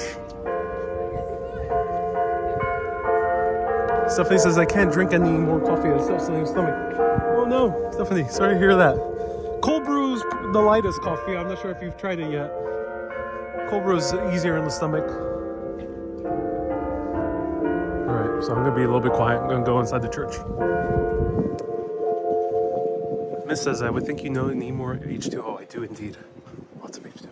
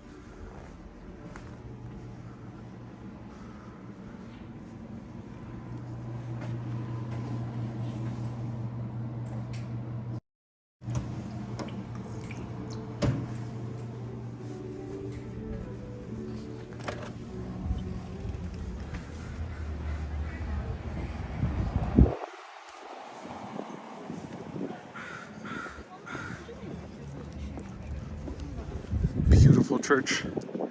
I think they just ended mass. So gorgeous church. Really beautiful stained glass windows. Blown away.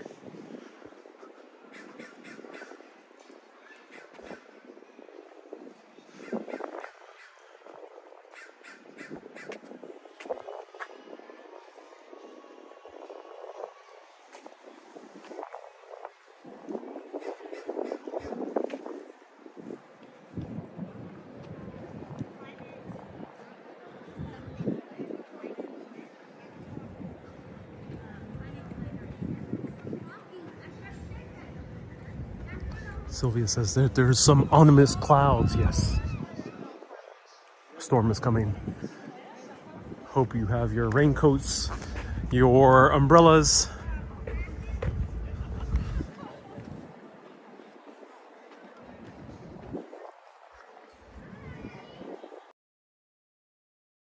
The neighborhood of Queen Anne, if I'm correct.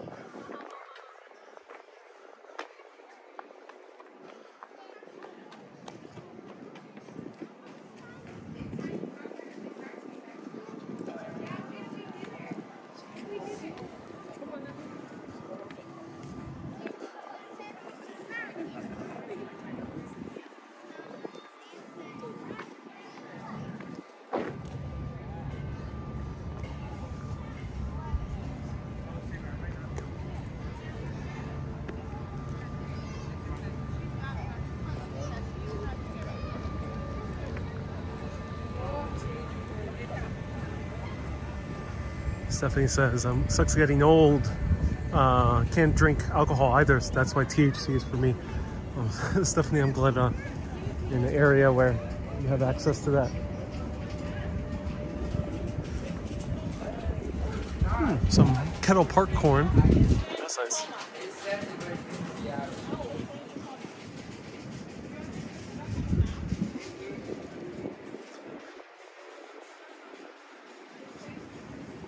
Carrie says, yes, I'm at the bottom of Queen Anne. Oh, here's a school. This is a drama school.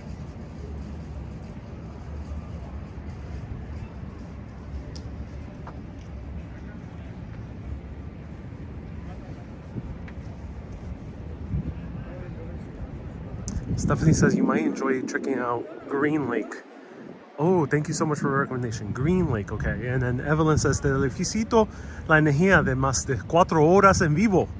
¿Está la primera vez en Seattle? Sí, yo he visitado, esta es la primera vez que yo estoy visitando Seattle. Y gracias por los complementos, sí, me encanta. Caminando aquí bien fácil. Thank you so much for the compliments. I really do enjoy walking through Seattle. It's very easy. And I'm so glad you enjoy it. Sally says, Ariel, so glad you had a great day. I am seizing this opportunity, everyone, because Seattle is not known for its sunniness. And we have good, mild weather today. So we're seizing everything for what it's worth. Jane says, amo español. Baby says, do you speak French? No parlez-vous français? I don't know. No parlez-vous français?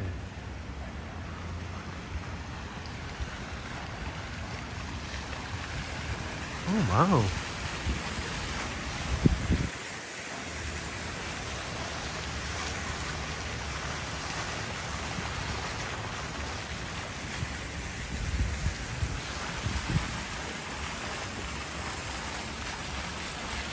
No worries, Sally. Thank you so much for commenting, just in general. Don't worry about the typos. Cue the Jurassic Park music. Dun dun dun dun dun dun dun dun dun dun dun dun dun dun dun dun dun dun.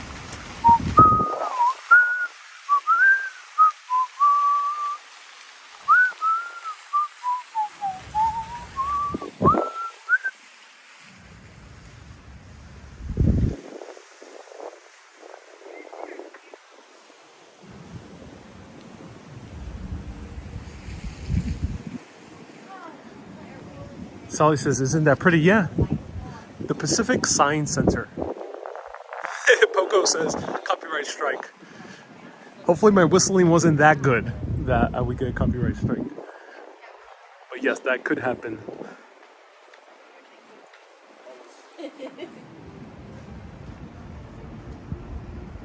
Uh-oh. Seattle's about to be engulfed in torrential rain.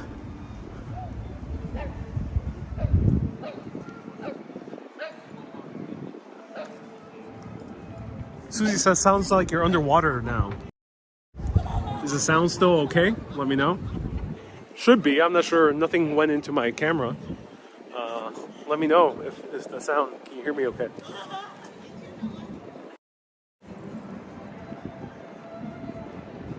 Lots of benches, says Wendy. Oh, yeah.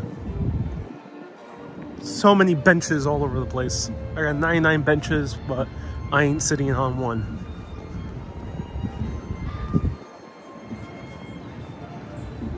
You hear me okay? Oh, great. Stephanie says, pretty sure you can sing copyright songs and not be dinged. You are, I am, yeah. I have been a few times. So I gotta watch out with this guy right now.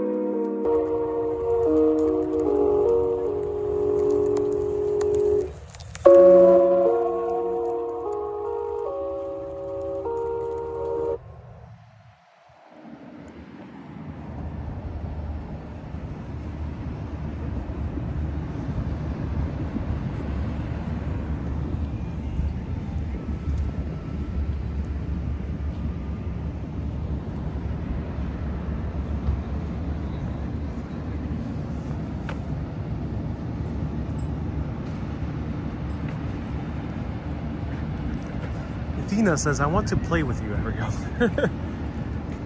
Hopefully it's not like the movie Saw, where the guy's like, want to play a game? No, hopefully not in that way, Athena.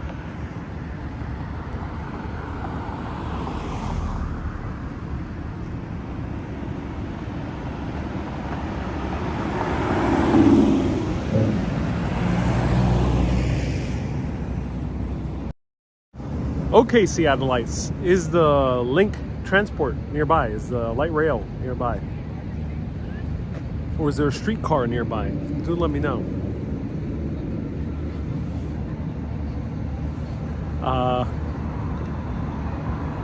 Athena says, I just want to hold hands and skip along. Cool. Carol says, oh Lord. Oh Lordy, Lordy, Lord, yeah. So let me know, Seattleites. Am I nearby Link Transit or some type of public transportation? That's cool.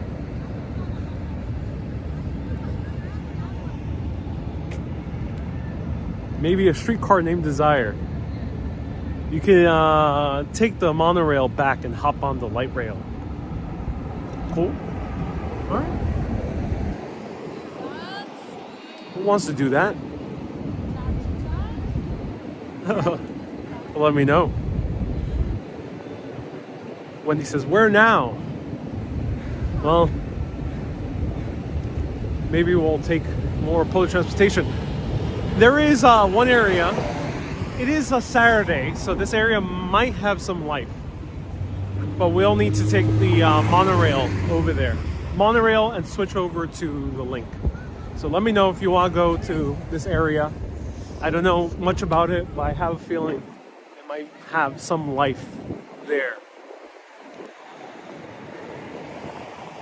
Where do you need to go, says Carol. I don't need to go anywhere. I eventually need to sit down and relax. But I have nowhere to be at the moment today, except with doing live video. So do me a favor, slam that like button if you haven't on YouTube. If you're on Facebook, share this with relevant Facebook groups.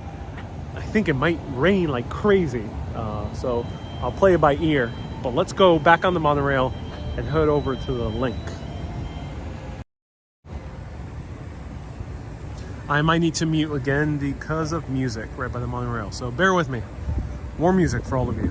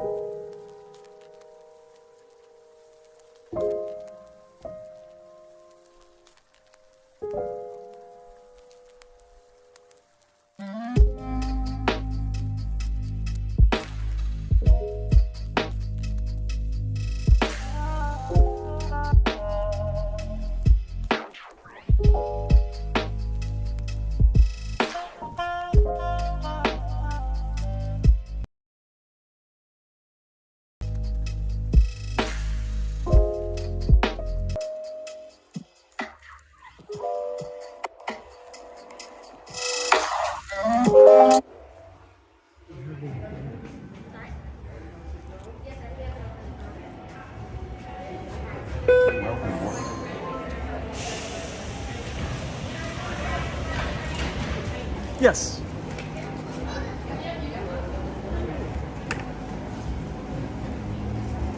Where's my mask? Yeah.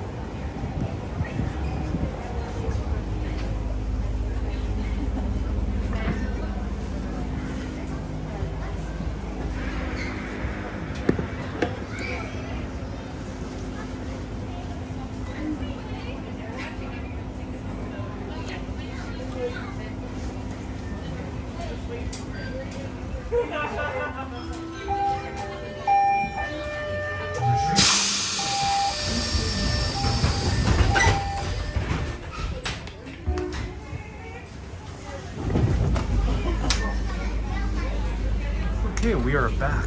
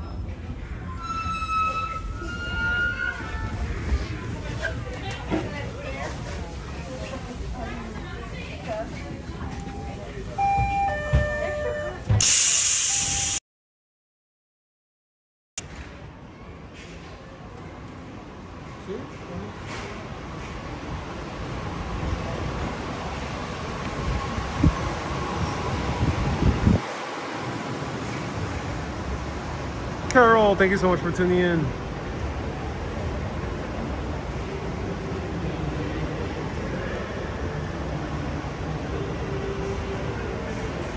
Hello, everyone. Let me know if you're just tuning in. Let me know. I'm Ariel. This is Urbanist. We explore cities all around the world, and I'm going to continue going live, but I do have to take a commercial break. So enjoy the views of the ferry from Bainbridge to Seattle.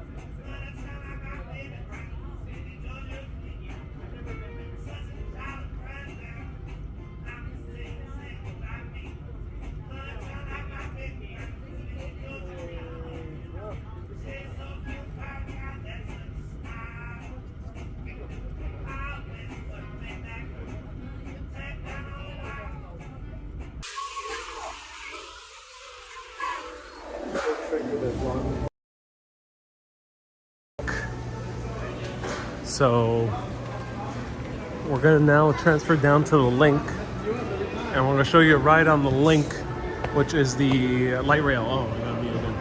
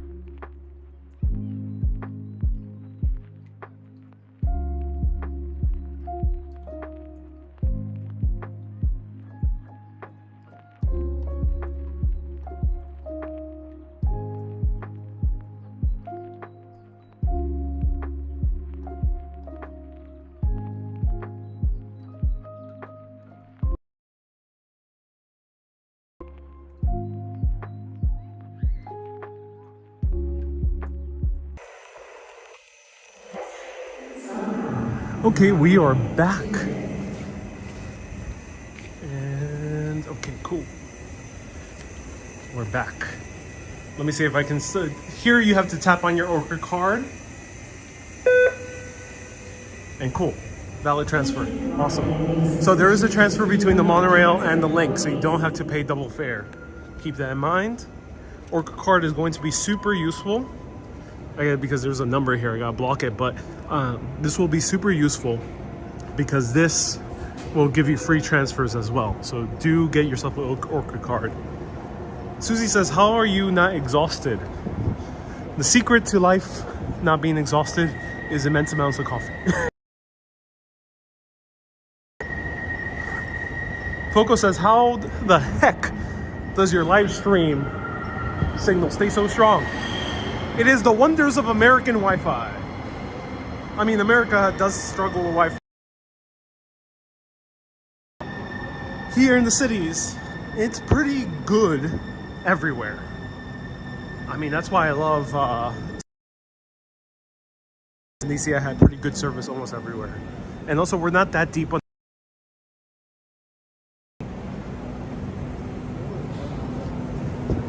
So this is a light rail system. This is made by Sound Transit. It's called the Link, the T-Link, or is this the Link? And light rail, much lighter than a normal. It's on street level for most of the time, but there's sections where it's underground. Street. The level between this is very short. It's not like a subway system. For a while, when they started construction, this opened up in the early 2000s. Underground tunnels, which is interesting to think about, similar to Boston's underground. Lynn says, will you consider moving to the West Coast? I don't know. I really like the vibrancy of New York.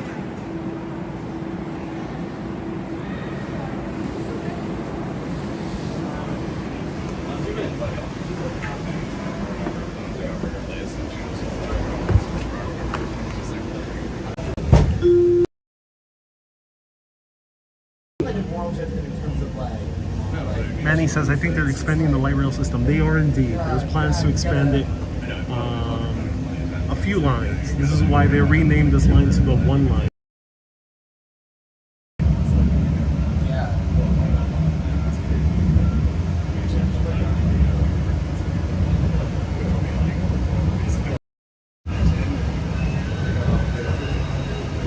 And the cool thing about the stops is that they have a picture associated with it, similar to the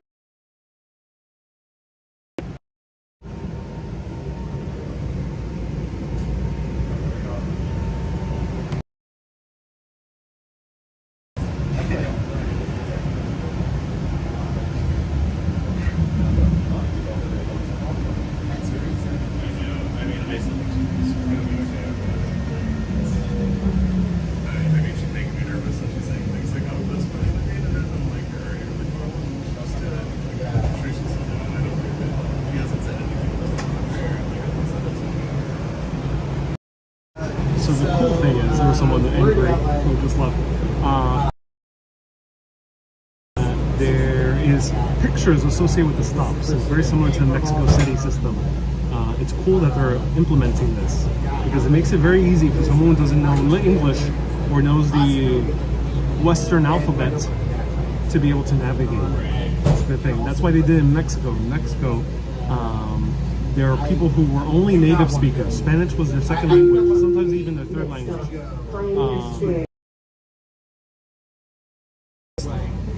So those people who knew Nahuatl and those other native languages. That's why it's a really cool system.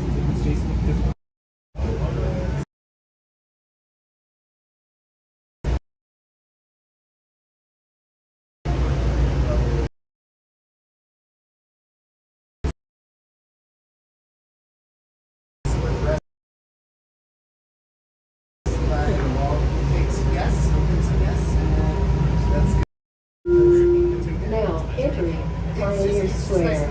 Exit to my right. A stressor, and then it's like, oh, okay, that's less stressful.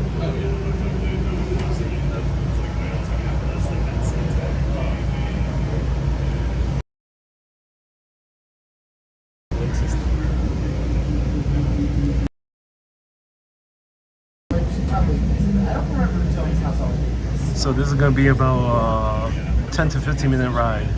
So buckle up.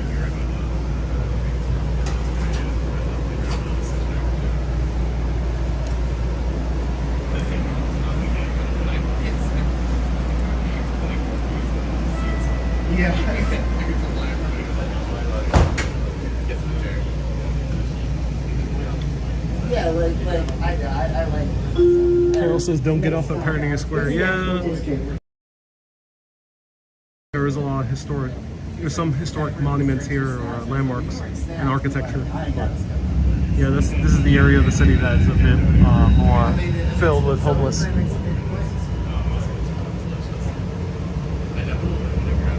Angie says, are we going all the way? We are indeed on the light rail link that links directly into Seattle's airport. Very useful. When I first came to Seattle, got off the plane, easily got on the light rail, easily got into my lodging. It was a really, really really great system. Really cool.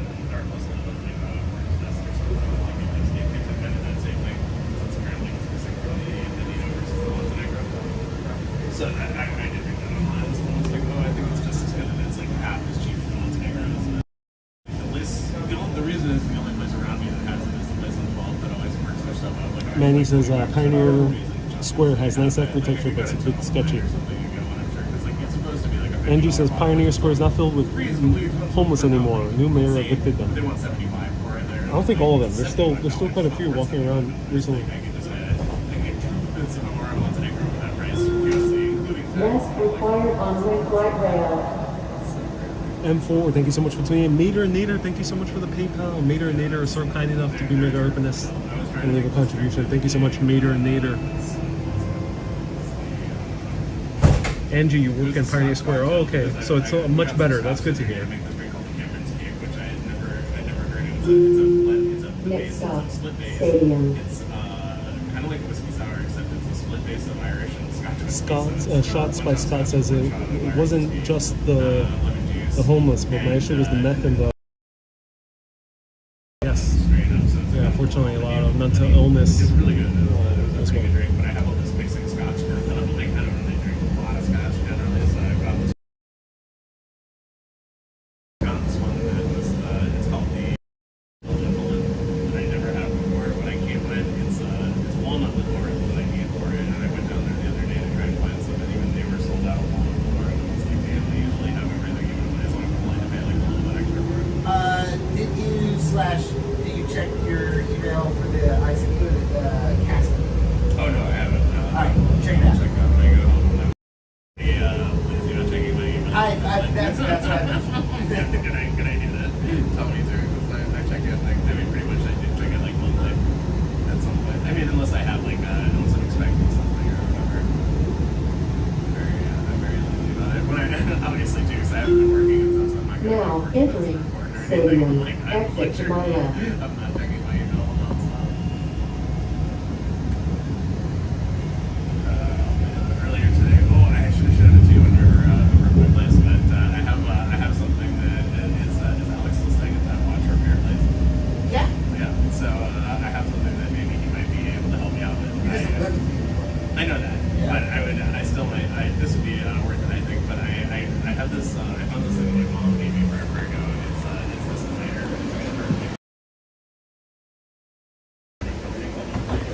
But it's it has a clock. It's like a Zippo with a clock built into it, and it's like a legitimate antique that has a little like watch that's like built into the base of it. And I was wondering if we could like take it out and fix it, because I know you can unscrew it off the piece. So like obviously fix it because the watch part is dead.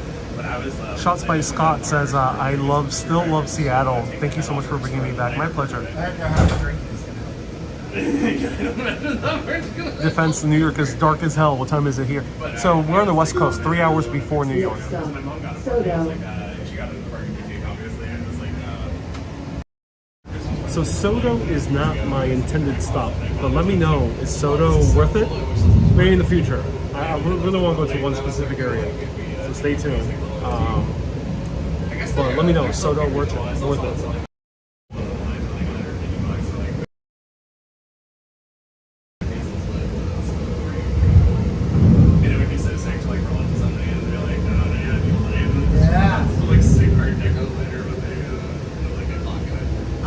Well, he's not going to be here tonight, although I think it was a close.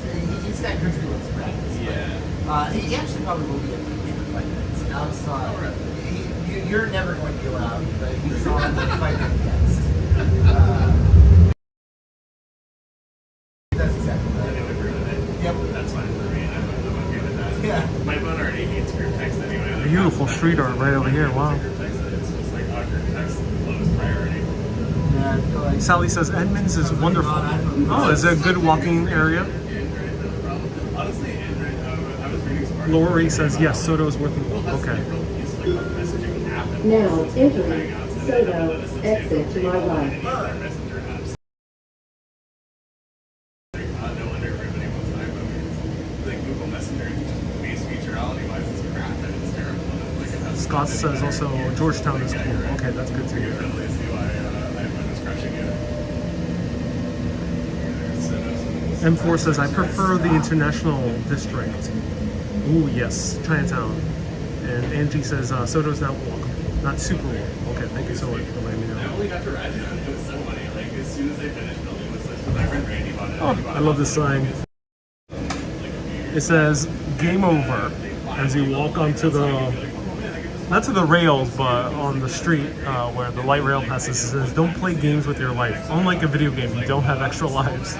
Make sure to always cross at legal train crossings. So that's what.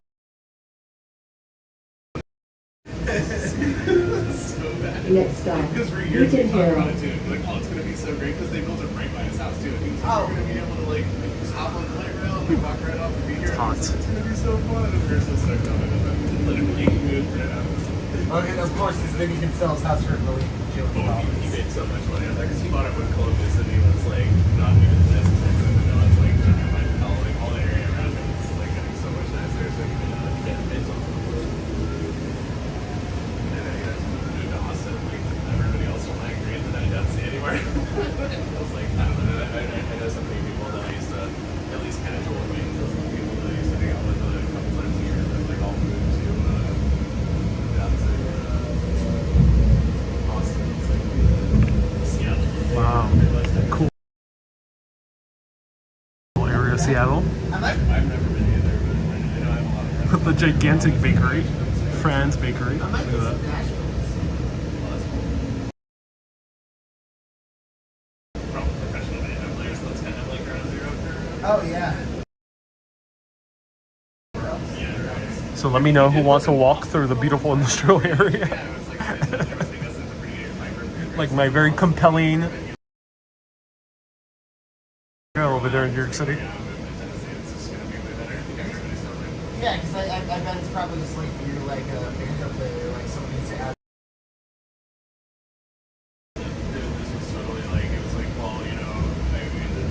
Chris also recommends Lake Union. Yes. Thank you so much for the recommendation. I'll look into it. I'm here for one entire weekend. 1 p.m. Seattle time. And then next weekend, Thursday through Sunday. Yeah. 1 p.m. Seattle time, 4 p.m. New York City time. Same schedule. I'll be showing you other places. Hopefully I didn't exhaust all the places today, but it seems like there's a few other cool places to go. And since it's sunny weather, seizing the opportunity to do a very long live stream, because when it's rainy, it's hard to do a very long live stream like this. How this is really cool.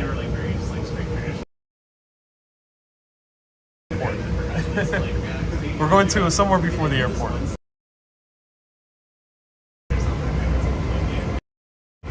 I can't wait until the day of very good cell phone reception everywhere around the world that I can do a live video starting in one city, like Seattle, hop on the flight for like an hour, 2 hours, and then continue on, say like San Diego. Imagine that. That'd be so cool.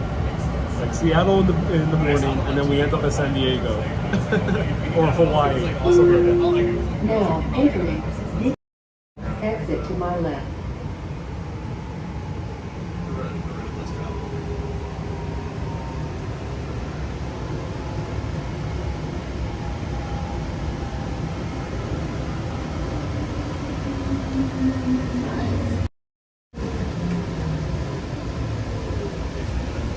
No, I don't want that cat.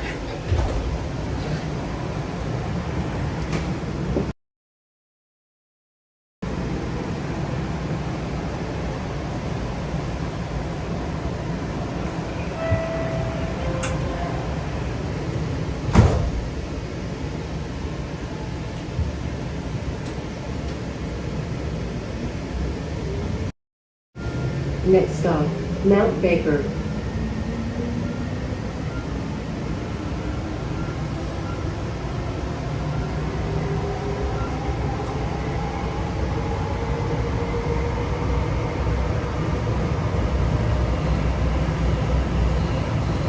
M4, you ask whether I'd be driving. I only intend on using public transportation. Don't really intend on renting a car. And Scott says, over by the Starbucks HQ on First Avenue, there are some cool happy hour spots. Oh yeah, the Starbucks HQ is in Soto. Thank you so much for letting me know.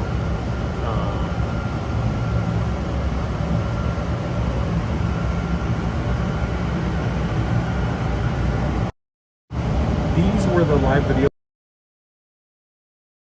Unfortunately, due to the poor cell phone reception around London, I wasn't able to do it. But yeah, I wish I could have done this in London. It would have been so cool, because London, much more dense city. So there will around from neighborhood to neighborhood. Stephanie says, did you say the Staten Island Ferry used to carry cars? Yes. Now entering Mount Baker. Exit to my right.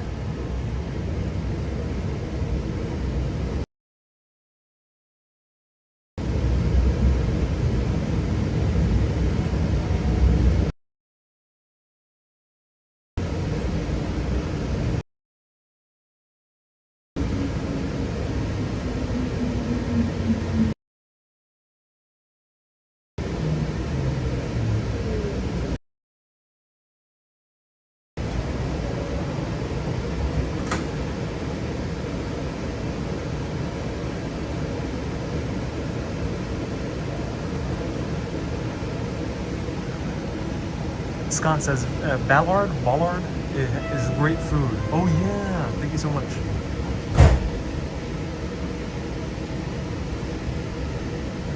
Carrie says, have I done the University District or the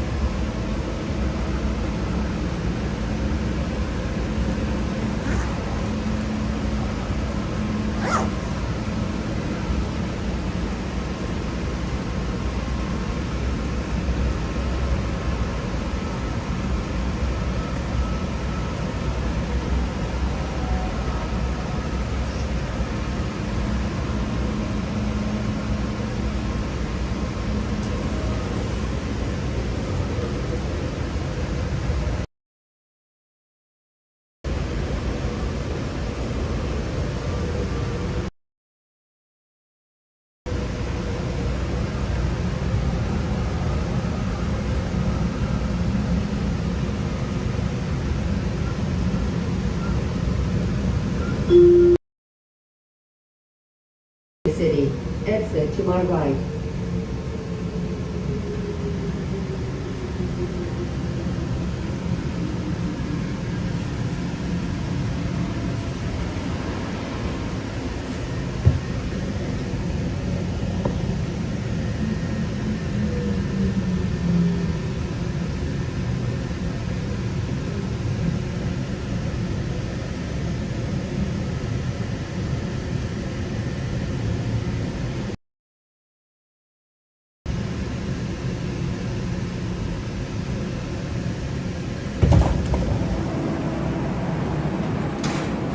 Okay. That was a ride on the... Really cool. I liked it. Let me know if you enjoyed it as well.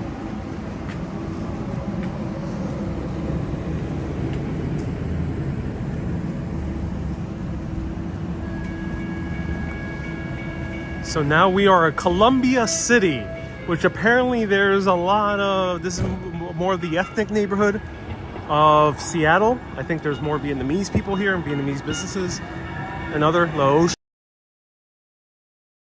out what's in Columbia City.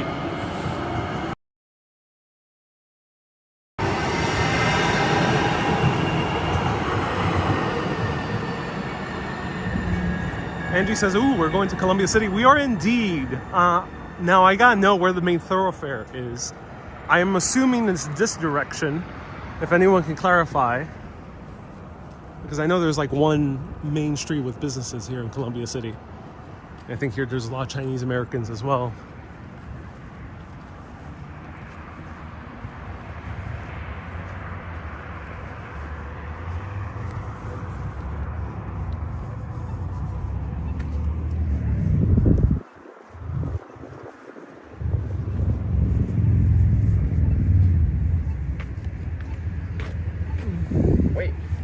Wait. Lori says, yeah, a lot of diversity here. Oh, and they told me where to go. Like, is it really close? Oh, yeah. Scott says, this is so awesome and so supremely from Miami over to Seattle. Scott, I'm glad I could bring you back home.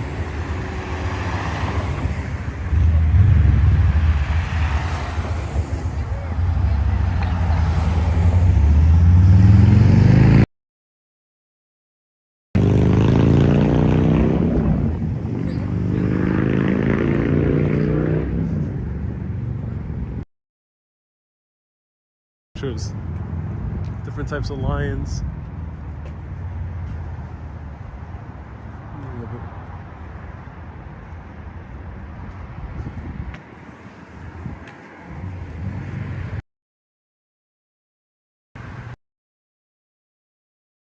He says Sunday is very good in Fremont. Ooh, thank you for letting me know.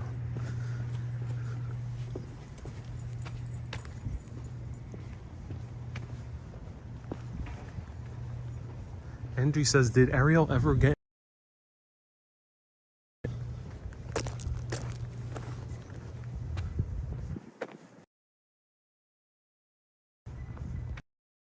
that pie with all that coffee did not mix well, unfortunately. Not feeling very good stomach wise, so don't eat that meat pie after drinking a lot of acidic coffees. Let's see what's in Columbia. Oh, so let's see what's Columbia City to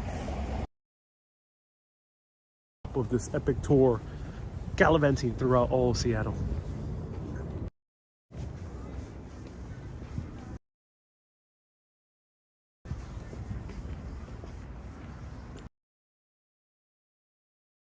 Beautiful I like the variety of architecture here. Oh, wow, these are nice apartment buildings. That's very nice.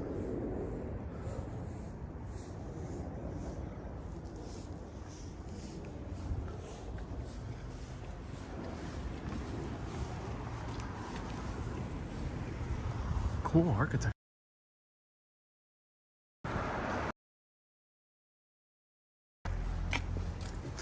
I like Seattle has a cool look. It reminds me similar of certain parts of.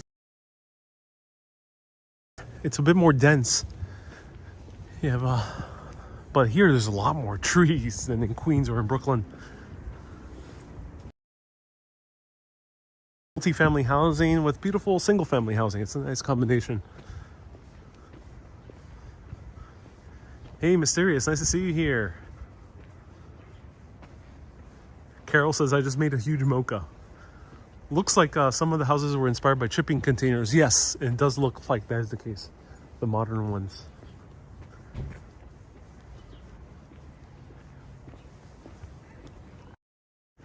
I wish that Long Island, other parts of New Jersey that are not on the path line, and many parts of northern Queens, southern Queens, and southern Brooklyn would construct light rail.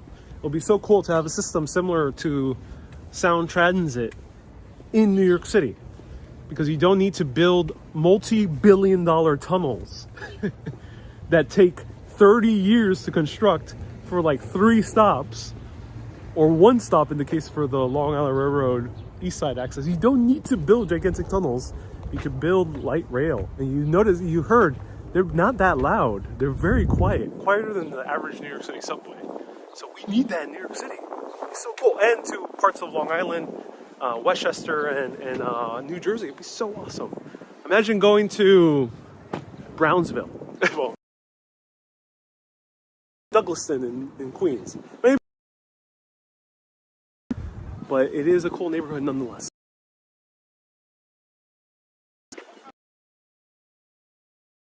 All right, some popular.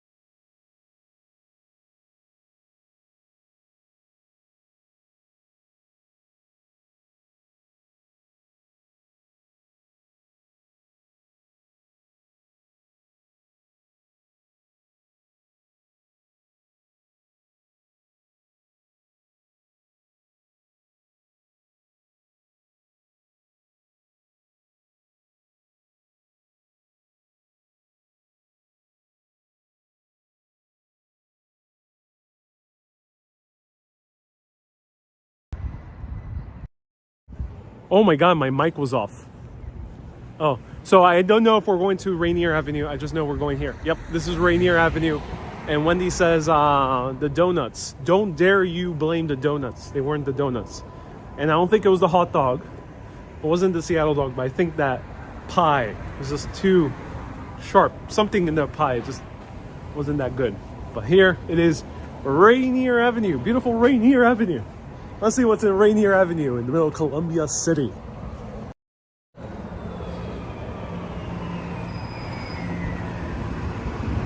That looks nice.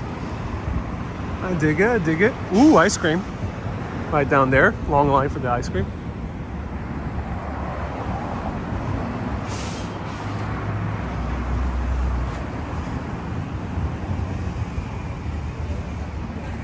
Ooh, Italian restaurant over here. La Medusa Sicilia. Looks nice.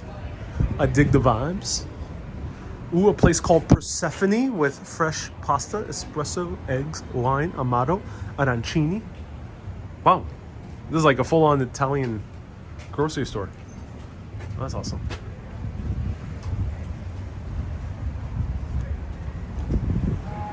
Oh, a butcher. Ooh, a bake. Oh my God.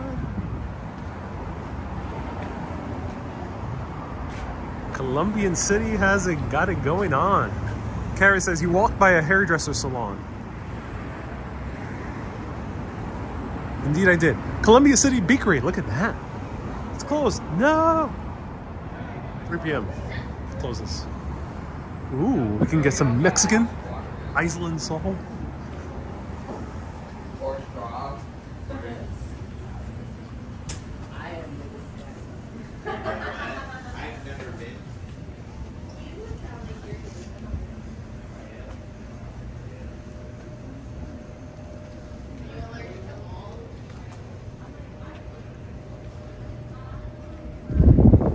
Angie says, here's me wishing I brought a home here in Columbia City 15 years ago. Yeah, was Columbia City before like a very dangerous area? Or like not dangerous, but like not so desirable? Let me know. Because it looks nice right now. Carrie says that Mexican place is good. Thank you for the recommendation.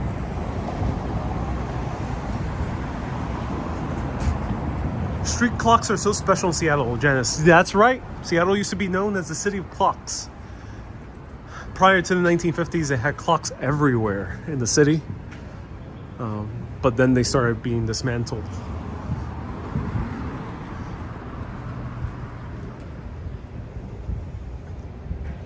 It wasn't dangerous, says Angie, but it was lower end back then. But the light rail changed that. Lori says, Baglacci, I'm not sure how to pronounce that, but that pizzeria spot we just passed. Supposed to be good. Ooh, cool.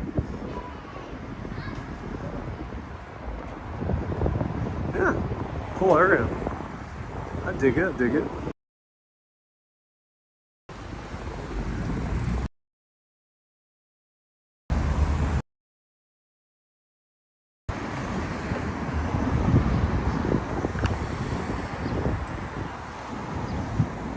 What is this over here?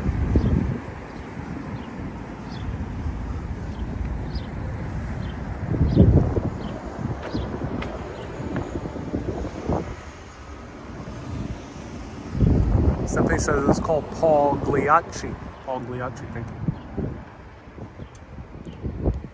Speaking of clocks. Wow. Pagliacci, thank you.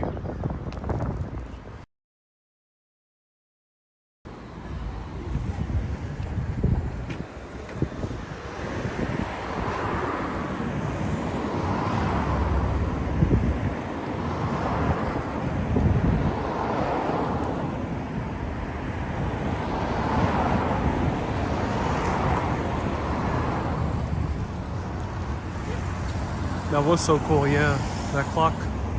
Okay, I'm gonna turn back around and show you this side of the street. Let's go.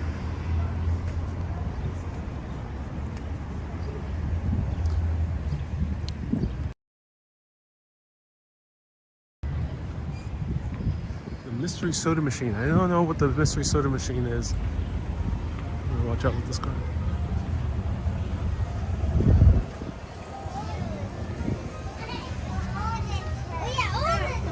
Veronica says, is it getting dark or is it about to rain? It's about to rain. That's warmth. That's what's happening right now. Oh, a pub. That is.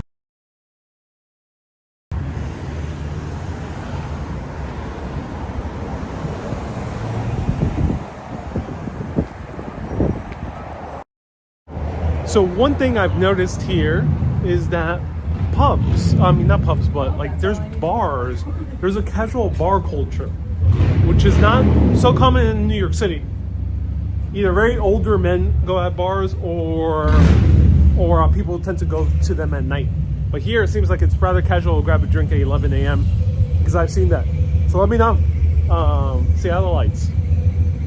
What's up with the bar culture? Why is it different from New York City? Why is it more casual? See, no loud music. Here's a pub. People just hanging out, actually chatting.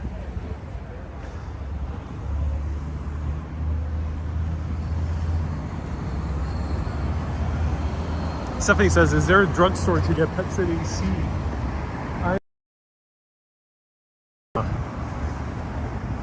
With Pepto-Bismol.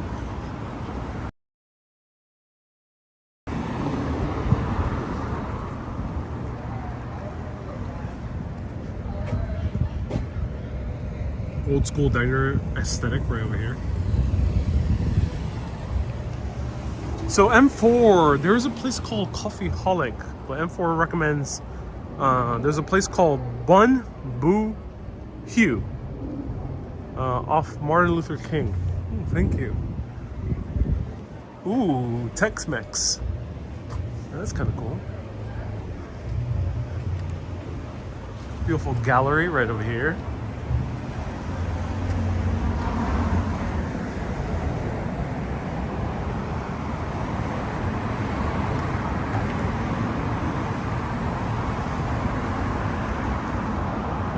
Scott's by True D.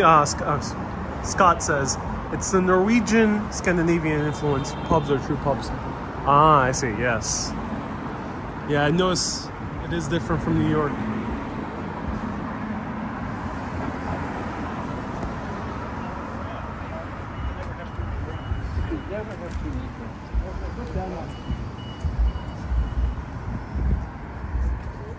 So this is it starts getting very suburban the further out you go. So let me show you a little bit more of this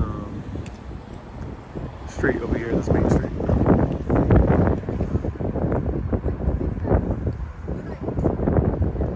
So Janet says it used to be that taverns were where men got away from families after work. Now they don't exclude children and they're more like pubs. Ah, I see. I see. Thank you so much for clarifying. So interesting. Molly Moo.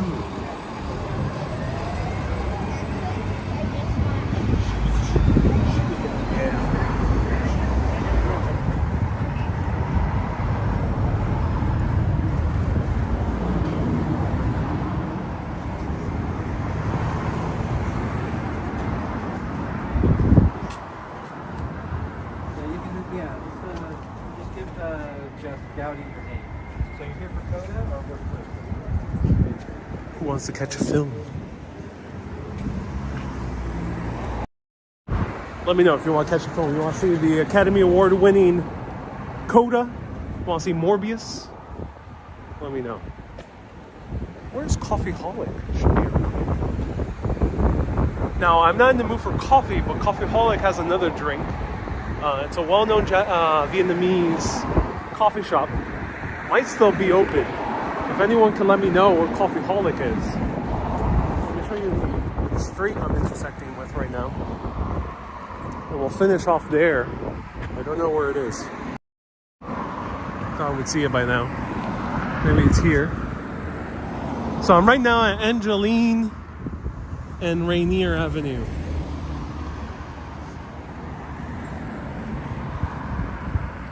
I'm not gonna drink more coffee, but they do have other drinks that might be interesting to show.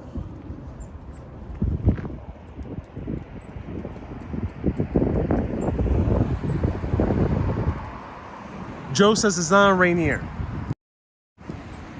Okay, Joe, where is it? One more.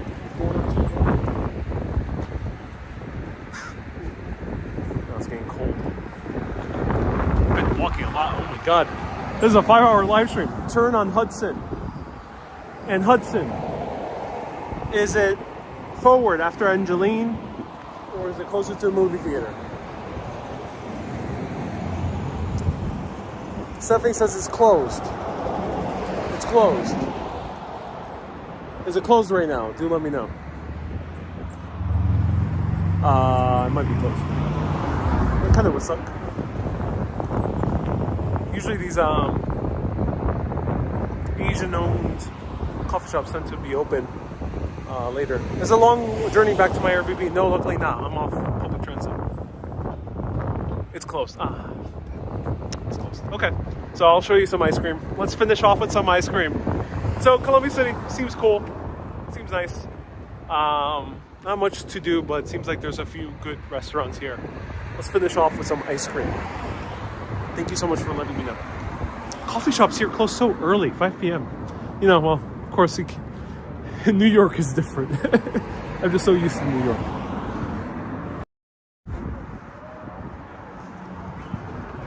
We can catch Sonic the Hedgehog, worst person in the world. Worst person in the world.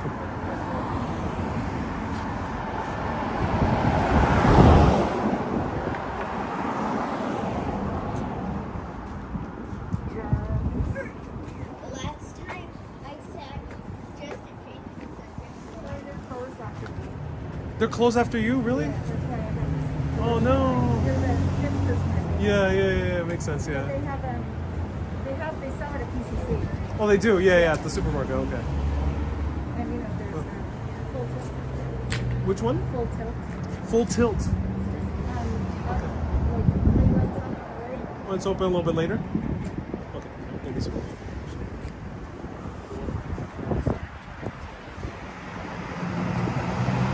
Angie says maybe that's why you have more pubs. Yep, things are closed pretty early.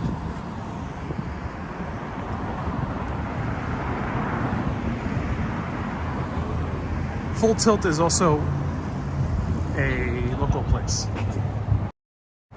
Who told you to come here? The Vietnamese guys who own the hot dog stand, but the one in right by the Space Needle. They recommended me to go to Coffeeholic. I don't know, I just thought it would be an interesting place to go, but I came here a little bit too late to enjoy anything. Yeah, let me see the pizza place. Let me see what's up in the pizza place. I'm curious.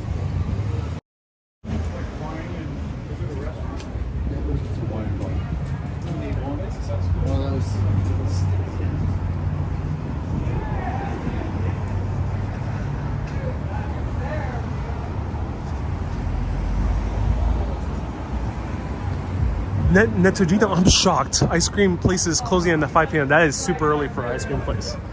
Ice cream places are usually night spots. I'm shocked that that's closed at 5.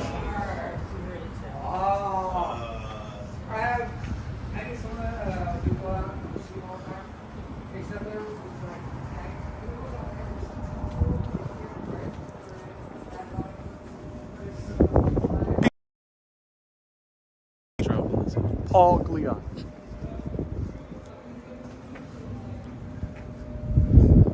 Is this like American style pizza? I think it is, yeah.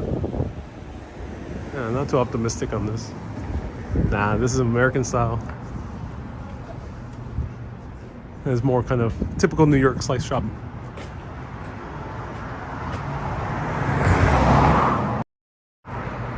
All right, everyone. That place is more kind of typical slice shop. Not really in the mood for that. Very greasy. I hope you enjoyed this live video. This was an exploration through Seattle. Seattle does get sleepy. I think Capitol Hill and Fremont might be the only really neighborhoods that you can have a bite after 5 p.m. So if you're in the downtown area or other more residential areas, you might not find too much here after hours. So do come prepared and eat early. It's weird because, you know, in Europe, dinner time is at like 9 p.m. But in the U.S., as I mentioned, some places in the U.S., it's that early. I come from culture as well, Puerto Rico. Dinner time is like 3, 4 p.m. It's a very early culture. So everyone, thank you so much for tuning in. Scott says, don't get discouraged, Ariel. It was good on you to explore. Yeah, I have no regrets. I'm glad I came. So I can easily go back. And transit,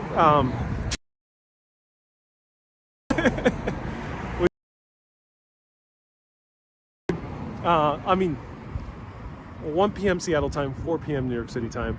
I'll be back. Angie says, Columbia City was bad advice. It's a small neighborhood. You can go to Bullard, Cap Hill, Fremont. I still have time. Still have one stream tomorrow, and then 4 more days, Thursdays through Sunday, and then I'll be off to a new city. So if you want to lend your support /Urbanist, I'll be showing you the needle via 360 VR video, and at least one more museum exclusive for Super Urbanists. Mega Urbanists get postcards. I have some really cool postcards. Seattle. There are the classic postcards, and there are also some good individually made and designed postcards by letterpress. Really cool postcards.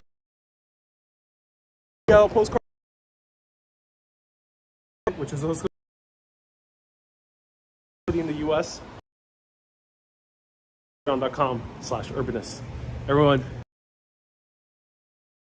awesome, and always bad service.